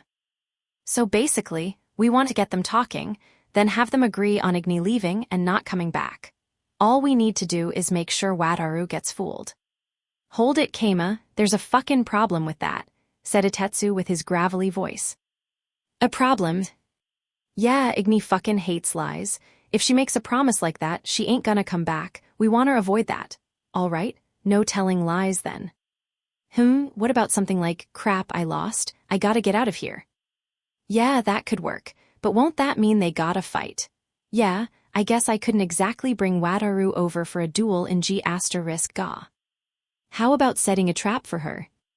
A trap? What kind of trap is Igni gonna fall for? I think I'll roll with us bringing Igni an offering of beer. She'll get drunk and we'll tie her up while she's down. When she wakes up, we'll have a sword in her face and bam, that's when she'll run away. Ooh, yeah, that's a trap she'd fall for. Who fucking wouldn't really? Thus was established the Yamada no Orochi strategy. It was a historical strategy used even in Japanese religious myths. But will humans really believe in Igni Jiven up like that? Well, I guess cutting off one of her horns will make the whole thing more convincing than just a verbal promise. Break one of Igni's horns? The fuck is wrong with you? She's not even married. I dunno why you'd expect me to know about dragon culture, but I get what you're implying. I was probably suggesting the equivalent of cutting off half her hair or something. Maybe she could give us some treasure? I'm sure you can think of something for this. Put an insignia in a crystal ball and call it a dragon ball. What the fuck are you talking about? I took out a crystal ball about as large as a basketball. It was the old thing I made with a trash-quality crystal back when I was practicing Create Golem. It was spotless without a single scratch. Just put a mark inside this and it's done. The mark could be the thing on your shoulder. There was a tattoo-esque birthmark on a Tetsu's shoulder. All I had to do was copy it. Oh, this thing sounds good. Does look kinda like a fire element thing. We'll say that Igni had the same mark on her since birth. Guess I'll make the mark out of rubies to sell the effect. Hey, I'll cover the rubies. Those ray about 50,000 DP, so yeah, got enough time to finish it. Won't be a problem if I start now. All right, I'm countin' on ya, Keima, and bring it here once you're done so Igni can enchant it a little. That'll sell it a bit more, said Itetsu before giving me 50,000 DP. That was enough for me to make 50 of the balls, but no need for him to know that. Consider it a research and development fee. By the way, I want to ask for your help if things get a little too spicy. My help? What, you need more DP? No, not that. If Igni gets so drunk or sleepy she forgets our strategy, she might go a little wild. Hopefully you can step in and stop her if it comes to that. Yeah, that could happen, said Itetsu with a nod. Better you deal with her than letting a hero actually fight her. Hell yeah, I'd kill the shit out of any hero that scratched my cute little daughter. Sword slices are just scratches to her, huh? Wait, it's feeling kinda hot in here. Itetsu, it's kinda hot. Ah, my bad, Keima. I remembered something and got kinda pissed. Itetsu cooled down on the spot. Igni had a cut on her neck when she came back. It was just a flesh wound, but you know. On her neck, huz. Apparently, a human guy got a good cut on her. I'll beat the shit out of him if I ever find him. Pretty sure a single punch from you would kill most humans, though anyone strong enough to hurt Igni would probably survive. I gave the soon-to-be fatally wounded victim my sympathy, then told Itetsu the signal I'd give if I needed his help. I would bring a piece of paper with a magic circle drawn on it, and burning it would be my sign. If Igni gets too drunk, how about I switch her out with Redra? Not like humans can tell the difference between dragons. I dunno, I feel like people will be able to tell the difference between a red dragon and a flame dragon. You think so? Yeah, you're probably right. But they do look a lot alike, you know, like mother like daughter and all that. I sure felt that way when they both dried off the same way after taking a magma bath. Look, I don't want to hear that. I simply did not want to hear about how they wiped their bodies after bathing, for more reasons than one. All right, anyway, you can use these chains to tie down Igni. Itetsu lent me some red chains. Apparently, he had made them for punishing Igni, and they would last a full 10 seconds even when she struggled as hard as she could. Oh, thanks. I'll call them the salamander chains to make them sound important to everyone else. Heh, just calling them what they are, huh? I've gotten kinda tired of excessively fancy names lately. I could just claim Narakin had given them to me. Nobody would doubt the friend of an air anchor, construction magic specialist, and dragon expert. Anyway, I need to brief Igni on all this. She's the one getting attacked, after all. Gazu, the representative for all the adventurers in town, came to my office. I knew what he was here for. He wanted to talk about the upcoming dragon hunt. I put down the Buddhist Bible, which I was writing in, and leaned back to listen to him. Gazu spoke first. Are ye insane, Keima? Why do you ask? If you're talking about the dragon hunt, then yes, I'm sane. I let out a sigh. Gazu scratched his cheek awkwardly. Sure, I did say that ye, me, Rop, and Wataru could beat the dragon if we worked together. Then what's the problem? We're just making that a reality. Let me ask again. Are ye insane? Asked Gazu, glaring at me. But the fact he didn't seem scary at all was a clear sign he wasn't actually angry. Really, he seemed kinda happy about the whole affair. The town's been too busy for too long. It's cutting into my sleep, which means it's time to have the dragon at the center of all of this retire. Hunting a dragon cause ye wanna sleep, huh? Ha ha ha, it's crazy, but just what I'd expect from ye. Gazu clapped his hands and laughed. Let's do it, Keima. I got everything ready, cause I figured it'd come to this one day. Yeah. Course I did. All adventurers got the same dreams they wanna make come true one day. Reach A rank, conquer a famous dungeon, and hunt a dragon? Gazu thumped his chest. Normally, I'd find that pretty reassuring, but this time of all times, I didn't want him going a step too far. Anyway, you said you had a plan. Of course, I wouldn't do this without a plan. Sure, how many people we gonna get? Everyone in town will be ready by tomorrow morning if you need 'em. Everyone in town? What, is everyone as annoyed as I am? This plan involves something I want to keep secret if possible. The smaller our group, the better. I basically only need myself, Kuro, and Ikika on this hunt. More people would make the behind-the-scenes stuff harder to pull off. Nobody would be suspicious of us working in a small group if we claimed we had a secret plan we wanted to keep hidden. The ideal outcome was us going alone and coming back with a convincing story of having won. Wait, you mean you don't even need Wataru? Actually, we need him too. I forgot that he's important to the plan. Alright, you surprised me there. Yeah, I forgot it'll be important to push all the credit onto him. Everyone else can protect the town, while we're gone, I guess. Roger that. Wait, hold on, don't tell me you're gonna leave me and Rop behind too. Hey, you don't have to come if you don't want to. Ha ha ha, I'd come even if you told me not to. We're Team Bacchus. What's that, a drinking team for drunks? But sure, Wataru kinda comes with Gazu and Rop, I guess. We could say that this dragon hunt is a joint mission between Team Bacchus and my party. You know, I never did catch your party's name, Keima. And now that he mentioned it, I sure never came up with a name for my party. Not to mention that Ikika wasn't an official member of the party, she was just coming along as a slave. Oh, maybe I should bring Rokyuko with me since she actually is in the party? Nah, never mind, I don't want to. We don't have a name, feel free to think up one on your own. Yeah, I've got some ideas for ye then. The Pope and his Beddists, guardians of the inn's sleep, the hard-working chief and his Goran workers, the dreamy paradise harem. How about one of them? What even the hell? Do you really think of me as, like, some kinda jerk with a harem? Nah, those are just what everyone else calls your party. It seemed that those were the adventurers' names for my party. I've never heard any of those before. Huh, wait, what's with the hard-working chief? I've been working so hard lately that people actually call me that, huh. This is definitely a problem. I'm gonna have to sleep for days once this dragon mess is over.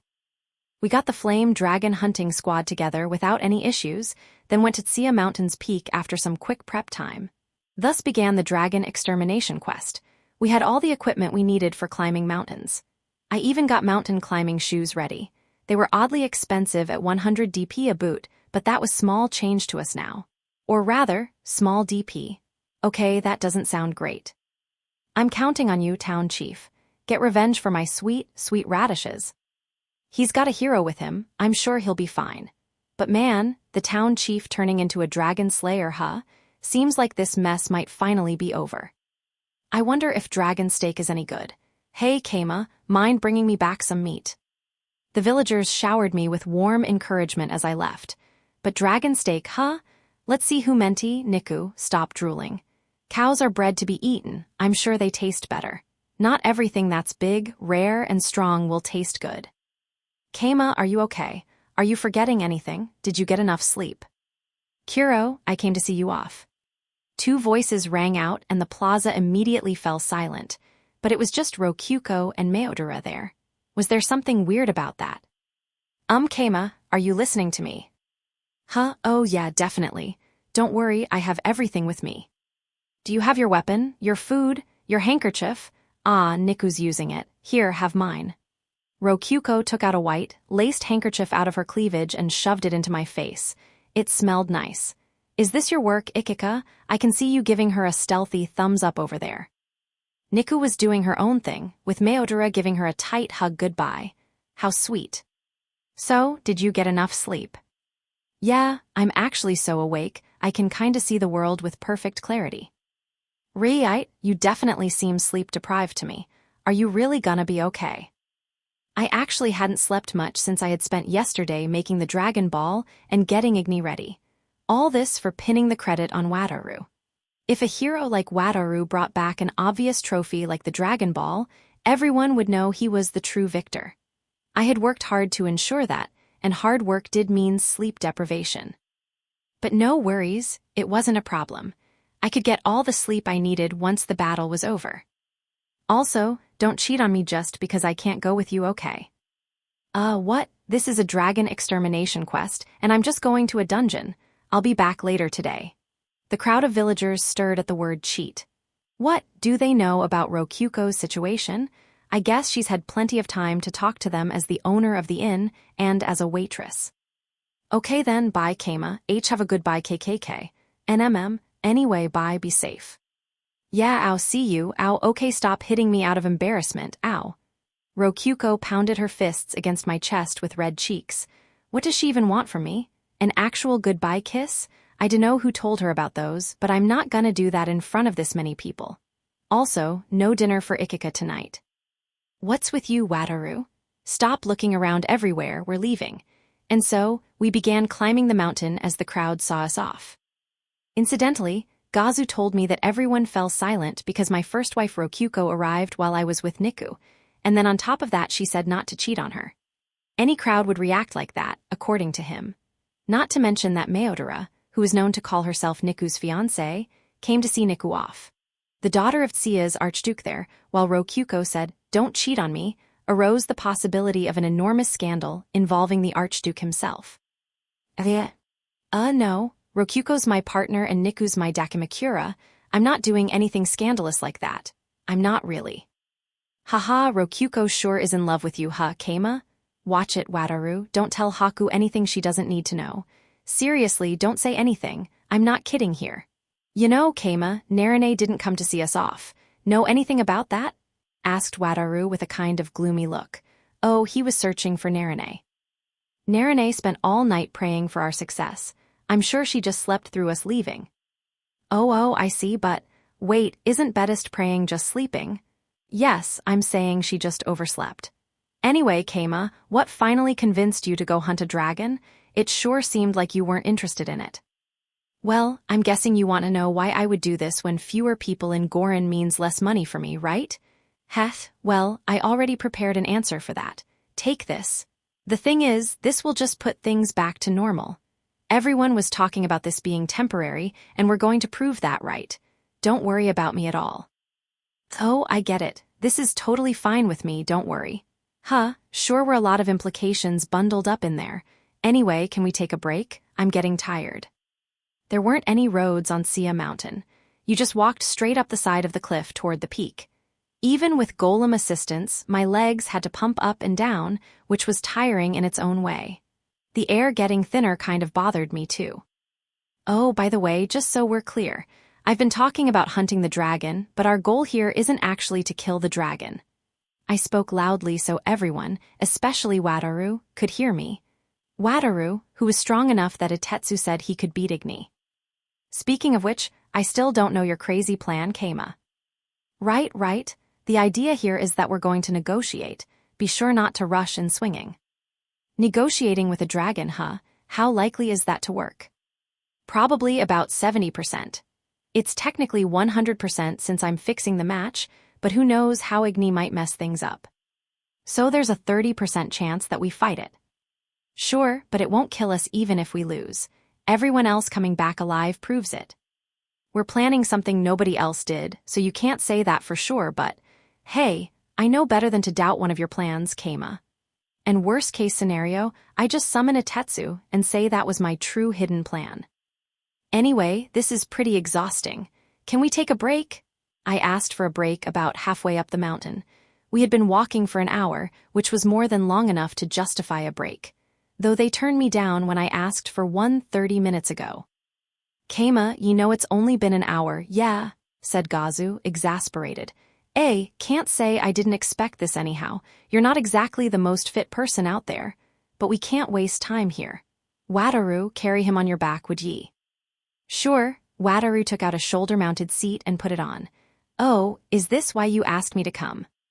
Fat chance you're too strong for that. All right, Keima. Who knows, maybe I just wanted to feel on top of the world. Maybe I should get a medal for using a hero like this.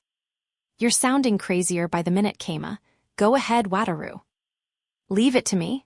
And so, Wataru carried me on his back with a shoulder seat that looked like something Ninomiya Santoku might wear. Feels good to be on the top of the world. The shaking actually feels pretty nice if I close my eyes. Now I'm sleepy. You're actually making him carry ye, huh? Don't you feel a little ashamed of yourself as an adventurer? Gazu sighed, looking at me on top of Wataru's back. Huh, you're the one who suggested this, remember? And I'm the slowest walker here anyway. This is simply the most effective strategy. I would expect nothing less than this perfect logic from our town's resident adventurer. Sheesh, Keima, you're tiring out our main firepower here, you know. That thing's supposed to be for carrying the wounded. Fascinating. So you mean to tell me that he'll carry me back if nobody gets hurt or dies? Gazu shook his head with further exasperation. It seemed that this world also had throwing up one's hands as a gesture for giving up. There's the girls walkin', you know? Ikika or Lil Kuro would be better off up there. Ahaha, what are you talking about, my dude? Not a slave in the world that's trying to rest while their master's walking. Like, real talk, I should probably be the one carrying master on my back right now, said Ikika, with Niku nodding beside her. Oh yeah, my party members are all slaves. I kinda forgot about that. Wataru, you gotta back me up here. I don't mind, Keima's pretty light. At this rate, we'll reach the summit before noon hits. Wataru said he didn't mind, so Gazu moved on and asked his partner Rop for help. And what'd think about this, Rop? As an adventurer, I think it's kinda bad, but it's Keima we're talking about, so who cares? So you're saying I'm in the wrong here? Democracy says yes, and it's just a fact that we're moving a lot faster now. Like Wataru said, at this pace we'll be easily hitting the summit before noon. No doubt about it, I was dead weight to them. Maybe I should work out a little. I am a hero too, after all, so? Nah, sounds like a pain. I spend all day in the inn usually, there's no point in my getting buff.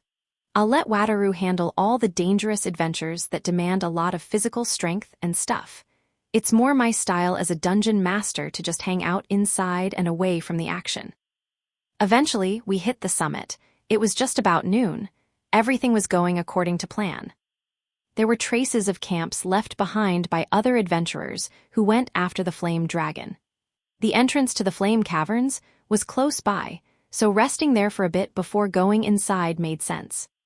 Some of the stuff there looked new, but according to Gazu, the camp had been set up 3 days ago. That made sense, given that the people who had challenged Igni 3 days ago lost and came back. So yeah, we decided to rest there before entering the flame caverns. For safety's sake, we searched the area before settling down. I volunteered to do that myself since I had been carried up. And after erasing the current invaders, 0 message left by a Tetsu with my foot, I finished my investigation and met back up with them. Doesn't look like there are any other adventurers here. No monsters either, so we should be able to have a quiet lunch. Incidentally, Itetsu had also guaranteed that no monsters would be launching surprise attacks on us. All right, dudes and dudettes, it's eating time. We've got some hella sweet lunches from Kinu. By the way, you're not getting any dinner tonight, Ikika. Enjoy your food while it lasts. But why? Punishment for corrupting Rokuko's innocent mind. I just wanted to help you two have a happy life, man. Ha ha ha, want some red chili paste to drink? That's not even a liquid. Master, come on, gimme a break, pleaded Ikika as we began to eat our sandwiches. As you would expect from Kinu's home cooking, they were tasty with fresh and crunchy vegetables.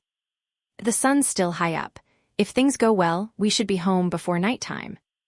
Keima, don't be forgettin' that we gotta explore the flame caverns too, though we only gotta go to the 5th floor if the rumors are right. It'll be fine, we know exactly where to go. Just look at this map I made, I said, taking out a map I had made with a Tetsu yesterday. There was nothing odd about me having a map up to the 5th floor boss room, considering just how many adventurers had fled the dungeon after making it that far. By the way, the red line shows the route with the least monsters, supposedly. Now that's something else. Wow, I didn't expect you to prepare for this so well. I'm impressed, Keima. Sorry Gazu, Rop, but Itetsu spoon-fed me all this info. Hold on a second, Gazu. This map is just a little too accurate, don't you think? Said Wataru, sending a chill down my spine. It's almost like someone cut the dungeon in half and drew this map while looking from above. I don't think anyone could draw something like this just from asking around. Oh crap, I was too thorough here, I guess. If I'm right about this, Keima must have gone to the Flame Caverns himself to gather information. Am I right, Keima? Yeah, in a way. Oh man, should I confirm or deny this? Nah, dude, he obviously just bought it from someone who used a map skill on the place. That's the kind of thing you can buy straight from the guild. And it's so accurate 'cause Niku and I double-checked it all. Am I right, girl? Yes, we double-checked it. Oh, that's one way of doing it.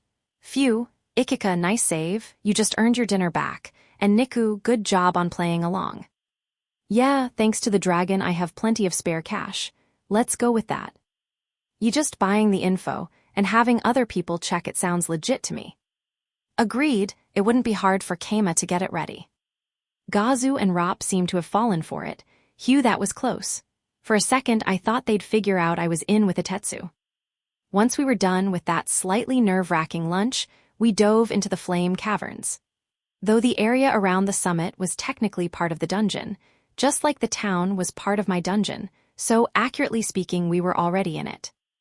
By the way, began Wataru, did you know flame dragons are said to be the children of flame spirits and red dragons? I read about it in the Imperial Capital's library. Huh, guess that's why they're more fire elemental. Makes sense that a red dragon'd be invincible with a flame spirit's power. Did you know about that, Keima? I think a friend of mine may have mentioned it once. I walked on, following Niku and Ikika from behind with Gazu and Rop trailing to provide a rear guard. Wataru was in the center with me, but that was so he could react to threats from the front and back with equal speed. That was a big difference from me and my plan to do exactly nothing if anything happened. But well, my job was half over the moment I handed over the map. All that's left is acting out the fake negotiations with Igni in the boss room. Gazu and Niku sliced through red lizards, Ikika and Rop dissected them to save space, and Wataru plopped them into storage. Red slimes were immune to physical damage, so Wataru beat them by just swinging his sword and hitting them with the resulting beam. Heroes and their magic blades sure were amazing. Oh, you'll teach me how to use them too? Sweet. Here's your chance to learn, Niku. Use it well. Hugh, that's the 3rd red slime so far. Still less than normal, though, and it's real easy 'cause they're coming one at a time. I had Itetsu put a smattering of monsters on the direct route through to serve as markers. That also avoided drawing suspicion from there being no battles, so it all worked out. Anyway, Keima, we're gonna be relying on your secret plan here. How about you tell us what it is already? You mentioned that we were going to negotiate, but that's all. How exactly are you planning to do that? Yeah, that's what I want to hear. Think about how we feel, not even knowing the plan that might get us killed. Only after Gazu and Wataru both brought it up did I remember I hadn't given them the details on the plan yet. Honestly, I'm surprised you both agreed with so few details. That's 'cause we believe in ye, Keima. Huh, looks like even figureheads earn a lot of trust. Well, alright, here's my plan, take a look. I took out the red chili paste I had stashed in my storage earlier. That's, the chili paste you were trying to get Ikika to eat, ain't it? What about it? I heard from a certain someone that flame dragons love beer and spicy stuff. Incidentally, that certain someone was Narakin, or more accurately, Igni the actual flame dragon. There wasn't a more reliable source of information you could hope for. I've got beer from my dungeon and plenty of spicy food handmade by Kinu in my storage. Basically, we'll bait the dragon with its favorite stuff, tie it down once it's drunk, and then force it to have a chat. I took out Itetsu's salamander chains while I explained. What ray those? I'm feelin' some mighty strong vibes from, and what ray they made of anyway? Let's just say I got these from someone who knows a lot about dragons. I put the chains away after Gazu nodded and said they sure looked like they could tie up a dragon. All right, anyway, I want some of that beer too. Gimme some. There will be plenty of the same beer at the feast that'll be waiting for us. We're working right now, stay focused. Hugh, now we really gotta make this work. Am I right, Rop? Wataru. Beating a dragon with beer's the Team Bacchus way, really. You're a clever guy, Keima, nodded Rop. Hey, that's the Yamada no Orochi, I get it, let's get it drunk as heck. That's exactly right, Wataru, but don't kill her, okay? I ignored Wataru's mention of the Japanese myth and kept walking. Eventually, we reached our destination, the boss room on the 5th floor. Oh, there it is. Looks like it's Eaton, a red minotaur. Is that this place's normal boss? We opened the door and peered into the room, finding Igni in her dragon form chewing on a red minotaur. For a second I wondered if it was fine for her to be eating a mid-boss, then remembered that basically all of the upper floors were Igni's snack zone. What a costly daughter. Her angel coefficient must be off the charts. Or wait, maybe it's not that bad if they use spawners. Hold on, Keima, I think I remember that dragon. I didn't expect Wataru's comment. I never said anything since I wasn't sure, but that's definitely the dragon I saw attack a carriage convoy on a city road earlier. I ended up nicking it on the neck, so maybe I shouldn't be here for the negotiations. Oh, that's something that happened? Gotta say, I'm impressed Wataru managed to hurt a dragon's neck. He's not a hero for nothing. But a cut on her neck? That sounds kind of familiar, but whatever. I need to focus. I'll go alone with Kuro first then. Sorry, I should have said something sooner. Don't sweat it. My first plan was me going alone with Kuro anyway. It'll probably let its guard down if we go alone. I want to make sure that Igni remembers the plan too, so this is perfect. Wataru, I'm counting on you to step in if things go bad. I doubt it'll kill us, but who knows what'll happen if we tick it off enough to break down negotiations. You can count on me. Even if it does kill you, I'll be sure to grab your bones and use them to revive you later. Wait, what? There's revival magic in this world. Oh, but the revival has a 75% chance of failing and costs 10,000 gold each try, but I'm sure you don't mind if I keep going until it works. Yeah, if you're the one paying. Hugh, that spell's way above what most people can do, and dang, 10,000 gold is 4 times as much as Wataru's total debt. That'd be 1,000,000,000 yen or something. Oh, maybe the spell's just a performance Haku puts on to gain the faith of her followers. Like, maybe she just uses a doppelganger, 500,000 DP, to pretend the person's been revived. Any changes to personality or memory could be passed off as side effects from the resurrection. So yeah, who knows?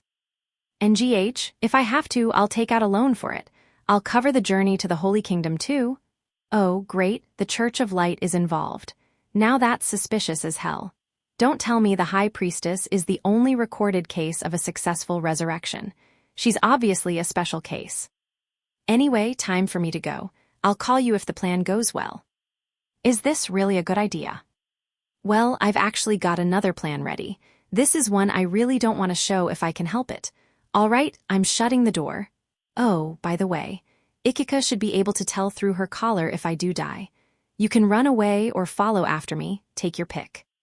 Never thought about using slave collars like that before. But indeed, slave collars unlocked themselves when the master died. Not that this trivia would be relevant here, since I wasn't going to die. Keima, don't tell me you kept these two as slaves just for that. Nope, that's actually so I can be sure they won't spill any dungeon secrets. Also, if it goes well, I'll squeeze Ikika's collar twice to send a signal. Wyatt, dude, be gentle, please be gentle. Wireless communication through slave collars. Keima, you're setting up a network of slave collars here. That sounds like the title of a bad sci-fi novel. Anyway, I entered the boss room with Niku and shut the door. Phew, finally, I can breathe a little. Oh, welk. Please, oh wise and mighty dragon, please listen to our pleas, and, I'm with a hero, remember? I told you this. I shouted as loud as I could to block Igni's greeting. The second half was all in whispers. I glanced at Niku. She shook her head. That was her signal that she didn't understand what Igni had said. In other words, Igni was speaking in dragon language. Incidentally, she would have hit my leg to stop me if she couldn't understand me either, but I successfully spoke in human speech. Either way, we're walking a thin line with the hero's automatic translator here. Ah, oh, right? Igni lowered her voice. Incidentally, maybe thanks to the auto-translator, Igni's dragon voice sounded the same as she did when she was in human form. To me, at least. I shut the door but talked quietly, just in case. Okay, oh, should I morph and talk in human language? Igni wiped the minotaur blood off her mouth. No need for that. I told you to hide the fact you could transform into a human until you left and came back, right? Oh, right. Also, I can talk in human language in dragon form too. I'm not like a dumb wyvern. I knew that from Rokuko. True dragons could talk human language. Well, talk to everyone but me in human language then. That'll be more natural. Okay, oh, I forgot to say the greeting you taught me yesterday. You sure did. Go ahead, say it loud enough for them to hear behind the door. In human language, of course. Akae, NMM. Very bold of you to interrupt my sleep, tiny one. What brings you to my domain? I glanced at Niku, who nodded. Seemed like that was in proper human language. Oh, mighty dragon, I have brought offerings suitable for your stature. I took out the barrels of beer I had stashed in my storage. I see, offerings, uncle, you sure I can drink these? They look super tasty. Don't drop the act out of nowhere. You know we have a Tetsu's permission for all this. Just don't drink so much you forget the plan, all right. Okay, right, gotta continue. Oh ho, I see this is beer. The problem was, her lines felt kind of deadpan. I was starting to get nervous that they would realize she was acting. Please drink your utmost, Phil, and have these as well. Those, look super red, I love them. Igni's dragon eyes shone. Hold up, your true personality is showing. It is known as red chili paste. I heard that dragons love spicy food. We totally do. Why you have chosen wisely. Very wisely, perhaps. She remembered mid-sentence that she was supposed to be acting and hurriedly corrected herself. Incidentally, she was speaking in a kind of formal tone that Atetsu had said would make her appear a lot more dignified and intimidating. The fact he just said appear and not be was probably because Igni was still only a young girl dragon at just 300 years of age. That said, given that the Dragon King is a dungeon core too, he probably wasn't more than 1,000 years old. I wonder if he gets treated like a prince instead. Maybe he's like a young 20-year-old hero king. Nom, so good, so spicy, so good, this sure goes nice with minotaur meat. My random thoughts were interrupted by Igni loudly chewing on the red minotaur covered in red chili paste. She washed it all down by chugging beer from a barrel. All you need to do is get the smell of beer on you so you can pretend to be drunk, all right? Don't drink too much. I knew, come on, NMM, FYI, this beer tastes great too. I could drink it all day. Well, it is in fact the best beer I can buy from the catalog. It's high-grade sake, and a whole barrel of it too. Also, holy crap, minotaur meat cooked by Igni's fire smells so freaking good. Someone gimme some white rice, I wanna go to town. A master. Yeah, Niku was drooling too, so we decided to eat as well. It had taken a decent amount of time to get here after eating lunch, and I always brought some DP around with me for safety's sake, so I went ahead and bought white rice and some tear sauce for both of us. Oh, what you're gonna eat too, uncle? Give us some of that minotaur, we got hungry watching you. Sure, oh, one more minotaur, please, I want another minotaur. Itetsu must have been listening in. Another red minotaur was summoned into the room, then immediately killed by Igni. Niku sliced off some of the meat and Igni heated it up for us. This is survival of the fittest. This is nature's law of the strong eating the weak, and thus, we eat minotaur steak. And it tastes good. Yep, pretty dang good. Niku and I chewed away at our steaks, and while we ate, Igni chugged the beer. Hugh, that was some good eating, I'm stuffed. Niku seems satisfied too. I wiped her mouth for her with a handkerchief. Then mine. Meat and rice really did go together well. Oh, purification, per wait, I shouldn't cast it on Igni. Leaving the beer smell will be important for later. Wait, she somehow drank 5 whole barrels while we were eating. Isn't that kind of a crazy speed? Nervous, I asked Igni. Hey, Igni, are you okay? Sr brew I'm shu ake. Yeah, she's not okay. The silver lining was that, according to Niku, she was still talking in dragon language. I took my salamander chains out of storage. She was drunk enough for this stage of the plan. Ah, why do you have those, uncle? Ake, just let me chain you up. Be a good girl. Oh right, it's our plan. Go ahead, tie me up. I promised I'd let you. Don't mention the plan to anyone, okay? It's a promise. It's a promise. Are you ready? This was all a warm-up for the real plot, really. I'll be fine, I dunno about that. But in any case, once Igni was chained up, I sent the signal for Ikika's collar to squeeze. Twice and gently. That was what we had agreed upon. It wasn't long before Wataru opened the door and came inside. Are you all right? Wait, this is. He actually got the flame dragon chained up. I'd say I was impressed if I hadn't already expected you to win. And this is why I was saying Master would be just fine, bros. Ikika spoke while rubbing her neck a little. Is it just me or does it smell hella tasty in here, huh? Master. I used my right to remain silent. Good job, Keima. I guess it's time to negotiate. Yep, it's all ready for you. Point your sword right at it, Wataru, and say the words. Get out of here. Your sword hurt its neck before, so it'll know you're being serious. Okay, I hate to steal all the credit from you, but I know this is a dangerous job. Hey, don't sweat it, my man. I don't want any glory, you can have it all for yourself. Dragon, listen to me. Inhaya. Wataru thrust his sword in Igni's direction. Either you die here or you leave the mountain. Take your pick. Oh, he said the exact line I told him to. Now all Igni has to say is, oh no, I've lost, I'll leave the mountain. Igni's perspective. A sword pointed her way. Either you die here or you leave the mountain. Take your pick. Oh, I remember this question. I think I should say I'll leave the mountain. And so, Igni opened her mouth to answer, only to notice that it was Wataru pointing his sword at her. So you have so you have come. As promised, I will welcome you, roared Igni in Wataru's direction, still constrained by Itetsu's chains. Do you know what situation you're in?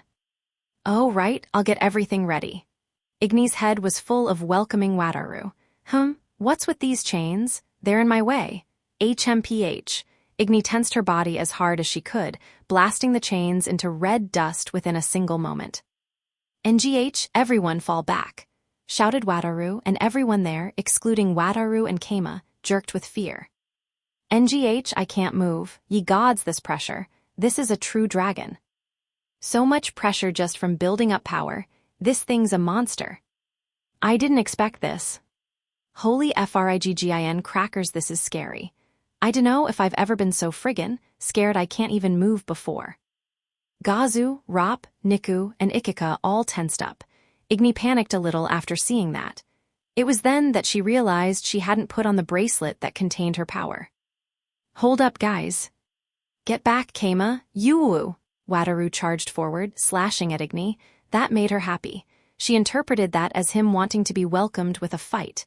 Ridra had done the same when welcoming her daughter back. Okay, let's show each other what we've got. Gehahaha, come at me, little one, show me your power. Igni laughed, feeling great. Keima's perspective. Red flames burst from the flame dragon's chin as it prepared to breathe fire onto the hero. But the hero noticed and slid beneath the dragon's head to slam the hilt of his blade up against its chin. Fire exploded within the dragon's forcibly shut mouth. But flame dragons were avatars of fire. Not even the most powerful fire in the world, not even their own fire breath could hurt them. To the flame dragon, it was as if they had sighed with their mouth shut and nothing more. Leave this to me, everyone. Get out of here. How are you gonna handle this? I'm going to defeat the dragon. The hero faced the enormous dragon without taking a single step back, for behind him were his allies. I'll be fine. Don't worry. I'm sure it'll calm down once I cut off its tail and make a stake. He joked, and the dragon spat out fire as if laughing. Graya, you amuse me. Let us see if your bite can live up to your bark. Ahaha, what a fantastic day. I will be forever grateful for this chance encounter. Now, let us have our fun. You should know just how dangerous my bite is.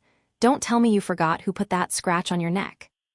Oh, I remember. And that is exactly why I am so overjoyed. You are strong, and that is what I love. Let's see if you can keep up with me, little one. And try not to die. UWOOH. The dragon and hero bantered among each other. It was as if they were speaking dialogue straight from a play. It was a scene of legends, fit for the hero's courage. Indeed, we were bearing witness to the birth of a legend. Or at least, I wish that's what I was thinking. Instead, my mind was filled with one thought as I vacantly watched Igni and Wataru battle at superhuman levels. How did everything go so wrong? We were almost there, then Igni ruined it all. What got into her? Why is she acting like a cheap villain with all that show me your power junk? Come on, Keima, we gotta get out of here. We're just gonna be dead weight to him. Ah, yeah, right? Oh, now I get it. Wataru's the guy Atetsu was talking about, the one that cut Igni. Guess I can't blame her for going nuts here. To be honest, she looks like her one true love came knocking to marry her. You don't even care, do you, Keima? If I had balls, I'd wish they were as big as yours, said Rop. Yeah, that's just how Master is, said Ikiko with a shrug. We're very proud of him, added Niku. Gazu grabbed my arm and dragged me out of the boss room. All right, what to do now? Just kidding. I made a plan B with Atetsu specifically for this situation. He's probably gonna try to kick the shit out of Wataru for hurting his daughter, but well, I'm sure Wataru will survive. And I can trust Atetsu to hold back on hurting one of my allies. Definitely. For sure. I mean, maybe he won't. Maybe a 1% chance of him letting loose. Maybe. Listen up, team. I've actually got one more trick up my sleeve. Now's as good a time as any to pull it out. Oh, alright, you mentioned something like that. Conveniently, there's a tiny room nearby. Let's move there for safety first. I guided Gazu and the others to the small room, thereby removing all invaders from the passageway, which would allow Atetsu to place himself there. I then took out a scroll with what looked like a summoning circle on it from storage and threw it into the hall. A storm of fire circled in the hall. White smoke flew into the air, blocking our vision. When it cleared, there was a giant lizard the size of a small truck in the hallway, Itetsu the salamander. His red scales were evidence of his fire attunement. He was covered in intimidating scars, but he was actually a gentle giant. And right after being summoned. Fucking idiot, summon me faster, he yelled before charging into the room where Igni and Wataru were fighting. I wonder which of them he's rushing to beat the crap out of. Probably Wataru, since he was listening in. Keima, the hell was that? Asked Gazu hesitantly. Taya, he's a friend of mine. Oh crap, Wataru. That lizard guy's a friend, don't hurt him. Oh sorry. I peeked into the boss room and saw that I was a second too late. Wataru had just landed a clean hit on Itetsu, probably a counter, by the looks of it. Unsurprisingly, Igni had frozen up after seeing it. All right, Wataru, come over here. But the dragon. Don't worry about it, Simir. Itetsu, you take care of the flame dragon. That kinda hurt. All right, leave her to me. He held up his claw like one might give a thumbs up, which was quite dependable. I heard that tongue click though. Seemed like he was rushing to beat up Wataru after all. Don't mess with my life. Go away, duh. Graah. Enga, before Igni could finish saying dad, Itetsu gave her a punch to the cheek. Why would you do that, you jerk? She lifted up her log-like tail and slammed it against Itetsu. That fucking hurts, just shut it already. But Itetsu took the blow without flinching. He said it hurt, but it sure didn't look like it. I'm guessing a human hit by that tail would have been sent flying until they slammed against the wall and turned into paste, yeah? Dads sure are strong. And so, another inhuman battle began between Itetsu and Igni. Literally inhuman this time. It was like two giant monsters fighting in a movie, but I ignored that and focused on dragging Wataru out of the boss room. Once out, I shut the door behind us. Keima, what in the world was that? That, my friend, was my backup plan. I mentioned it on the way here, remember? Oh, I do remember you talking about having another plan. But that was actually it. Hey, would I lie to you? That was my trump card. I cracked open the boss room door and peered inside. Itetsu was in the middle of executing what strongly resembled a Cuban-age judo throw on Igni. Wow, he's got some skill. I kept watching the action for a bit, until eventually Gazu clapped a hand down on my shoulder. Hey, Keima. I'm just asking this to be sure, but would that happen to be Salamander, the spirit of fire? Well, he's definitely a salamander. We're buds, I answered, which made Gazu's eyes shoot wide open in surprise. Why, you gotta be kiddin' me, that's friggin' Salamander, the spirit of fire itself. Hey, don't yell in my ear like that, I can hear you just fine already. Water, earth, fire, air. Each of the 4 primary elements are ruled by spirits, and Salamander's the spirit of fire. He's a legend that even kids know about, and you're friends with I.M.? He's actually a salamander-type dungeon core, so I'm not entirely sure what to say about that. You're making it sound like there's just one salamander, but Salamander, I see. Flame dragons are pure fire, which means they won't be able to lay a scratch on Salamander. Wataru analyzed the situation calmly. Ah, friggin' hell, you're always surprisin' me, Keima, but not even I expected ye to have an ace like this up your sleeve. To think you've got Salamander servin' why? Hey, fucking dwarf, I can hear you, and I'm not fucking serving anybody. Forgive me, Salamander. I meant to say to think you don't have Salamander servin' ye. Itetsu had surprisingly sharp ears, and Gazu instinctively threw himself on the ground to apologize after getting yelled at. Despite the fact that said ground was extremely hot. It wasn't on the level of a heated frying pan, but it was at least as hot as a sauna. Dwarves live in such close harmony with fire and earth that they owe fealty to Salamander the spirit of fire and Gnome the spirit of earth, explained Wataru. By the way, you just punched him hard in the mouth. He's the one who rushed me down out of nowhere. My body reacted before I could think. Help me apologize to him, Keima. Sure, but that'll be another favor you owe me. I glanced back in the room and saw that Itetsu was holding Igni down against the ground. All right, should be safe to go in there now. Anyway, don't worry, Itetsu's nicer than he looks. I'm sure he'll forgive you. After a few punches, at least. Itetsu's perspective. Itetsu, having finally been called over by Keima and given the opportunity to act, charged into the boss room. But his first target was the human called Wataru.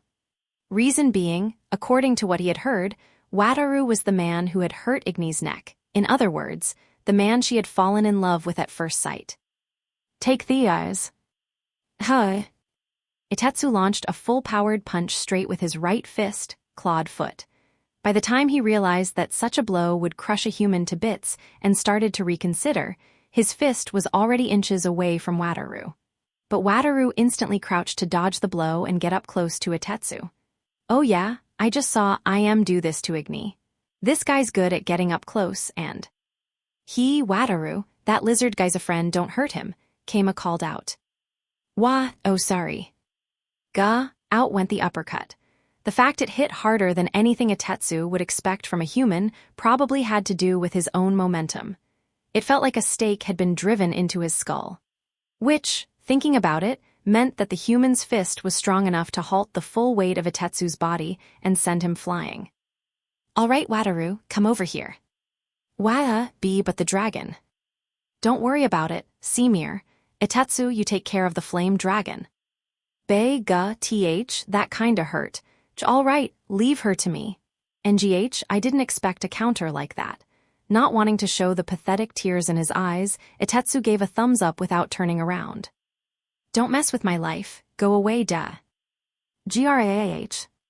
Enga, Itetsu gave Igni a hard hit to the cheek before she could say something incriminating. Why would you do that, you jerk? That fucking hurts, just shut it already.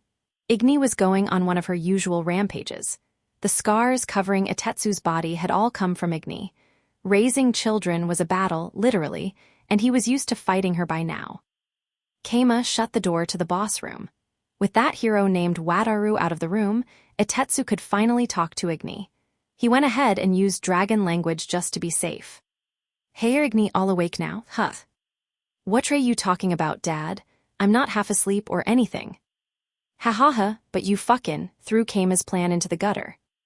That was just, I didn't expect Wataru to come. I promised him I'd welcome him, and he was getting into it too. Also, he was talking about eating my tail and everything. Squee. Igni wiggled her massive dragon body in excitement. She was indeed the very image of a girl in love. Huh, that fucker didn't just cut your neck, he was talking about that kinda junk? Indeed. In the dragon world, eating parts of somebody's body carried quite a lewd connotation. It was a declaration that you would be dominating them and making them yours. Put in more simple terms, it was a proposal. Not many dragons actually chopped off and ate parts of each other, but dragon tails did regrow if only a small part was cut off, so when the eating did happen it was with tails. There was restoration magic, too. That's not happenin' in a million years. Why not? He just knocked your lights out. Wataru's strong, he's special. Shut it. Itetsu threw Igni over his shoulder to shut her up. Enga. I know there's some strong humans, all right, I get it. Then what's the problem? I don't like my soul's screaming at me to tell to buzz off. Itetsu was throwing a fatherly temper tantrum, at which point he heard the dwarf from before, to think you've got salamander. Oh, crap, the door's open. When that happen? Hey, fucking dwarf, I can hear you, and I'm not fucking serving anybody. Gah, forgive me, salamander. I meant to say to think you don't have salamander servin' ye. Itetsu roared on instinct to give himself some cover. That worked, right? Yeah, for sure. We'll talk later. Igni, just be quiet and let me hold you down. Nella. Don't nah me. You know our plan's been ruined 'cause of you, right? I'll do it if you let me, and Wataru be together. All right, I'll think about it. Really? Really? Oh, I'll think about it all right. So let's get this plan back on track. Sound good? Okay. I'm gonna think about it, but I'm sure as hell not gonna let it happen, thought Itetsu with a dark grin on the inside. He pinned Igni down, and it wasn't long before Keima walked in with his companions. Everything all right in here? Yeah, just take a look. All right, listen up, Flame Dragon. You wanna die here or you wanna leave the mountain? Pick real careful now.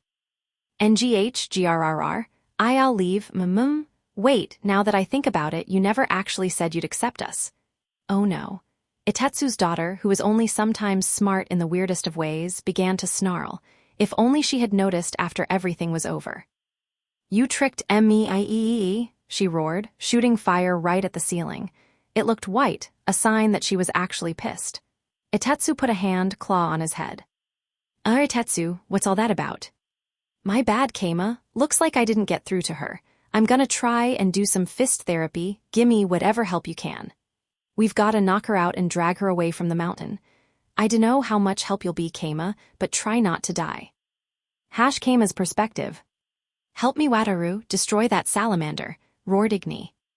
What? Wataru faltered, having not expected his enemy to name him like that. The fact she called Itetsu that salamander instead of Dad showed she was at least still self-aware of their plan. The fuck are you saying? Shut up.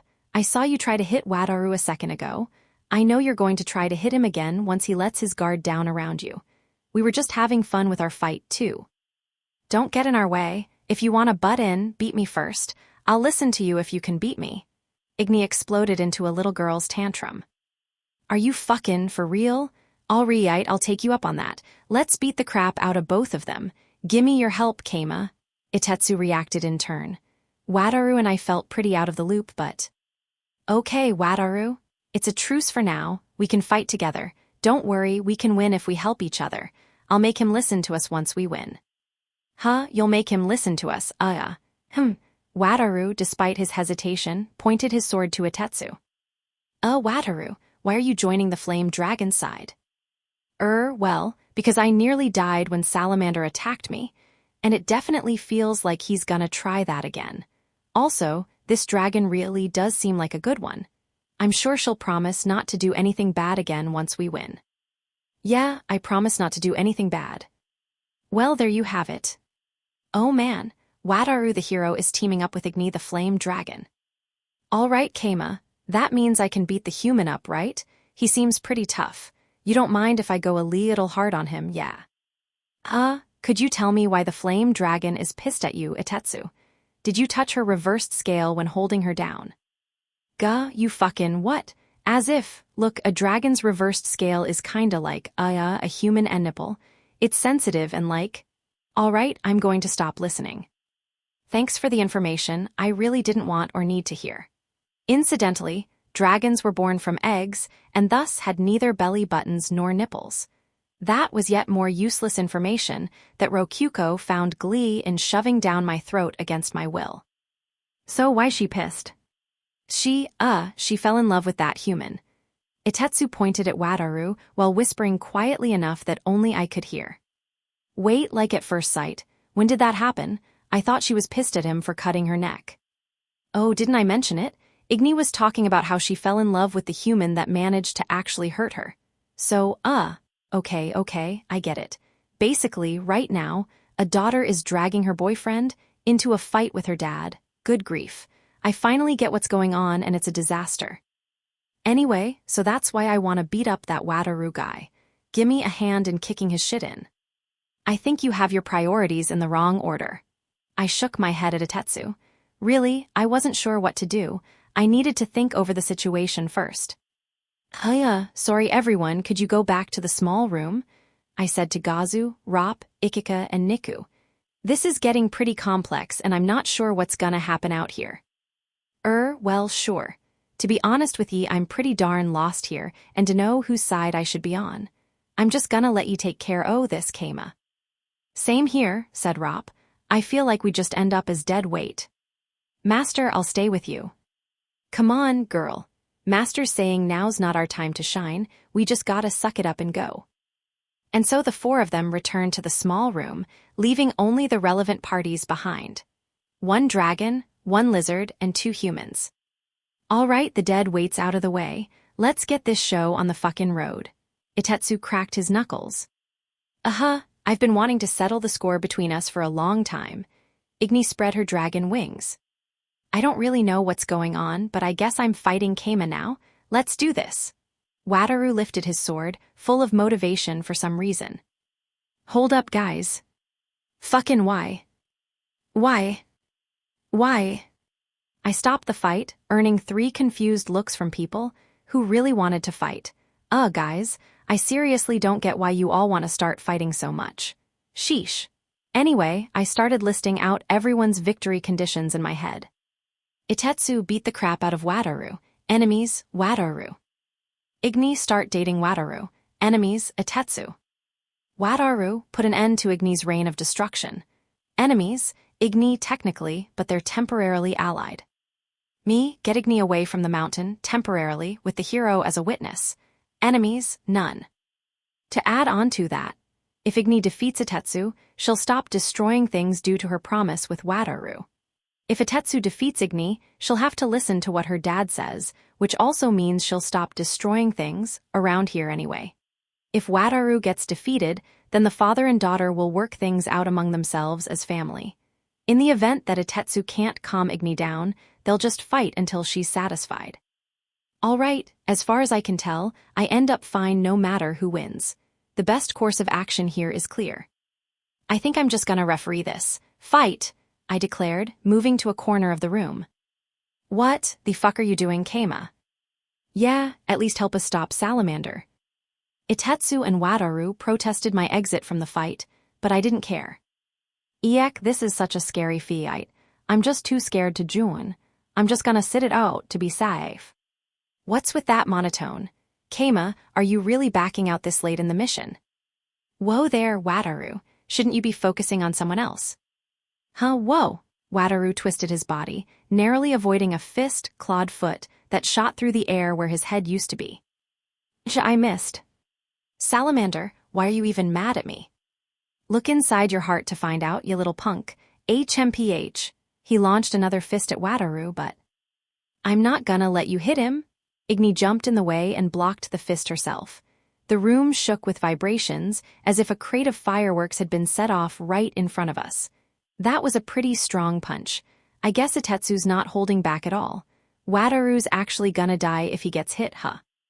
Whoa there, how am I gonna hit him if you get in my way like that? I'm telling you to stop. Ow ow, take this. Igni swung her tail horizontally, but Wataru was in its path too. Ah, and Miss Dragon, that almost hit me. Oh, sorry Wataru, that wasn't on purpose. Gahaha, already having a lover's spat, huh? Perfect, keep it up. Itetsu caught Igni's tail and cackled with amusement at his daughter having a hard time with her boyfriend. You know, this is actually kind of fun when you're watching from a distance. The intense battle continued on for 30 minutes. I watched from afar, never interfering and only moving to dodge some wayward fire breath. I did have some restoration magic ready to cast just in case, but that was it. And I could only cast the low rank, light heal, since I was ultra transformed into myself. NGH, this is actually pretty rough. Wataru was covered in wounds, the most hurt of any of them. Most of his damage came from Igni tackling him out of the way of Itetsu's blows, also getting wrapped up in Igni's area of effect attacks. The fact she didn't intend to hurt him actually made things worse, since he couldn't anticipate her attacks. Not to mention that he couldn't go all out in his own attacks against Itetsu, since he wasn't even sure why Itetsu was attacking him. NGH, fuck, and I'm hurting all over too. Itetsu was so exhausted he was actually spitting blood. He hadn't landed a single blow on Wataru since Igni had protected him from every single one. Although that technically meant he was inflicting indirect damage on Wataru through Igni's tackles, he would only be satisfied by a direct punch to the face. GRRR, just a little more, just a little more. Igni had taken a lot of damage herself from blocking so many of Itetsu's blows. There was also the psychological damage from all the times she accidentally hit Wataru, but well, who really cared about that?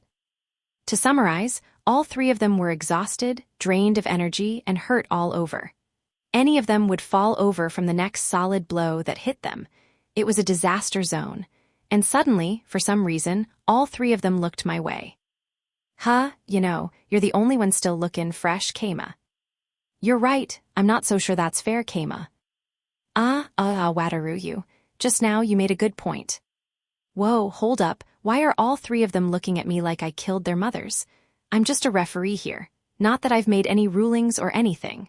All three of them had a strange glimmer in their eyes, kind of like lions about to pounce on their prey. Keima, get ready. Itetsu charged at me for some reason. I'm gonna beat the crap out of you, and Igni. I'll hold back, don't worry, and Wataru.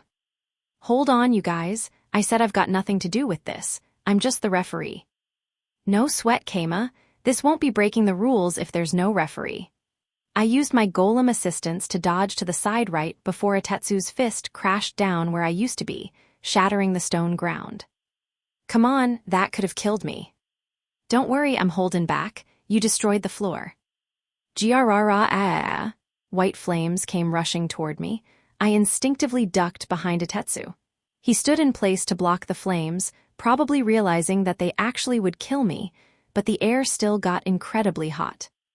The fuck are you doing? You trying to actually kill IM? Hold back a little more if you want him to live. Wait, that was too much, said Igni in a dumbfounded tone after halting her fire breath. At least keep it red. He was probably referring to red fire, but fire's still fire, that'd kill me too. That means it's my turn. Prepare yourself, Keima. Wataru circled around Itetsu to charge at me.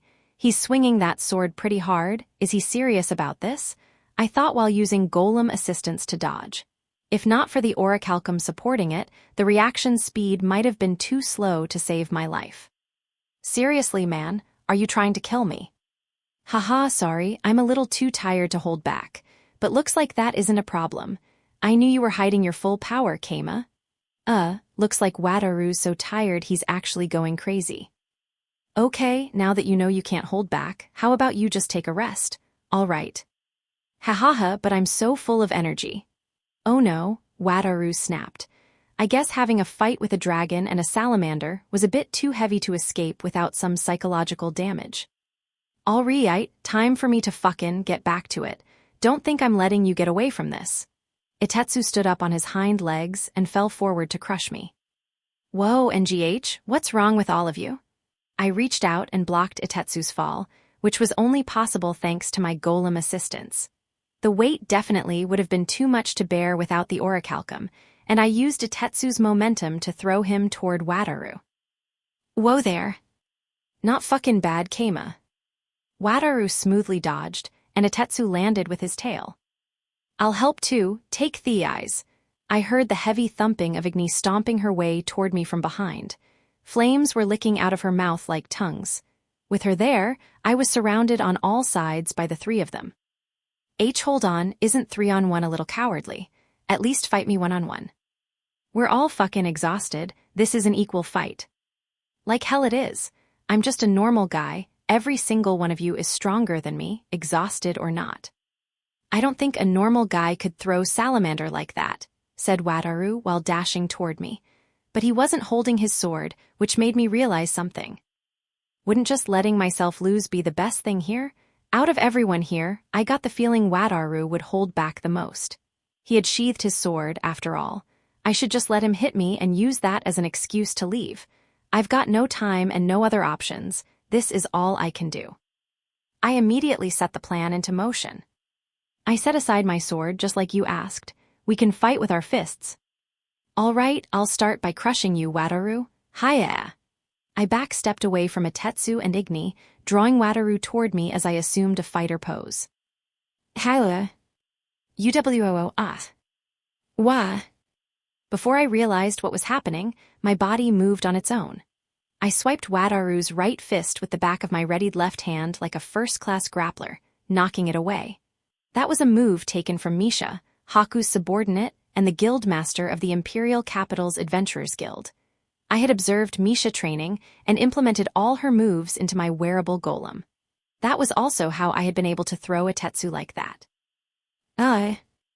GUH. Misha's attack didn't stop with just a swipe. The mark of a first-class fighter is combining offense with defense. Swiping Wataru's hand sent his momentum to the left, leaving his face defenseless against my right fist as it slammed into his nose and sent him flying. Whoopsie. Gah. Wataru, WWETRUUU. All the damage he had taken from Igni was just too much. Wataru sunk to the stone floor. WETRUUU. Gahaha, good goin', Keima. I feel a little better now. Itetsu cackled in amusement as Igni screamed Wataru's name. Crap, what have I done? I was supposed to lose and get out of here. GRAH, I'll avenge you, Wataru. Igni charged at me. Hold on, there's no need for us to fight anymore, right? Calm down. How dare you hurt my husband? She seemed to be a little hysterical. But since I was ultra-transformed, it might actually be a good idea to let her crush me and just revive later. Master, please dodge it. Wah, I reflexively dodged as the voice in my head asked, dashing forward between her legs the second before a foot crushed me. I raced back to her tail, surprised at how much of an action movie movement that had been. Igni stomped through where I had been moments prior. Oh crap, I totally forgot about you, Kasaki.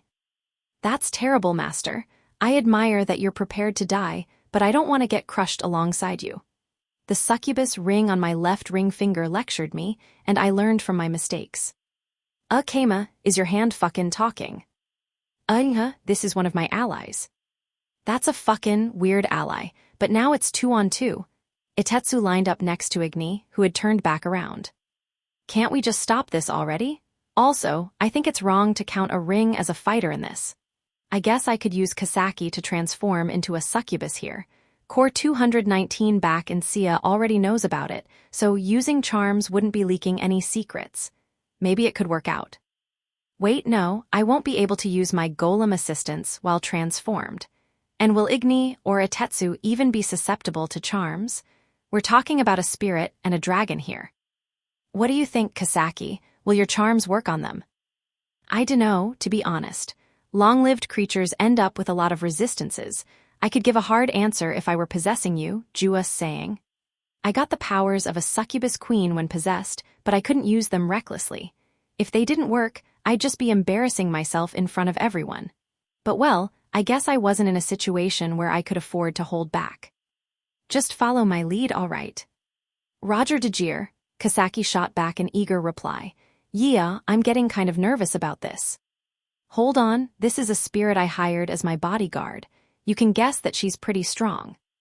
Huh, a fucking spirit? What is she, the spirit of rings? No, she's the spirit of the darkness element, I think. I'm the spirit of sleep. You're both gonna be in a world of hurt if you touch my master. Bam bam, whack smack, I bet you couldn't even see my arms moving. Kasaki played the part of a tough bodyguard. I guess she was pretending to shadowbox. Which meant that, indeed, nobody saw her arms moving. Wah, did you do something? Naturally, Igni tilted her head in confusion. The answer was no, Kasaki had not done something. So you couldn't. Dragons aren't that strong after all. If I were serious, you both would have died 5 times by now. Holy cow, you must be really strong. I think Kasaki's going a little bit too far. Hey, you're getting too excited. What? I thought you wanted me to taunt them and everything. What should I do? That's what I want to know. How can we get out of this mess? Actually, is this even a mess? I guess it has given everyone time to calm down. Maybe Itetsu and Igni will listen to me now. I've never heard of any fucking sleep spirits. You've gotta be. Wait, sleep. Is that a succubus? I've never seen a succubus in a ring like that, but I wouldn't put it fucking past you, Keima. Itetsu saw right through us. Can't say I expected any less from him. Guess we've gotta force our way out of this one. Heth, all right, Itetsu, you figured it out. But it doesn't matter. Step down if you don't want to get charmed. Gahaha, I've got Redra, you know. She'd need to be a fucking succubus queen to charm me. Oh, really now? That's good to know. I gave a cocky grin. And if she does have the power of a succubus queen? Hold up, Keima, let's talk about this. Redra's watching. Itetsu immediately got more negotiable. Oh, you're scared of succubi. Igni sneered at Itetsu's fear. Shut it, idiot. Succubus queens are fucking nightmares. They're like living natural disasters. You think they're that bad, huh? Same here, honestly. But I'm too smart for this. He said what if she has the power of a succubus queen, but he never said she did. In other words, he's tricking you. Nope, you don't fucking get it. We're dealing with Keima here, he could do anything. There's no fucking safe gambling with him. I've never even seen a ring succubus before either. We've gotta be careful. Alright, I'm gonna use her. Here I go. Wait, hold on, fucking wait. Seriously, hold on. Yelled Itetsu while taking clattering gold chains out of thin air and wrapping them around his body. Hey Kasaki, do you know what those chains are? Maybe, chains of admonition. Those are anti-charm equipment, if they're the real thing anyway. Alright, makes sense. I wouldn't put it past Itetsu to have those. Itetsu had, or rather the bottom floor of this dungeon had, an entire store of treasure. No reason to doubt that he would have some special chains in there, which means I won't be able to charm Itetsu. Or actually, wait. Itetsu, should a proud father really be using tools like that just to resist charms? Won't your daughter think less of you? I taunted. NGH, Itetsu's lizard face twisted. Maybe I'm wrong since I've never been a father, but well, I really think a father should show his daughter that he can resist charms head-on. About that, Itetsu glanced at Igni. She was giving him a look that was half disappointed, you can't even control yourself, and half hopeful, but maybe this a trick and he can. Itetsu groaned for a bit, then steeled his resolve and grabbed onto the chains. Oh, of course I fucking can. Greya, have it me. Okay, Itetsu's definitely a Gullamander. Been a long time since I'd had to bust out that word. After seeing Itetsu throw aside the chains, I gave Kasaki her orders. Kasaki, swap. Roger Dejir, I hear you loud and clear. Change, succubus mode. I had no idea where she learned to talk like that, but Kasaki went ahead and beat box transformation sounds. I then let her possess me, but well, yeah, this transformation is basically ripped straight from a magical girl show. It was too late to turn back though, so I entrusted my body to Kasaki. No, actually, I was just swapping places with Kasaki. This wasn't me. I wasn't trying to turn into a magical girl. I wasn't, and I didn't. Make no mistake, This is all Kasaki. I'm completely uninvolved. It's me, the charming girl Sakuma. I'm here to steal your heart, teehee. My body and mouth moved on their own, striking a pose. I reached out a hand, shaped it into a gun toward Itetsu, and said bang, with a wink. NGH, Itetsu froze up from the impact. NGGGGH? And then, without saying a word, he punched himself in the face. So hard that his eyes rolled to the back of his head and he fell over. The charm was a success, or actually, more of a failure. Itetsu had managed to knock himself unconscious before falling under my control. Gotta say, that's some impressive willpower. Sorry, Itetsu, you were no Gullamander after all. You were a true man.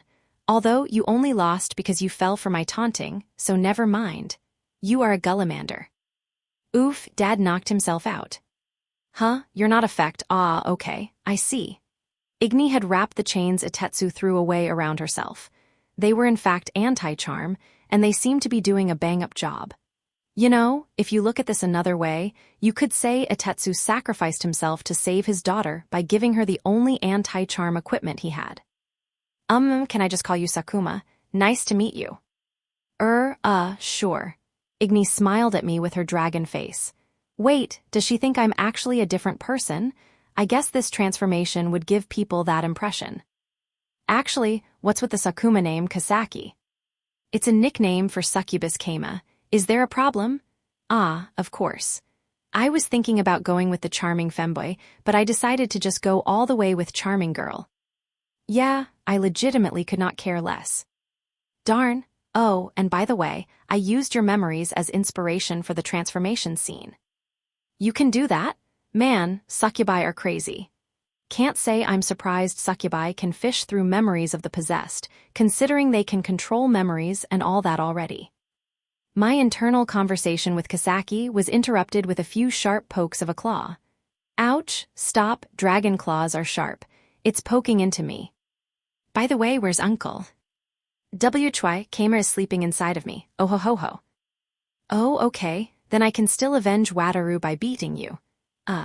And since you're strong enough to beat Dad in one blow, I don't need to hold back.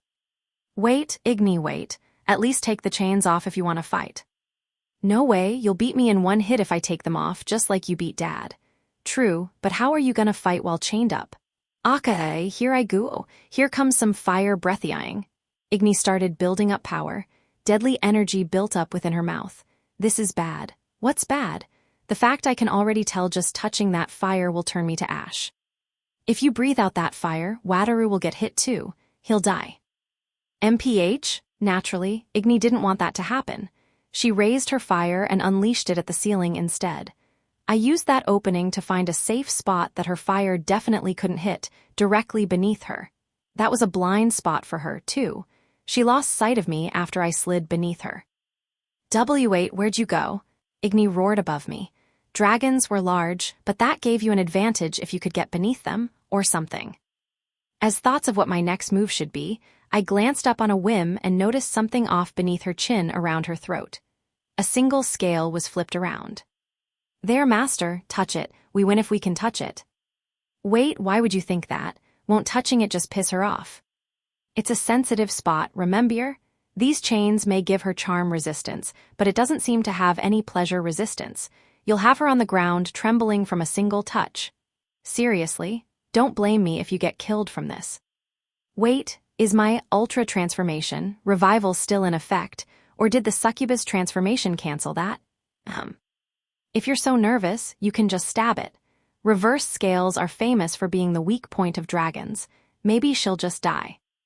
Well, pleasure's better than killing my friend's daughter. I steeled my resolve and reached out to the reverse scale. Take this, succubus touch. FWAH. Igni let out a shriek like a cat, wiggled hard, then collapsed. Wow, succubus touch is kinda crazy. It took down a dragon in one shot? Really? I cancelled the possession, feeling as if I had done something unthinkable, then walked up to Igni's head to talk to her. She was still twitching and convulsing on the ground. He, Igni, are you okay? You, Uncle, did you just touch my reverse scale? Her eyes were filled with anger and embarrassment, which reminded me, Itetsu just said that the reversed scale was like a dragon's nipples. Oh shit, I'm a pervert. No, it was Sakuma who touched it, not me. Oh, okay. Igni looked a little relieved. I guess that was the difference between a guy touching it and another girl touching it. Sakuma was technically a guy, but he looked exactly like a girl, so it was okay. Yeah, I feel like I'm just hurting myself by saying that. Anyway, why'd you attack Wataru? Well, I promised him I'd welcome him. I went ahead and cast Healing on Igni. That seemed to help her a bit. Just so we're clear, Wataru definitely just thought you were attacking him out of nowhere. Really? But he looked like he was having so much fun. Well, I think you need to learn more about human culture and feelings. I kept laying on the healing casts. That must have been getting the alcohol out of her, judging by how much she was waking up. For now, you should keep your promise and leave the mountain. You can come back in human form right after. You all ready for that? Yeah, let me just say the line first. Darn, I lost, I have to leave the mountain, roared Igni. That made my ears ring. Hey, come on now. I started to tell her to think about her surroundings before shouting like that, but before I could. For real, someone else spoke, and I turned around to see Gazu and the others peering this way from a crack in the door. I took a quick glance around me. The wrecked boss room was filled with the scars of battle. Wataru the hero was unconscious, covered in wounds, and Itetsu the salamander, or just salamander himself, was likewise unconscious. Igni the flame dragon had just declared her defeat with her entire body wrapped in chains, and then there was me, entirely unhurt. You beat 'em all, Keima. Gazu looked at me with awe. Not quite. It's not what it looks like. But. It's not what it looks like. You've got it all wrong, I didn't do this. I mean, I kinda did. I did hit Wataru and I did take Itetsu down and I did defeat Igni through the seductive arts, but still. This is a mistake, a plot. This is actually all Wataru's doing. He deserves the credit. Epilogue. Gazu and the others timidly entered the room, so I introduced them to the now calm Igni. And that's how it went. Thanks to Wataru's efforts, Wataru's brave efforts, the flame dragon has calmed down, as you can see. GRRR, I won't do bad things anymore. I'll leave the mountain. Alright. Oh, I see. Fascinating. I explained to Gazu and the others exactly what had happened. I exaggerated Wataru's involvement by about double, then claimed that Itetsu had defeated the dragon at the cost of being knocked out. When I went to Igni, having done nothing myself, she declared her own defeat. It's all thanks to Wataru that the dragons calmed down. Yes, that's right, he beat me. See, the flame dragon's saying the same thing. Understand, Wataru beat her. Alright, seems so, said Gazu. He believed me. Now all the fame will go straight to Wataru. Incidentally, Wataru and Itetsu were still unconscious. I didn't want to wake them up and raise the opportunity for them to ruin everything by saying the wrong thing. Letting them sleep until everything blew over was probably for the best. Question, why are you doing so great? Good question, Ikika. The answer is simple. I was watching the fight from a corner without doing anything. My spotless clothes are proof of that. I have a question too. Master, you didn't put on new clothes, did you? Indeed, I did not, for I did nothing. Despite emphasizing my lack of having done anything, Niku's tail and ears were wiggling with pride for me. Don't take me doing nothing as me beating everyone without having to lift a finger, okay? I'm being real, none of this is thanks to me. I actually came close to dying multiple times. Gotta say, Keima, I'm impressed you're fine standing next to the dragon like that. Just being near it at all is damn scary for me. What's scary about her? She said she won't do anything bad anymore. Right, I won't do anything bad, I'm a good dragon. See, Igni's learned her lesson. That's a good dragon. Very good dragon, I thought while patting Igni's head. The scales felt surprisingly nice and smooth. And Igni was purring like a happy cat. What a cutie. Well, that's Keima for ya. Yep, that's Keima. Right, you can never overestimate Keima. All three members of Team Bacchus nodded together. Wait, when Wataru wake up? I just woke up a second ago, but I see you beat the dragon, Keima. No, that was all you. Man, it was crazy. You may not remember since you passed out, but you kept fighting on pure instinct after you were knocked unconscious. You were so strong and cool, the very image of a true hero. All I did was talk to the dragon and listen to it surrender after you beat it. The credit's all yours, my friend. I piled on the praise without pausing for a counter-argument. I remember everything up until the point you hit me, Keima. Whoa now, that was an accident. Just an accident. I threw out a fist in my corner and your face just happened to fly into its way. Really, my fist is the victim here. Normally I'd sue you for damages, but considering you defeated the dragon, I'll forgive you this once. No way could anyone but a true hero have beaten that dragon. I'm impressed. Keima, you have a habit of talking a lot when you're trying to trick people. Just shut up and let me trick you. FGH, W8, what the fucking hell happened? Oh crap, now Itetsu's awake. I forcibly ended my conversation with Wataru to talk to Itetsu. Morning, Itetsu. Man, that hero punch sure looked like it hurt. He completely knocked you out. Hey Keima, that wasn't fucking cool. When I went to slap Itetsu's shoulder, he whispered to me in a low voice nobody else could hear. Keep quiet about it, or I'll tell Ridra all about how you almost got charmed. Alright, good. Man, Itetsu, that hero punch was like, so strong it's unfair, huh? Yeah, you're completely right. He knocked me out in one hit. Come on, Wataru. Tell Itetsu you're sorry for hitting him. It's true that you did hit him when he rushed in, remember? You should apologize for hitting him when he was unconscious, too. I'm sorry. Why, yeah, I gotta apologize, too. Wataru and Itetsu awkwardly nodded at each other. All right, it's all settled. Incidentally, Wataru apologizing for hitting Itetsu after knocking him unconscious was the same as Wataru accepting that he hit Itetsu and knocked him unconscious.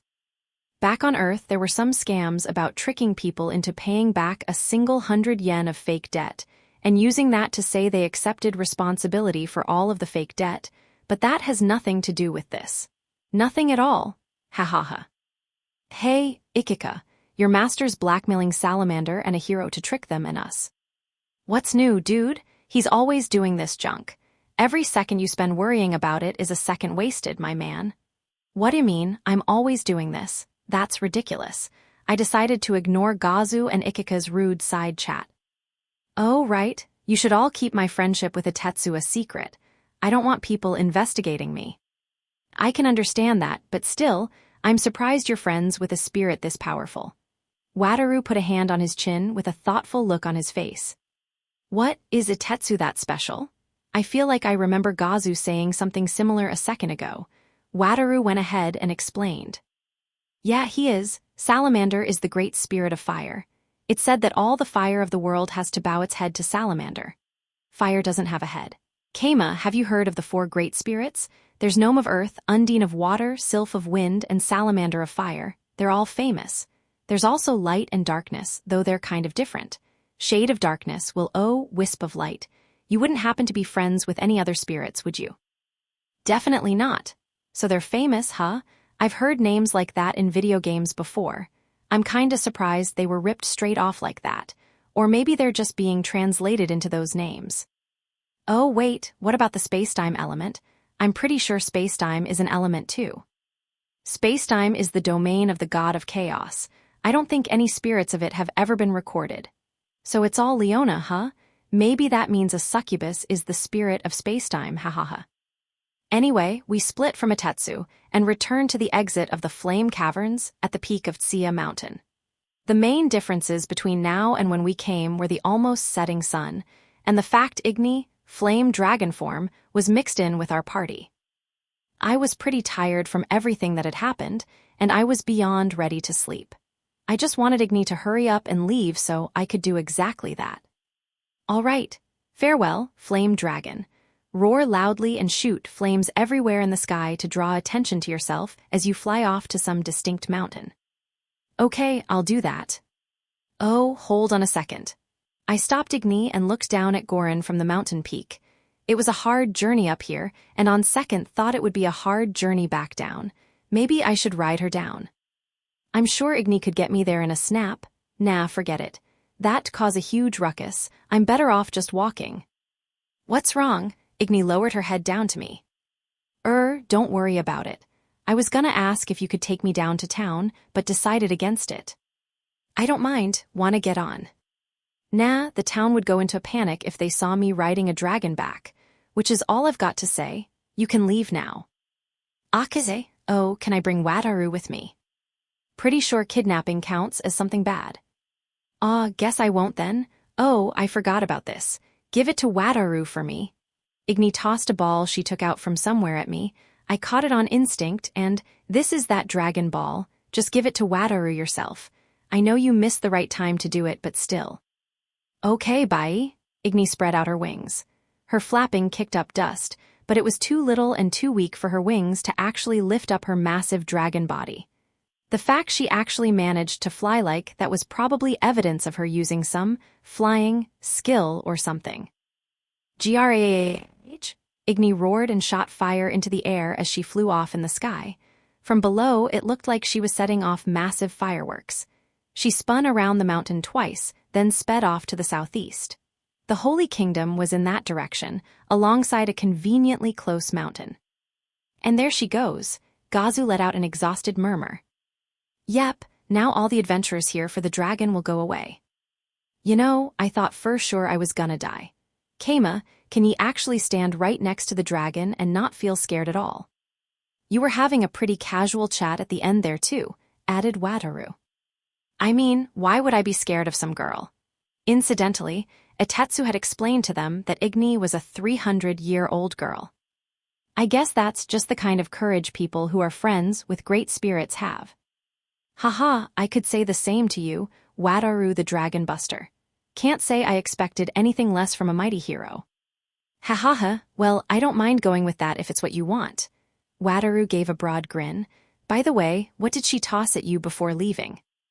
Oh, right, she said it was a present for you, Wataru.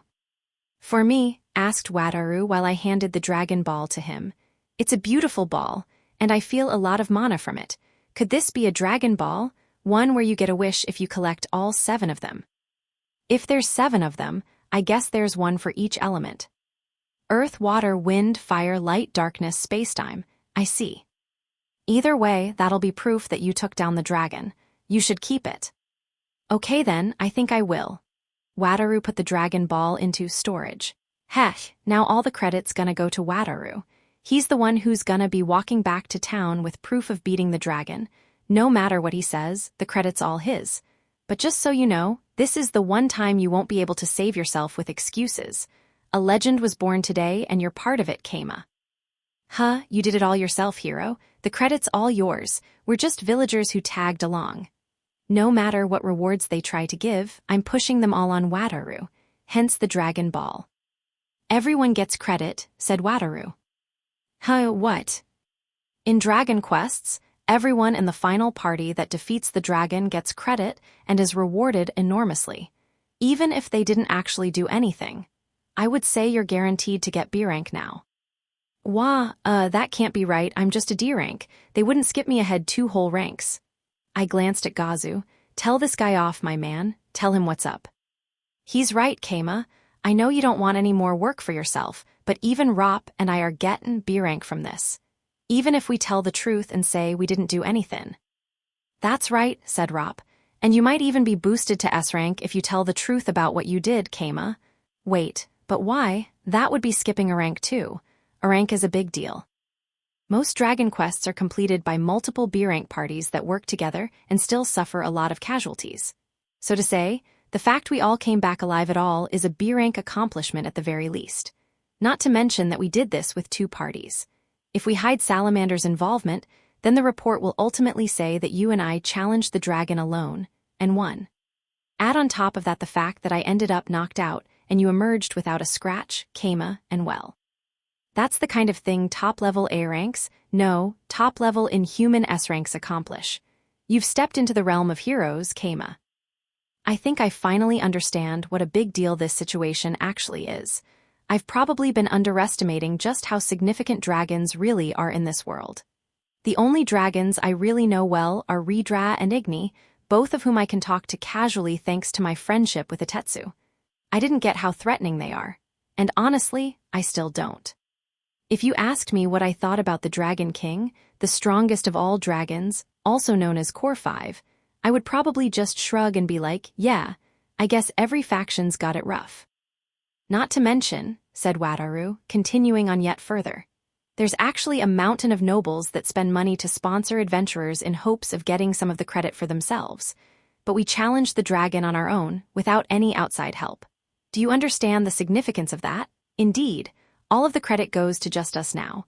We have no choice but to share all the credit between our small numbers, Keima? Say, what? Okay, let's pretend I wasn't here.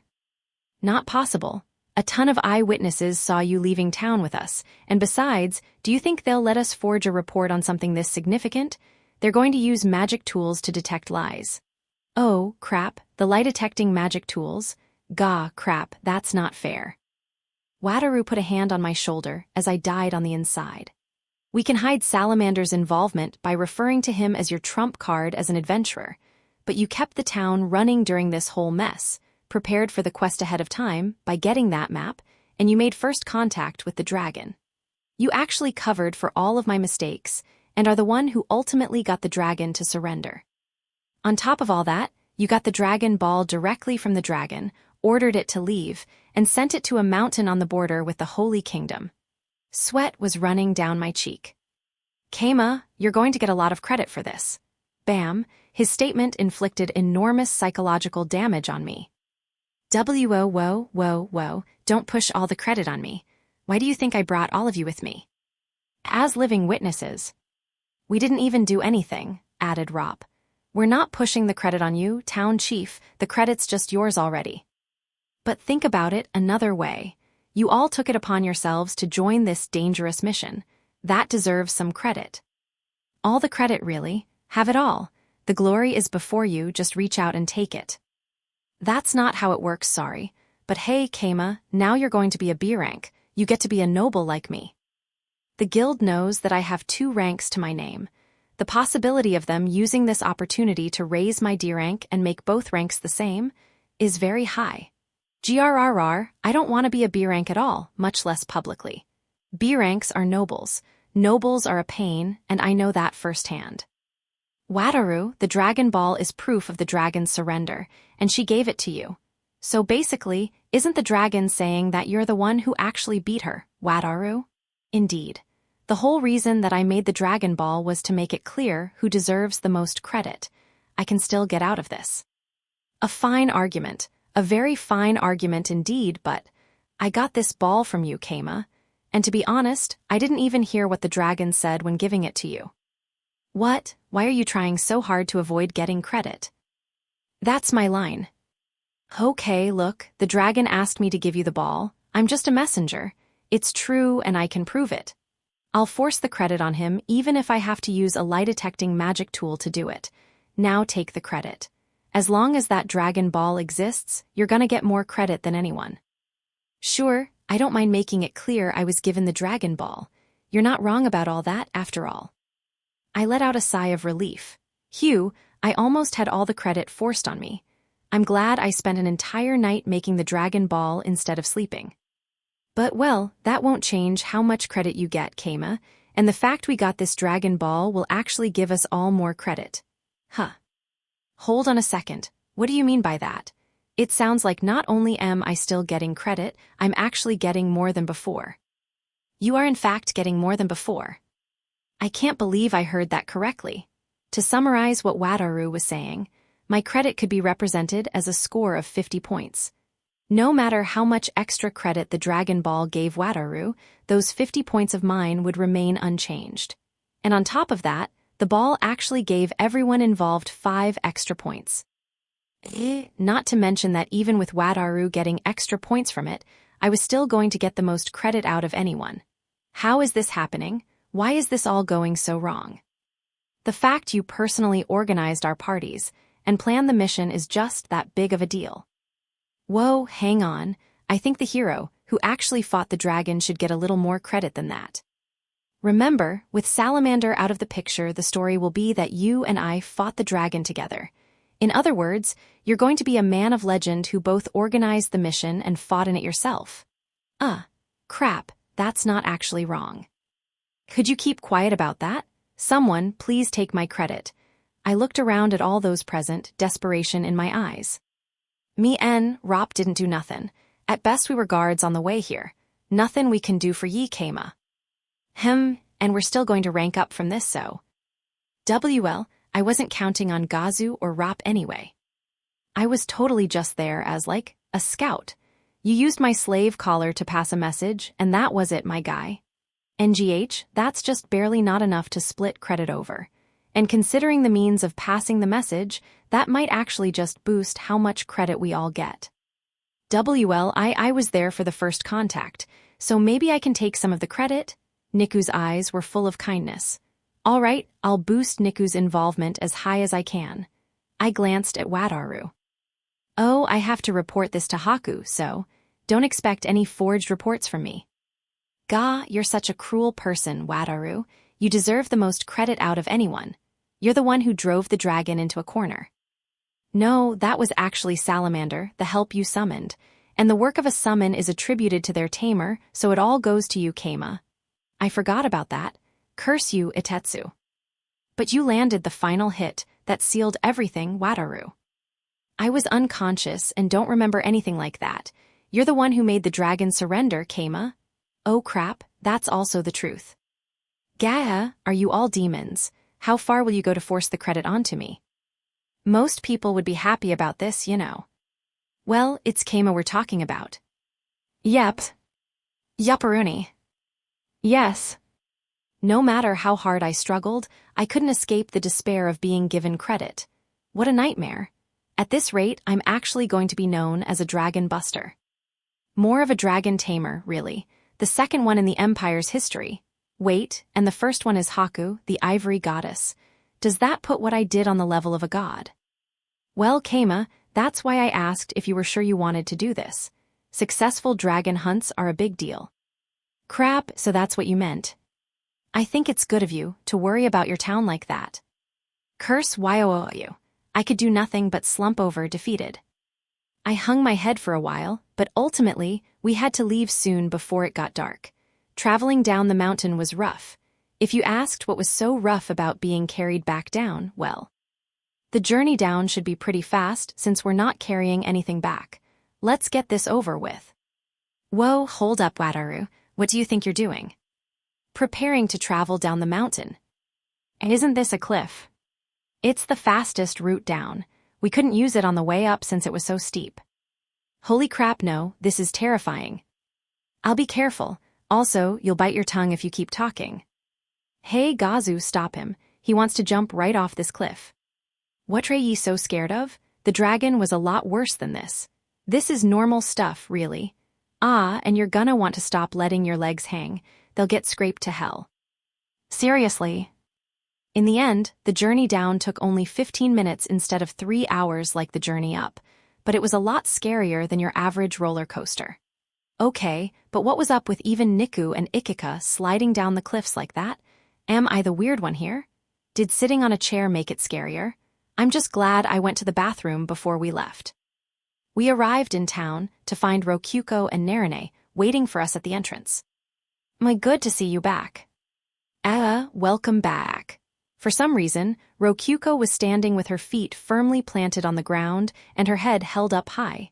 She must have seen Igni flying away from the mountain peak. There was a lot of fire broadcasting it. I thought you would be back soon. Kama, could you come here and bend down a little? Why? I got off Wataru's back, walked up to her as requested, and bent forward a bit. Here's your welcome back. Kai, NMMM, welcome back. What am I, a husband getting back home from work, a married man getting home early? Of course, Rokyuko was hitting me while blushing. Come on, I told you not to hit me. It actually stings a little. I mean, isn't it normal for a wife to want to welcome her husband when he gets home from work? Pretty sure we haven't had a wedding, Rokyuko. We're just regular old partners. Putting aside Rokyuko for a second, Wataru had likewise gotten called over by Narine.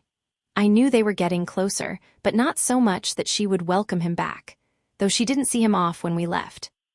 Wataru, what you get me? Any flame dragon scallies, or maybe a horn? Some stuff happened and I couldn't get anything from the dragon to bring back to you. I'm not sure how much you'll like them, but what about some fire rat pelts and red slime juice instead? Sorry, it's just, we made peace with the dragon and there wasn't a good time to ask for body parts. Next time, I hope you'll bring me back something rare. I will, you can count on me. And so, Narine returned to the inn, leaving Wataru behind as he pumped himself up for next time. Man, she's got him by the balls. Is he giving her a ton of free stuff while I'm not around? Wataru, I don't know how to say this, but are you really okay with that? It's fine, I actually like it, really. Oh, welp, he's a pervert. Oh, but not in like a masochistic way, she's kind of like a cat, I guess. All right, she looks like a cat Sith to you then. Do cat Siths exist in this world? Probably, I saw one in the catalog. It was in the monster section, though. That was when some villagers noticed we were back and came walking over. There were about 5 of them. Hey, the town chief and everyone's back. Nobody's missing either. Oh, no dragon meat. Glad to see you all safe, so what happened? They launched a barrage of questions at us. Well, we're all fine now. We managed to beat it. All right, we all figured you had won when we saw the dragon flying away from Sia Mountain, but... I know you have a hero with you, but you actually managed to win with that few people. It's kind of a funny story, not sure how I should put it really. I gave Gazu a light glare that said, you explain, but don't say anything unnecessary. I'll just get to the point. Kama's tamed the dragon through a crazy plot, and now this town's safe from the flame dragon forever. Why? He tamed the dragon. Ha ha ha, Gazu, now's not the time for ridiculous jokes.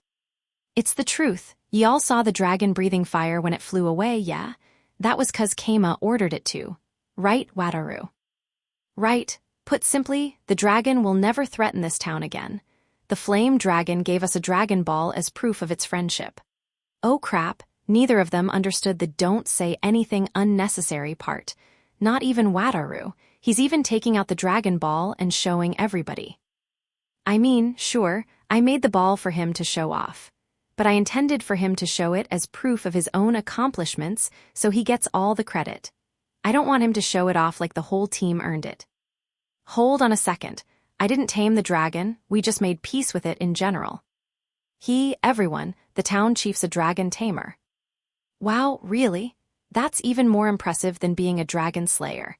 I'm gonna brag to everyone that he avenged my radishes for me. I've never heard of any dragon balls before, but this thing's got a crazy strong aura. Hold on, seriously, I didn't tame the dragon, come on.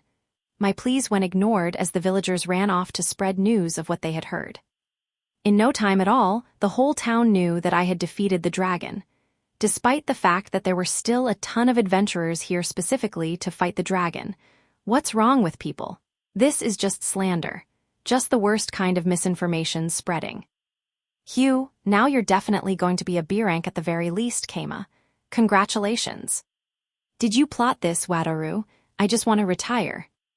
Haha, they say if you're going to eat poison, you might as well finish off the plate. Also, retiring means leaving the entire Adventurers Guild. I can't recommend that. I can just quit being an adventurer and live as a normal town chief/pope. Either way, Haku's going to summon you to the imperial capital to award you a noble title. Refusing will get you arrested for treason and executed. Yeah, Haku would do that. She would definitely do that. She executes people for treason any chance she gets. I mean, this is Haku we're talking about. Anyway, nothing but good will come from having influence outside of your own organizations.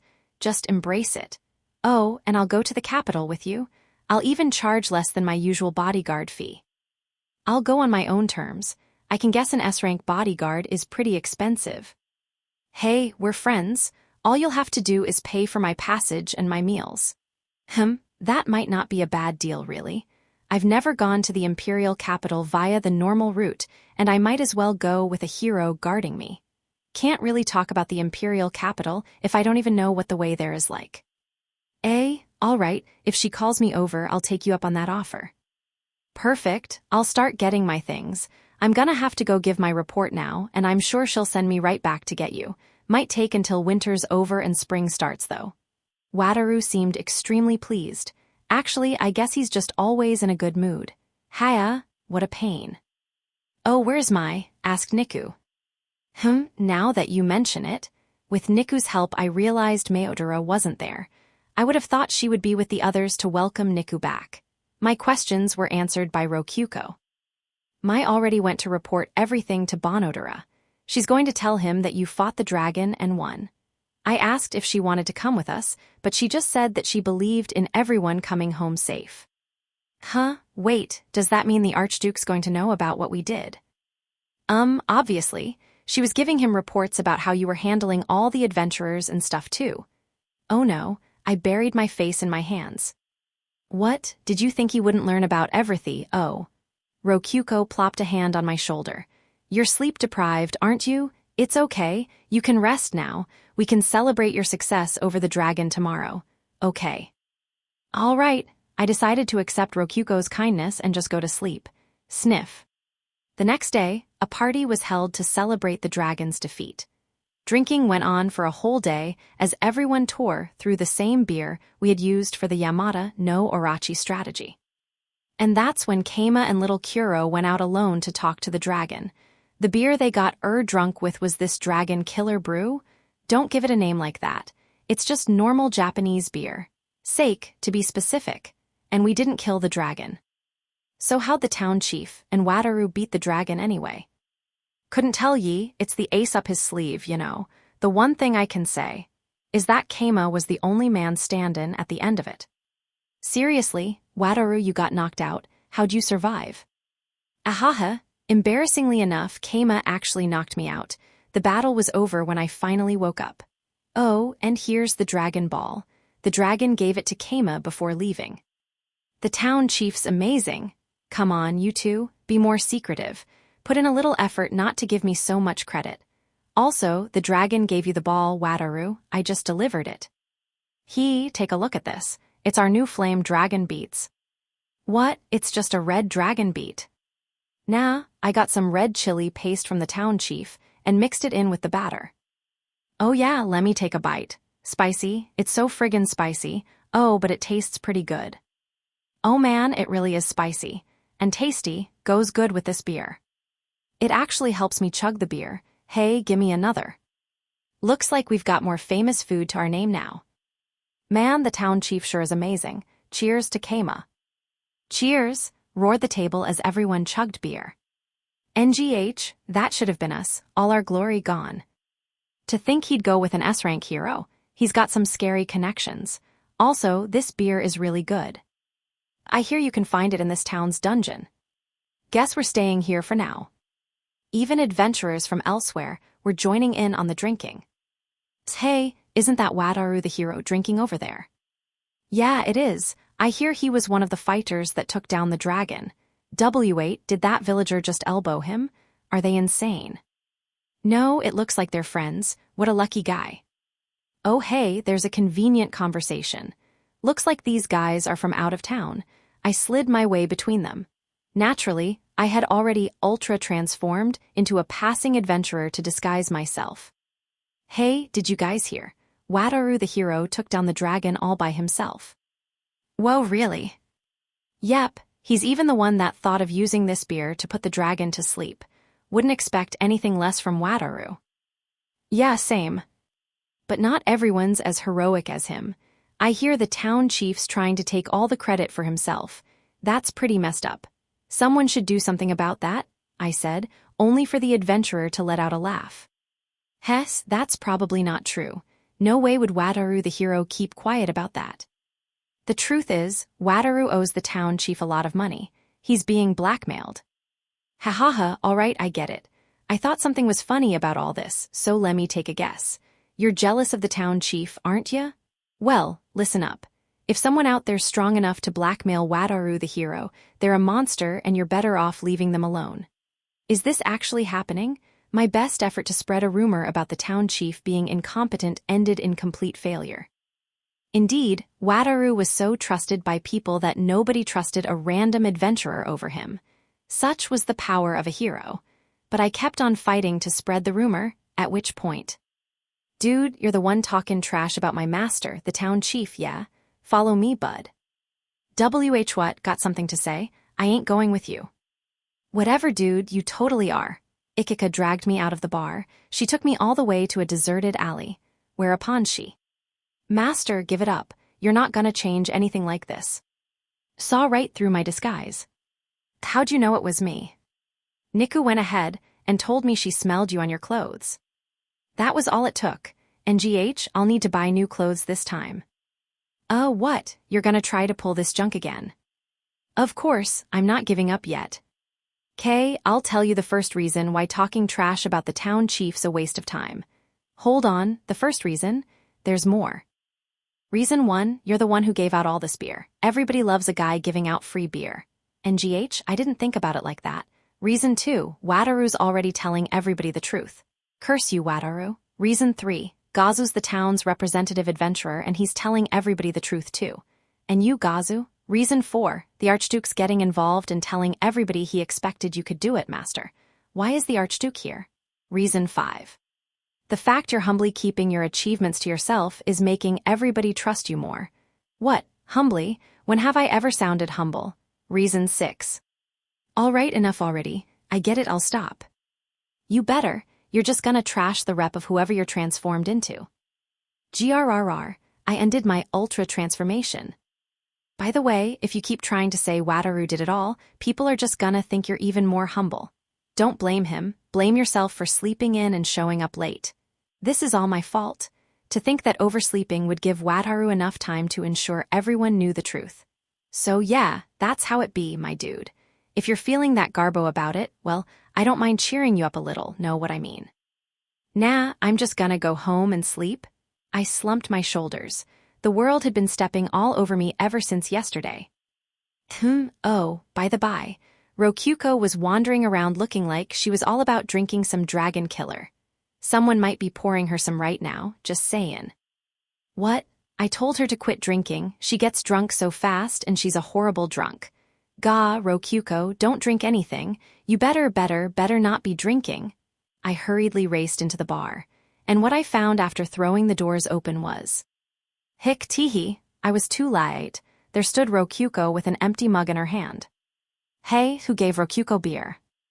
It was him. No, him. Him. I gave her some too, but it was him. Oh, should I not have? Of course not, she's too young to drink. Oh yeah, this happened before. Then don't let her drink. What's the problem, Keima? Hey, you look kinda weird today. Biwua. Rokyuko, that's not me, it's a beer barrel. Rokyuko patted her hands all over the barrel. She's already completely drunk. Again, oh well, guess I'll just drag her to bed like last time. Come on, Rokyuko. Bed, Ehihei going to bed with Keima. I lifted Rokyuko up. Rokyuko's sweet scent filled my nose alongside her alcohol breath. Open up a path for the husband and wife. We're not married, we're still just partners. I fled the bar with Rokyuko in my arms as people joked and whistled. Good thing I had golem assistants helping me to carry her. I didn't really want other people to see Rokyuko like this. What? We're not married. Rokyuko wrapped her arms around my neck and pulled closer to me as I princess carried her. Definitely not yet. At the very least, it won't happen until Haku gives her approval. But we had our wedding kiss, or, wait, did I just dream that? Sounds like you probably dreamed that. Then we're a couple in our dreams. Ahaha, NMMMM? Rokyuko pressed her soft lips against my cheek in a kiss. I looked down at her, and she gently poked my cheek with a finger. Keima, your face is red. Probably not as red as yours. I'm not disappointed or anything, not at all. Incidentally, I managed to avoid Rokyuko's clutches after getting her into bed, instead going back to my own room to sleep. The day after that, Igni safely returned to the Flame Caverns. Itetsu called me over, and upon arriving I found Igni in her human form. I wanted to party too. I wanted to join the festival. Shut it. Why the hell would you show up to a festival about you getting beaten? I wanted to eat flame dragon beads, and I also wanted to eat golem beads. Heima, Itetsu gave me an awkward look. I hear you loud and clear. All right, I'll get some made for you and bring them over, I said, earning a beaming smile from Igni. Really, thanks, uncle.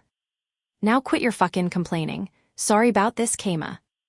Bye, uncle. Promise to come again, said Igni before leaving the room, using dungeon functions, of course. Fucking really sorry about this. Hey, what are friends for? Don't worry about it. There might come a day when I needed his help, and there was nothing bad about being on good terms with your neighbor. Especially a very old and very well-informed neighbor. Hey, Itetsu, you sure got hit by a lot of Igni's attacks back there. You sure you're all right? About that. The fire was one thing, but all the scratches and body blows were actually fucking rough. I had to suck it up to show a father's pride. He had been beaten down so hard, I actually got worried that he would be destroyed as a dungeon core. I thought those wounds were enough to kill you, but I guess not. I'm impressed. What kind of dad would let his daughter's tantrum kill I am? Listen, more than half the scars on my body are from Igni, all right. And the rest are from Redra. Being a dad sure sounds rough. Funny, it seems like Igni's always just rolling around in her room, and you're always flirting with Redra. And don't say it. Being a dad sure sounds rough. You know, how are you and Rokuko doing?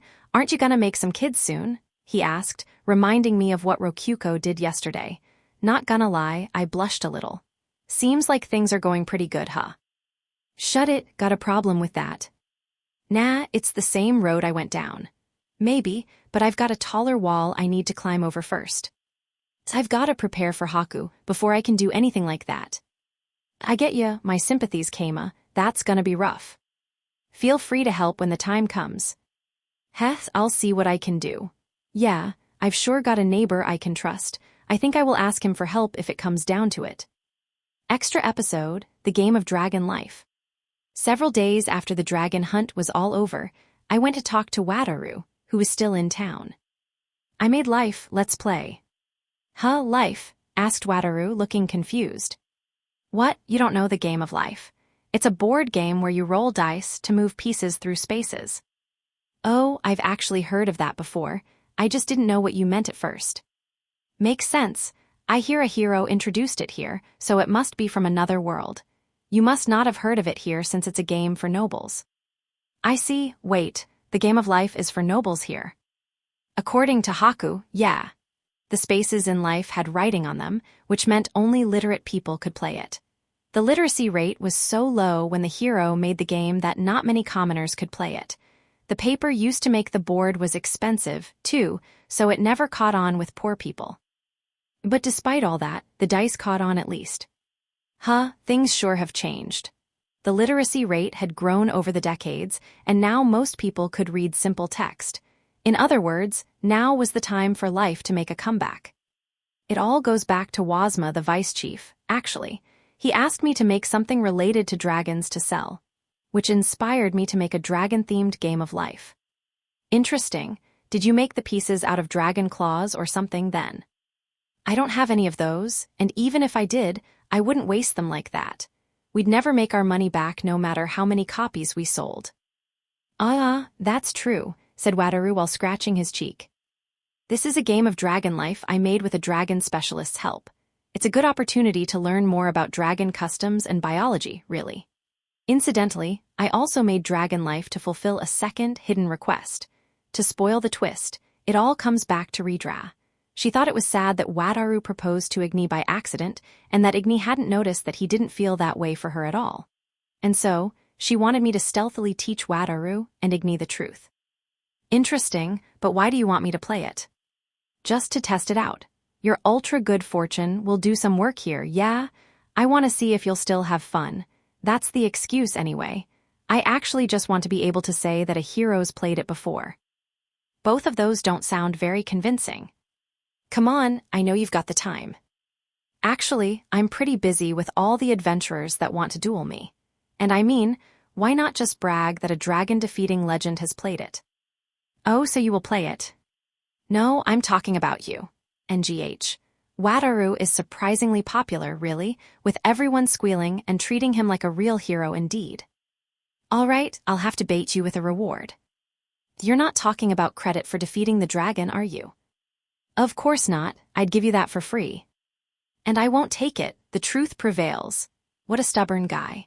Having no other choice, I named another reward, the one I had been planning to name from the start. I'll give you a food ticket for the dancing doll in that. We'll let you eat with Narine once. Very well, I'll play. I'll also give you the credit for beating the dragon. It's time to move on, Keima. I couldn't take the credit at this point even if I wanted to. I clicked my tongue and went to the parlor in the chief residence, picking up Niku along the way. You sure are late, Wataru, observed Rokyuko. There you are, I've been waiting. The parlor had both Rokyuko and someone else. Here, Wataru, let me introduce you. This is the daughter of the dragon specialist I've been going to. Her name's Igni. I'm Igni, nice to see you again, Wataru. Wait, aren't you? Yep, I knew you met Igni in human form before. She mentioned it to me. Wait, you have a daughter, Keima. What? I mean, aren't you the dragon specialist? No way, what gave you that idea? The dragon specialist is Redra the red dragon. Maybe specialist is the wrong word for someone who is what they're specializing in, but anyway, she helped with dragon life. I can promise it's accurate. I see you're not wearing your robe today. Indeed, today Igni was all dressed up and therefore not wearing any robes. She was clearly a lowly with a dragon tail growing out of her, which meant it was time for excuses. Igni's a dragonoot. Some of her ancestors were dragons. Yup, I'm related to dragons. Isn't that amazing? It wasn't a lie, either. Just like I had Japanese ancestors, Igni had dragon ancestors. Nobody said she didn't have a dragon parent. Also, it was fair to call her a dragonoot since her dad wasn't a dragon and all half-dragons were called dragonoots. A dragonoot. This is my first time seeing one. I didn't even know they existed in this world. Yep, so don't worry about her hands or tail suddenly getting bigger or scales suddenly growing out of her skin. She has pretty thick dragon blood in her. It causes a lot of problems. Ah, subconscious dragon morphing. I understand completely. Wataru bought it. Now I didn't need to worry about the unlikely situation of Igni's human morph coming undone, though it would be bad in a lot of ways for her to go full dragon mode here.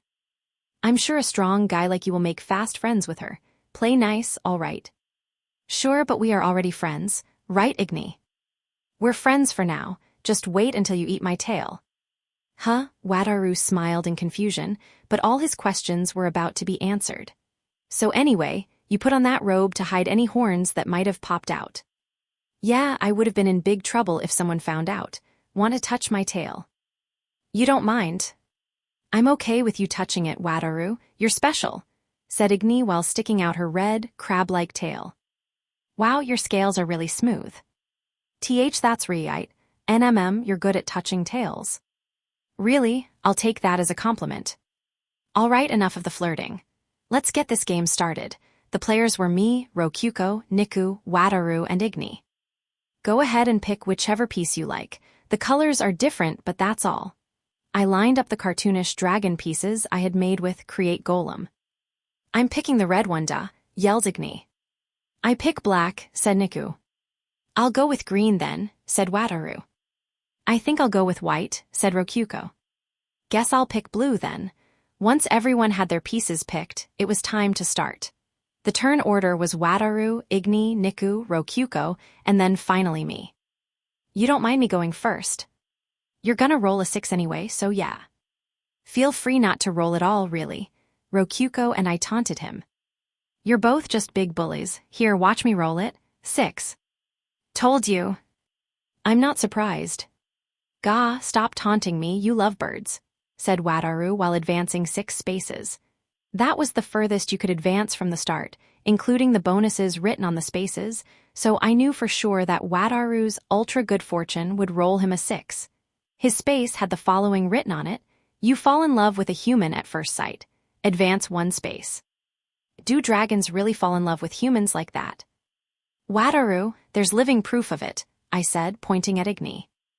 They do, they definitely do, confirmed the dragon who had in fact fallen in love at first sight. Right, dragonoots? They're proof that dragons and humans can have children. Incidentally, we were still in the younger years of the dragon's life, so the human would probably die before the dragon did. Pretty sure there's a space later on like that. Wataru advanced a space.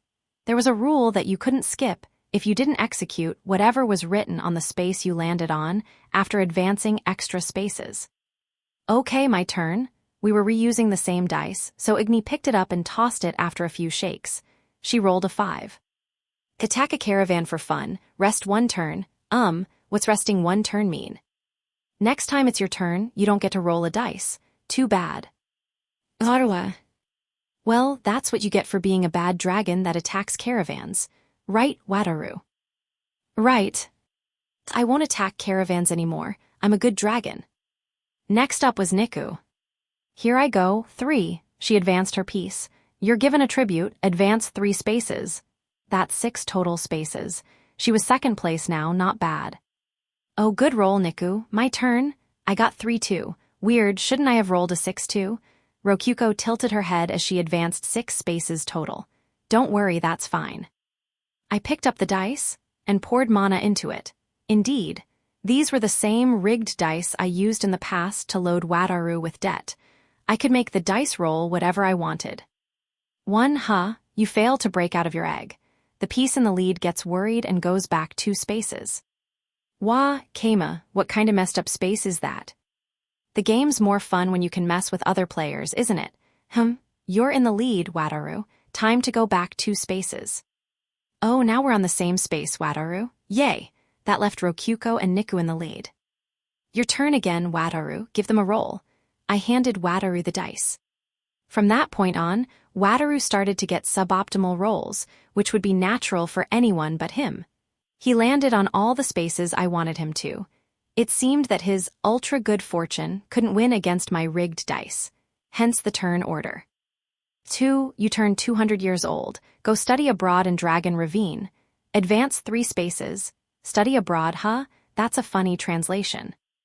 There are many dragons in the Dragon Ravine, so there's a lot to learn. What's so funny about it? I mean, what do they study there? Mostly how to fight. Also, how to morph into human form. You also get to meet the Dragon King. The current Dragon King is a young black dragon that's like 600 years old. But I hear he was an adult from the day he was born. Igni answered entirely as if she had been there herself. I made no comment on that. You sure know a lot about this, Igni. Yeah, I'm a specialist too. Incidentally, if Wataru noticed the significance of that, I plan to play dumb about the whole thing. 4. You return to your nest after decades away.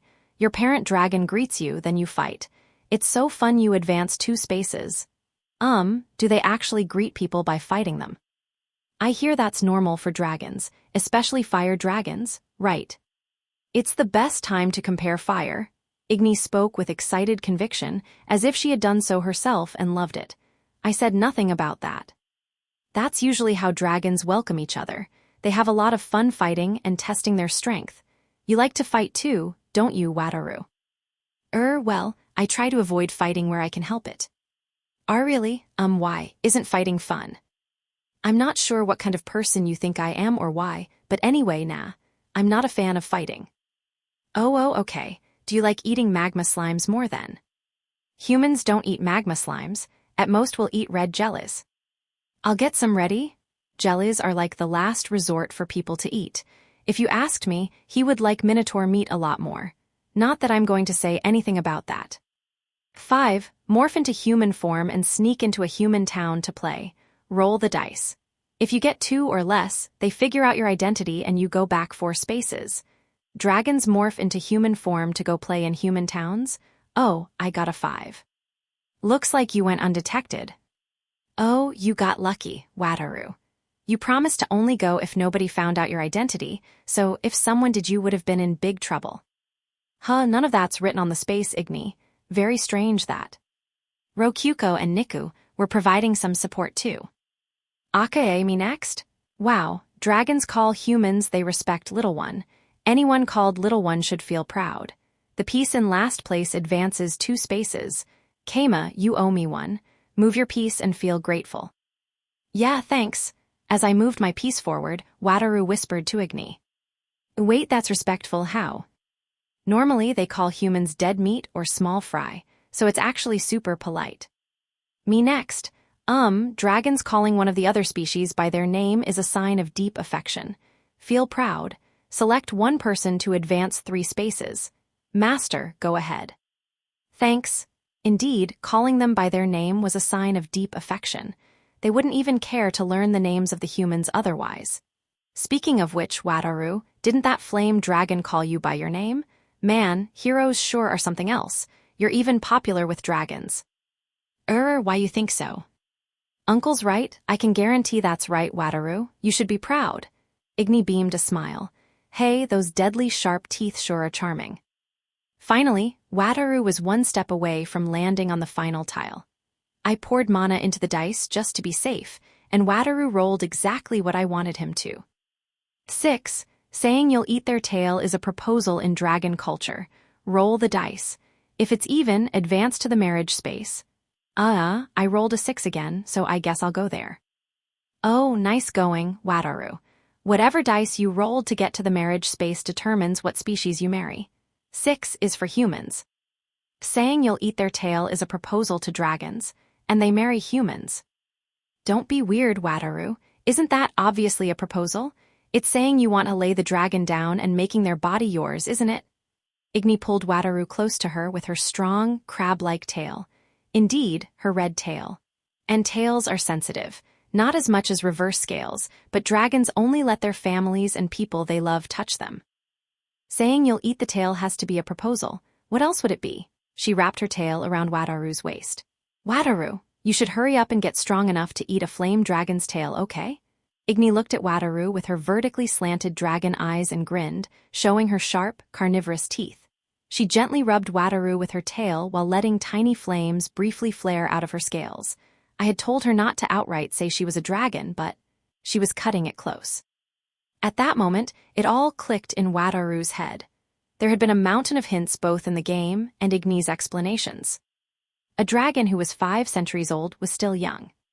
Dragons could morph into human form, and they snuck into human towns to play. They welcomed each other in a friendly way by fighting. Using names was a sign of deep affection.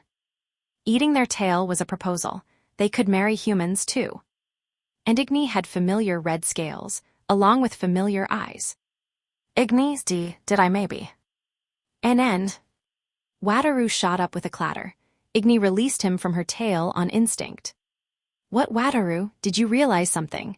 Igni asked with her eyes full of hope. Wataru looked at Igni and answered. Was that flame dragon in the mountain your ancestor? Wataru's answer was entirely unexpected, but perhaps this too was the guidance of his ultra-good fortune skill. After all, his answer was so surprising that Igni just froze instead of going on a rampage. Oh no, I just proposed to your ancestor, Igni. Oof, I didn't mean to do that at all, but... Wataru, sit down. Stop beating the dead horse already. But Kama. Just do it. Igni's mouth was flapping open and closed. What, mimicking a goldfish? Your scales add a lot to that. But really? I guess now she knows that Wataru didn't realize he had proposed to her, and then he did some extra damage by making her realize he didn't even connect her with the dragon at all. Well, Wataru, let's just keep playing. Let's all learn more about dragons and their culture, all right? Okay. And so, with Wataru having landed on all the spaces I wanted him to, I stopped messing with the dice. The end result was Wataru in first, Rokyuko in second, Niku in third, and me in fourth. Igni ended up in last place, behind me even though I had spent most of my turns messing with Wataru. Congrats, everyone. Today we are all dragon busters in board games. Hugh, I managed to win. I'd feel pretty bad as a hero if my ultra-good fortune couldn't do this much. Kama, you should have stalled him better. Hahaha, I mean, I did step on basically all the stalling tiles. So, Kuro, how'd you like it? Was it fun? Yes, though I'm sad I lost to Wataru. I glanced at Igni. NGH, I don't mind. I'm an adult lady that knows how to lose. She was trembling with tears in her eyes. It was impossible to say whether she was sad that she lost or sad that Wataru's proposal was a mistake. Maybe it was both. So, Kama, you're absolutely positive that everything in this game is correct. I made it with a specialist helping, so yeah, I'm sure. Indeed, everything in the game was undoubtedly true. It was put together with Redra the Red Dragon's help, after all. Unless she was lying to me, it was all true. Though to be fair, most of it was written with bias for the dragons to portray them as favorable. For example, if you were to take everything on it up front, then what we humans did could be described as launching an unjust surprise attack on a kind neighborhood dragon that didn't even harm those that came to kill it, then tying it up despite being warmly welcomed, and ultimately blackmailing it to forever leave its home. Man, not knowing culture sure is scary. Understanding each other is a lot harder than you think. The game was pretty much propaganda, but by selling these people would probably question whether or not I deserved legendary status, and in the process, I could improve Wataru's perception of the flame dragon. It was 2 birds with 1 stone. Let it be a secret between you and me that I high-fived Redra after making this and ended up with a dislocated shoulder. Whether or not my plan was successful could be answered easily by looking at Wataru's conflicted expression.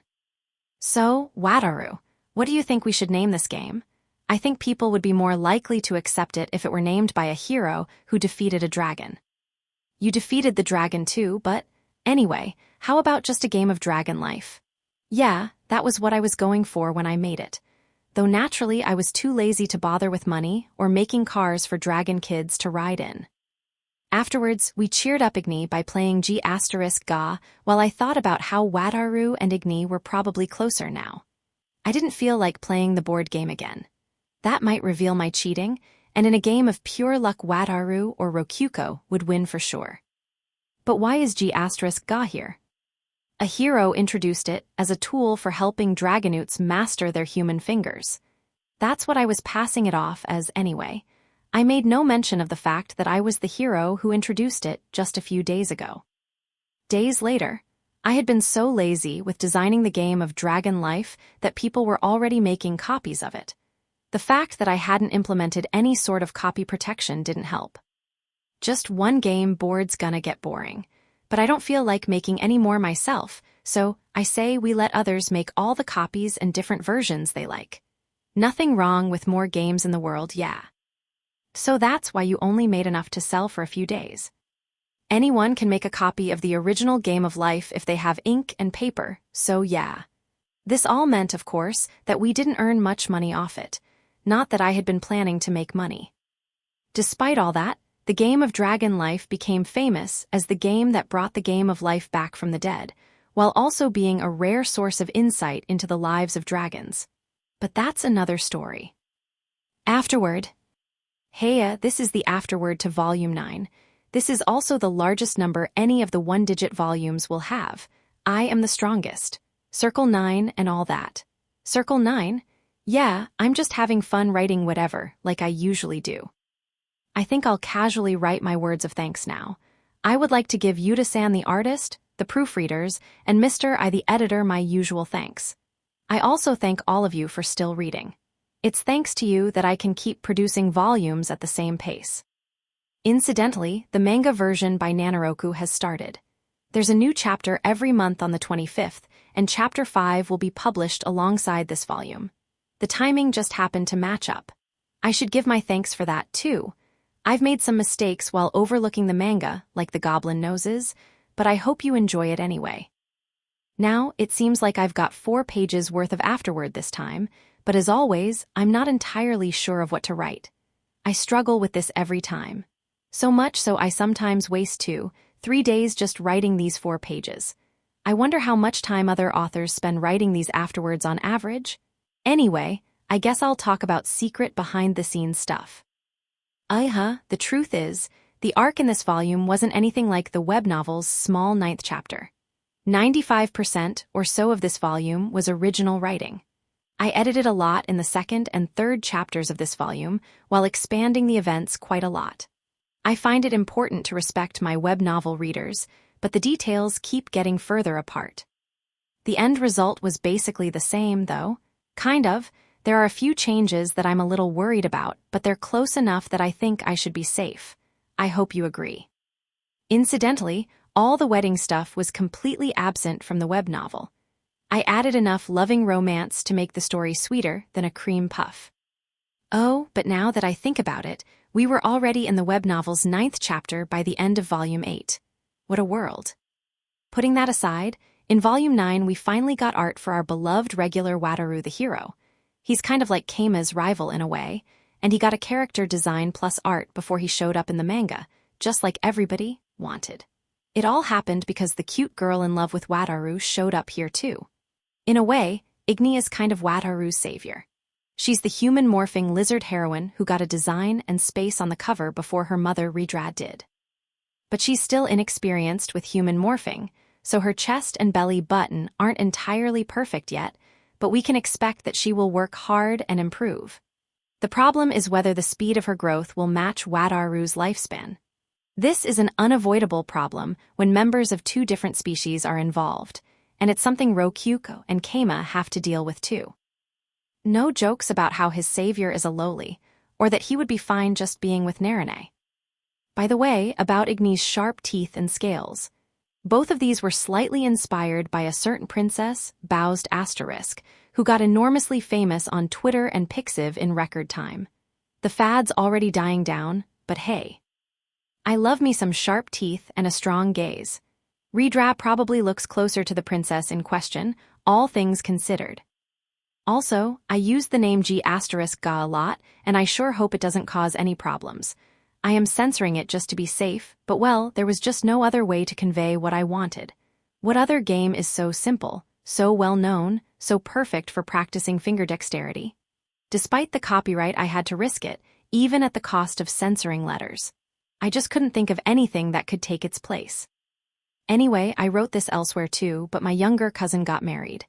It turns out that her husband reads LDM, which is that okay? Is he okay? I'm the writer for it, but still, I gotta ask. That's actually why I included a wedding in this volume, on top of it being a good place for it. Thank you and congratulations.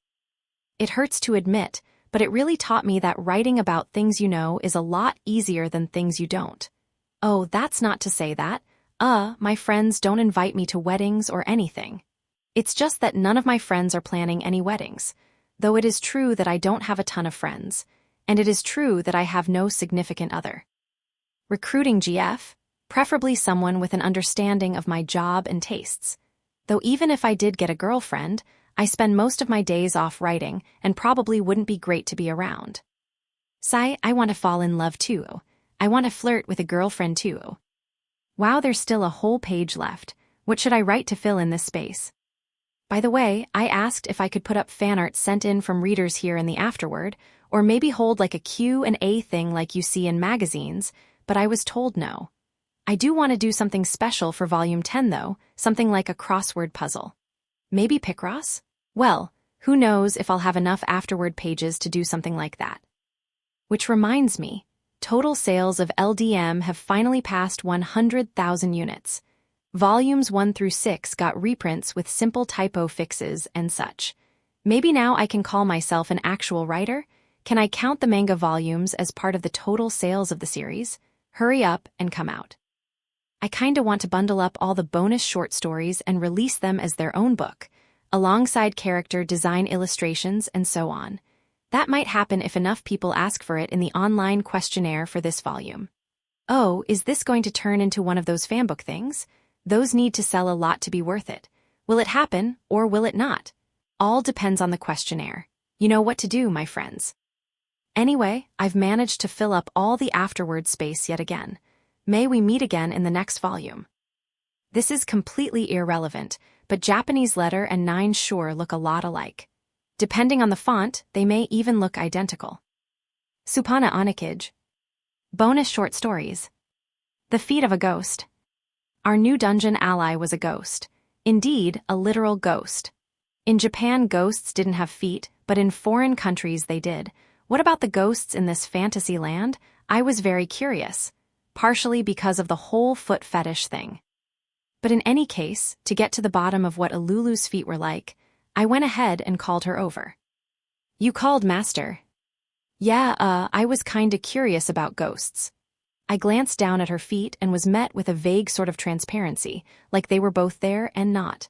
I dunno, I can't tell if I'm actually seeing them or not. Oh, Dakimakura business, I see. Don't worry, I emotionally prepared myself for this. Nah, that's not it. Oh, I'm at a loss then. I glanced at her feet. Are they there? Are they not? Which is it? I mean, it feels like they are, but I need to get a closer look. Suddenly, my agonizing was interrupted by her feet solidifying firmly in place. Are you curious about my feet? What? How could you tell? I mean, if you keep glancing like that, it's hard not to notice. I would rather you just look at them directly, she said before jumping into the air, sitting on nothingness above me and thrusting her feet in front of my face. They were still slightly transparent, but they all right. It's strange. Just 1 second ago, I could hardly even tell if they existed. I subconsciously put a hand on them and confirmed that they were solid enough to grab. Hiya, Yuum. I didn't expect that I could touch them. Her skin was soft and a little squishy. Her feet lacked any warmth, but they felt like any normal cold feet. Pretty silky smooth, I like it. Why you sure are touching them? That really tickles. You know, I thought I wasn't supposed to be able to touch you on my own. Well, it's like you can if I focus. In other words, she was focusing on her feet to let me touch them. So my hands would go right through if you weren't. Let's try it. It's kinda hard for me not to when you're staring at them so much. Oh, by focus you mean like being self-aware of your own body. It's like how you can say, try not to think about how you're manually breathing and force people to start manually breathing. Sorry, by the way. Yes, but if I focus on being more transparent, I can slide right through walls and the like. Oh yeah, she did stick her hands inside of people. So, in short, there were 3 stages to her transparency. She faded away when not self-conscious of her body, became physical when self-conscious, and ultimately could make herself non-solid again with extra focus. If that was all based on her ghost powers, then I could probably touch her even when she wasn't self-conscious by focusing on her enough myself, like how Igni and Rokuko had. Mastier. Hey, what's up, Ilulu? How long are you going to keep touching my feet? I mean, of course, they belong to you, and I don't mind you touching them for as long as you like, but the rubbing is really ticklish.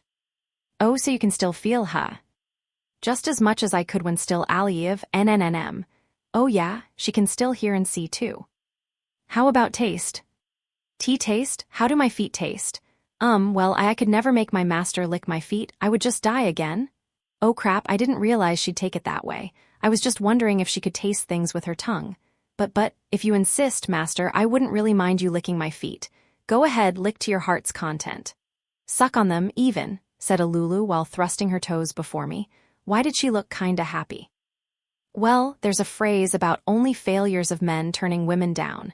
Nobody would judge me for licking them, right? I mean, she's asking me to herself. And she looks happy about it. What's wrong, master? If you don't want to lick them, I can leave. She brought me back to my senses. Well, I was actually asking if you still had your sense of taste, but... Sa Ilulu. FFFF forgive me, MASDER. Ilulu immediately prostrated before me, so fast her head dug into the ground a little. It was fair to say that I had never seen such a power prostration before in my life, and probably never would again. You've got a surprisingly sadistic side to you, huh? I'm sorry, my personality got kinda twisted because people called me surprisingly boring for an elf for my whole life.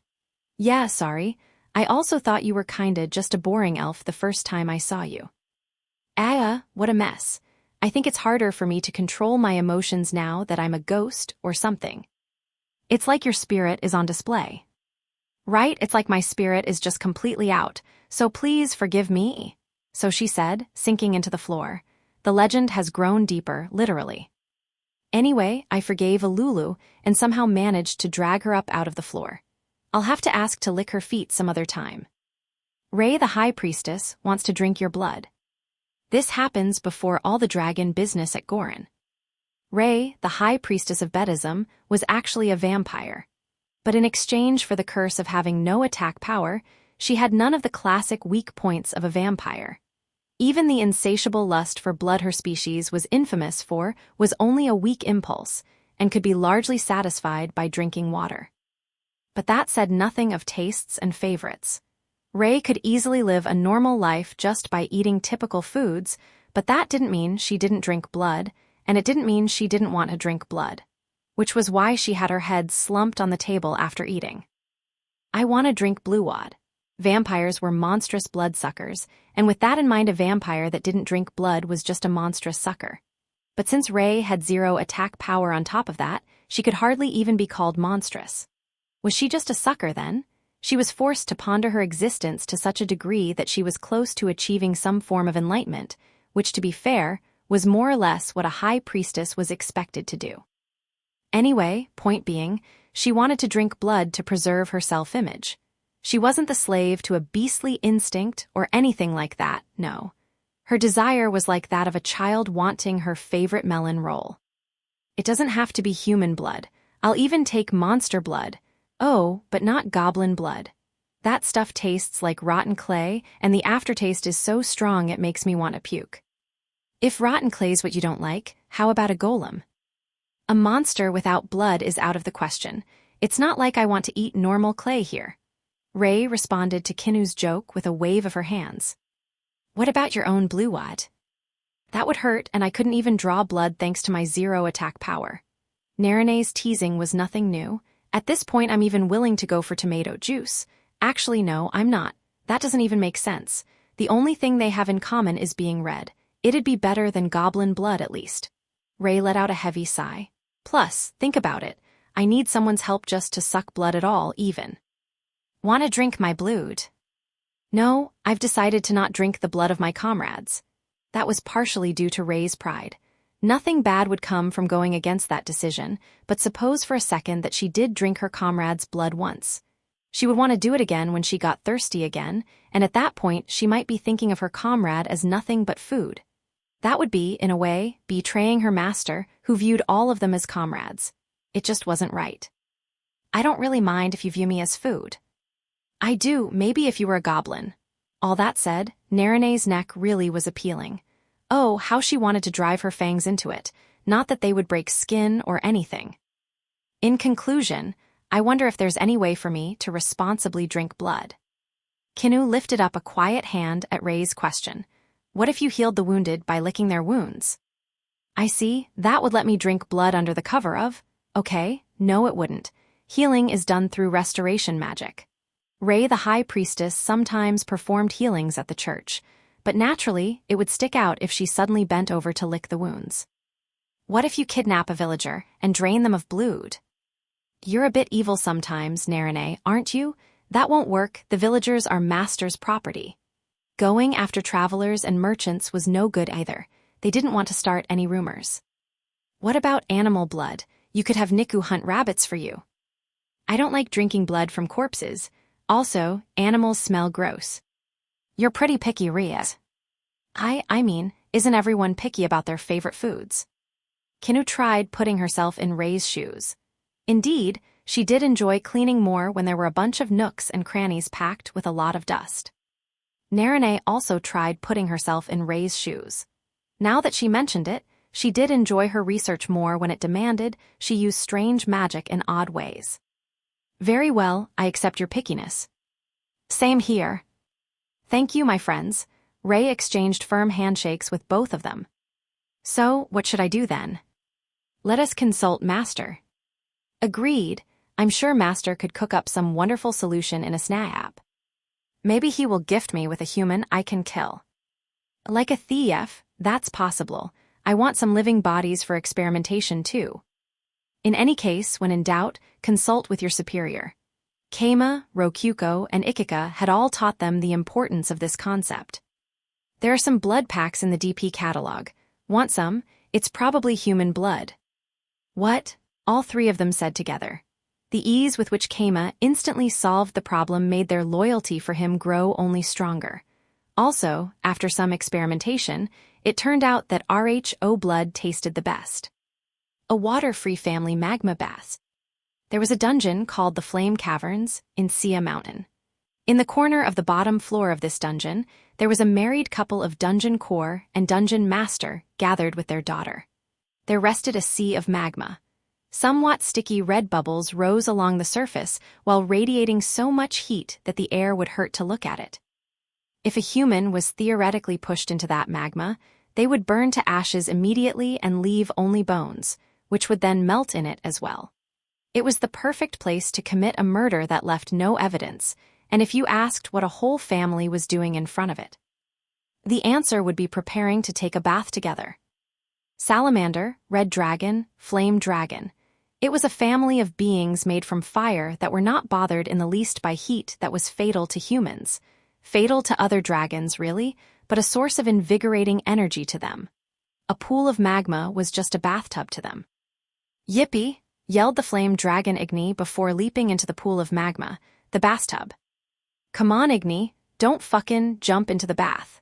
Itetsu the salamander chastised Igni, who was excited to be bathing with her family again after so long. Wohoo! Ridra, in her enormous red dragon form, ran past Itetsu and leapt in after her daughter. Seriously, what are you doing, Ridra? Relax, Itetsu, you jump in too. Here, I'll even catch you. Ridra outstretched her arms to welcome Itetsu in. Don't just show your fucking belly like that. Itetsu, embarrassed by Ridra's bold act of displaying her stomach, looked away. They were the only ones there, though, and no dragon would be peering at it with lewd intent. What's the problem? You and I are partners, married. Our daughter's right there. What if she copies you somewhere else? Ahaha, even I would only do that with someone special. Dad, are you embarrassed? What of it? She's my wife. I get to be embarrassed if I want to. Now you're just embarrassing me? Itetsu's reaction to his daughter's teasing was actually touching, which made Ridra flop her tail with embarrassment. Lava was sent flying everywhere. Ultimately, Itetsu politely stepped into the magma, rather than jumping into it. Wee-yo. You're like an old man, Dad. No, I'm not. Itetsu got a little depressed from his daughter's comment. He sunk down to his head and let out a sigh. I've just been busy lately 'cause of all the invaders. Thanks to a certain fucking someone. You're welcome. I'm not fucking happy about it. You know we can do just fine without invaders, yeah. But what's the big deal? It lets you do your job, and I'm the one beating them up anyway. Wait, are you even doing any work at all, Dad? I am. I've got to place chests and monsters to guide him around. You know how fucking hard it is to not accidentally kill him. Well, I'm still the one doing the most work, right, Mom? Well, yeah, they're all here for you after all. Itetsu grunted and stuck his face into the magma, blowing bubbles beneath it. Do want poo what? Ahaha, you're so cute, Itetsu. I'm not fucking pouting. Ridra swam over to where Itetsu was and patted his head with hearty smacks. Igni thought to herself that only Mom would call her crusty old dad cute. Hey, Mom, I've been wondering this for a bit, but why are you calling Dad Itetsu? And where did that name even come from? What? I never said. Well, you know Keima from next door, right? Turns out, humans can't say 112 in their puny language, so he came up with Itetsu. Apparently it means the same thing in his language or something. Fancy, huh? Yeah, it's the language he knew back in the world he's from or something. PFFF. So, me and Rokyuko. That's our neighbor, Keima's wife. We have tea parties and I gotta transform into a human for them, right? Well, it's easier to call him Itetsu when I'm in human form, so it kinda just stuck with me, and here we are. I like Bane, called 112 more, you know. Geez, I call you that when we're alone, don't I? Like last night when. Gah, why you idiot, what are you trying to say in front of our daughter? Igni didn't get why Itetsu was panicking, but she did think that it was nice for a husband and wife to be on good terms with each other. Also, that they sure flirted with each other a lot. Anyway, what's a tea party? It sure sounds fun. I want to go to one too. Yeah, then you'll have to master your human form before our next one. It's hard to hold the cup with dragon hands. Okay, and I'm already mastering it with the blocks that Uncle Keima gave me. Igni snorted out fire breath. The temperature of the magma heated up a bit. Rokyuko reminded me of this, but did I ever tell you how to have kids, Igni? You said you would when I laid my first egg, right? I still haven't. Oh, all right, no worries then. Itetsu kept quietly bubbling the magma, unable to keep up with the conversation. The Silkies. So busy. Hey, there's one of the Silkies. They sure are running all over the place. Gorin was filled with people due to the dragon. There was plenty of work to be done, and it was a daily sight to see the green-haired, green-clothed little girls that called themselves the Silkies running around, hard at work. Ah, so much work to do, so busy, so busy. Hey, there's another busy day for them, it looks like. One of the Silkies ran by carrying a mountain of laundry. Did some think that she was busy precisely because she was washing by hand instead of using purification? Yes. Akale, here is your delivery. Right, thanks, Hannah. P.O. My bad, thanks, P.O. The Silkies were even doing deliveries, particularly to food stands. They were all busy, but they would always joyously accept any work offered to them, but only work within the town. To be honest, the Silkies were all such devoted workers that they even sometimes fought over who would get new jobs. Hold on, Nicole, you took my cleaning job, didn't you? No, Hannah, I'm P.O., it's me. Wait, really? I must have mixed you two up. Maybe you did it yourself and you just forget. That's possible, isn't it? It's possible. On a whim, she asked the villager who had just been given a delivery which of them had brought it to him. He says P.O. did. That was just Nicole lying. Also, I think she did the cleaning herself. The Silkies were struggling to tell even themselves apart. But Gorin was a town filled with male adventurers, and they loved the flair provided by cute little girls running all over the place. It was a nice, simple feeling. But then it happened, on one such day. I'll go help with the farming. Bye, Nicole, I'll go serve tables. Hannah, good luck with your work here. You too, P.O., I've got to go work over there. The three of them gathered, then dispersed immediately. They truly were hard workers. Wasn't there four of them just now? In a stroke of bad luck, one of the villagers finally noticed. Hey. What's up? The Silkies is a group of three, right? Yeah, three, there's Hannah, Nicole, and P.O. What of it? Feels like I just saw four of them together. You must have miscounted, they all look the same. Yeah, maybe. Or maybe they actually were Silkies and could duplicate using their house fairy powers. Well, anyway, no matter who they are, they're girls from Keima's place, so. Oh yeah, Keima's involved with them. They're so normal most of the time I forgot about that. When odd things happened in Gorin, they usually could be traced back to town chief Keima. Everyone living in town was familiar with that by now and accepted it. However, the adventurer still decided to ask about it. He went to Keima and asked how many Silkies there were. In a normal town, he would just get a confused shake of the head, but Keima looked up a bit before replying. Well, I hired their relatives to help out for a bit, so there's actually more than 3 of them now. Wait, those triplets have more family. Triplets? Nah, I'm pretty sure they're sextuplets. Wah, a shocking truth had been uncovered. That's how they're doing so many jobs.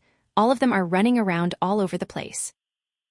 Well, I guess with that many siblings they've all gotta work to keep the family fed. Sextuplets meant a family of 8 at the very least. That would cost 4 times as much to feed as a normal couple of 2. The Silkies sure are working hard. I can feel the comfalove. Right. Incidentally, comfalove was the best term for heartwarming love.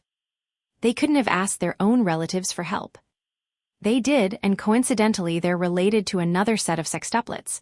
That also look like them. In one fell swoop, the triplets turned to 12lets. I don't know the exact numbers, but that should be about right. Sure sounds complicated. Pretty much, but we've got to hire more since we're so busy. Hiring relatives is safe and reliable. That said, I'm letting Kinu handle all this, and I don't know the exact number. All I know for sure is that there's at least 6 of them working here. At least 6. That would explain why they could be seen all over the place. 6 little girls in town, all looking exactly the same. Well, it's fine, they're all cute. The villager decided not to think about it. Town chief, if there's so many of them, mind if I marry one? It's not gonna happen. Keima shot down the villager's absent-minded request. At least let me dream. If you want to dream, do it in your bed. You've got a point, Oyasumanasai. The villager was a faithful bedist, so he decided to just get in bed and live out his dream as a dream. Though even in his dream, they all turned him down, saying, I don't really want to be with someone who would be fine with any of us.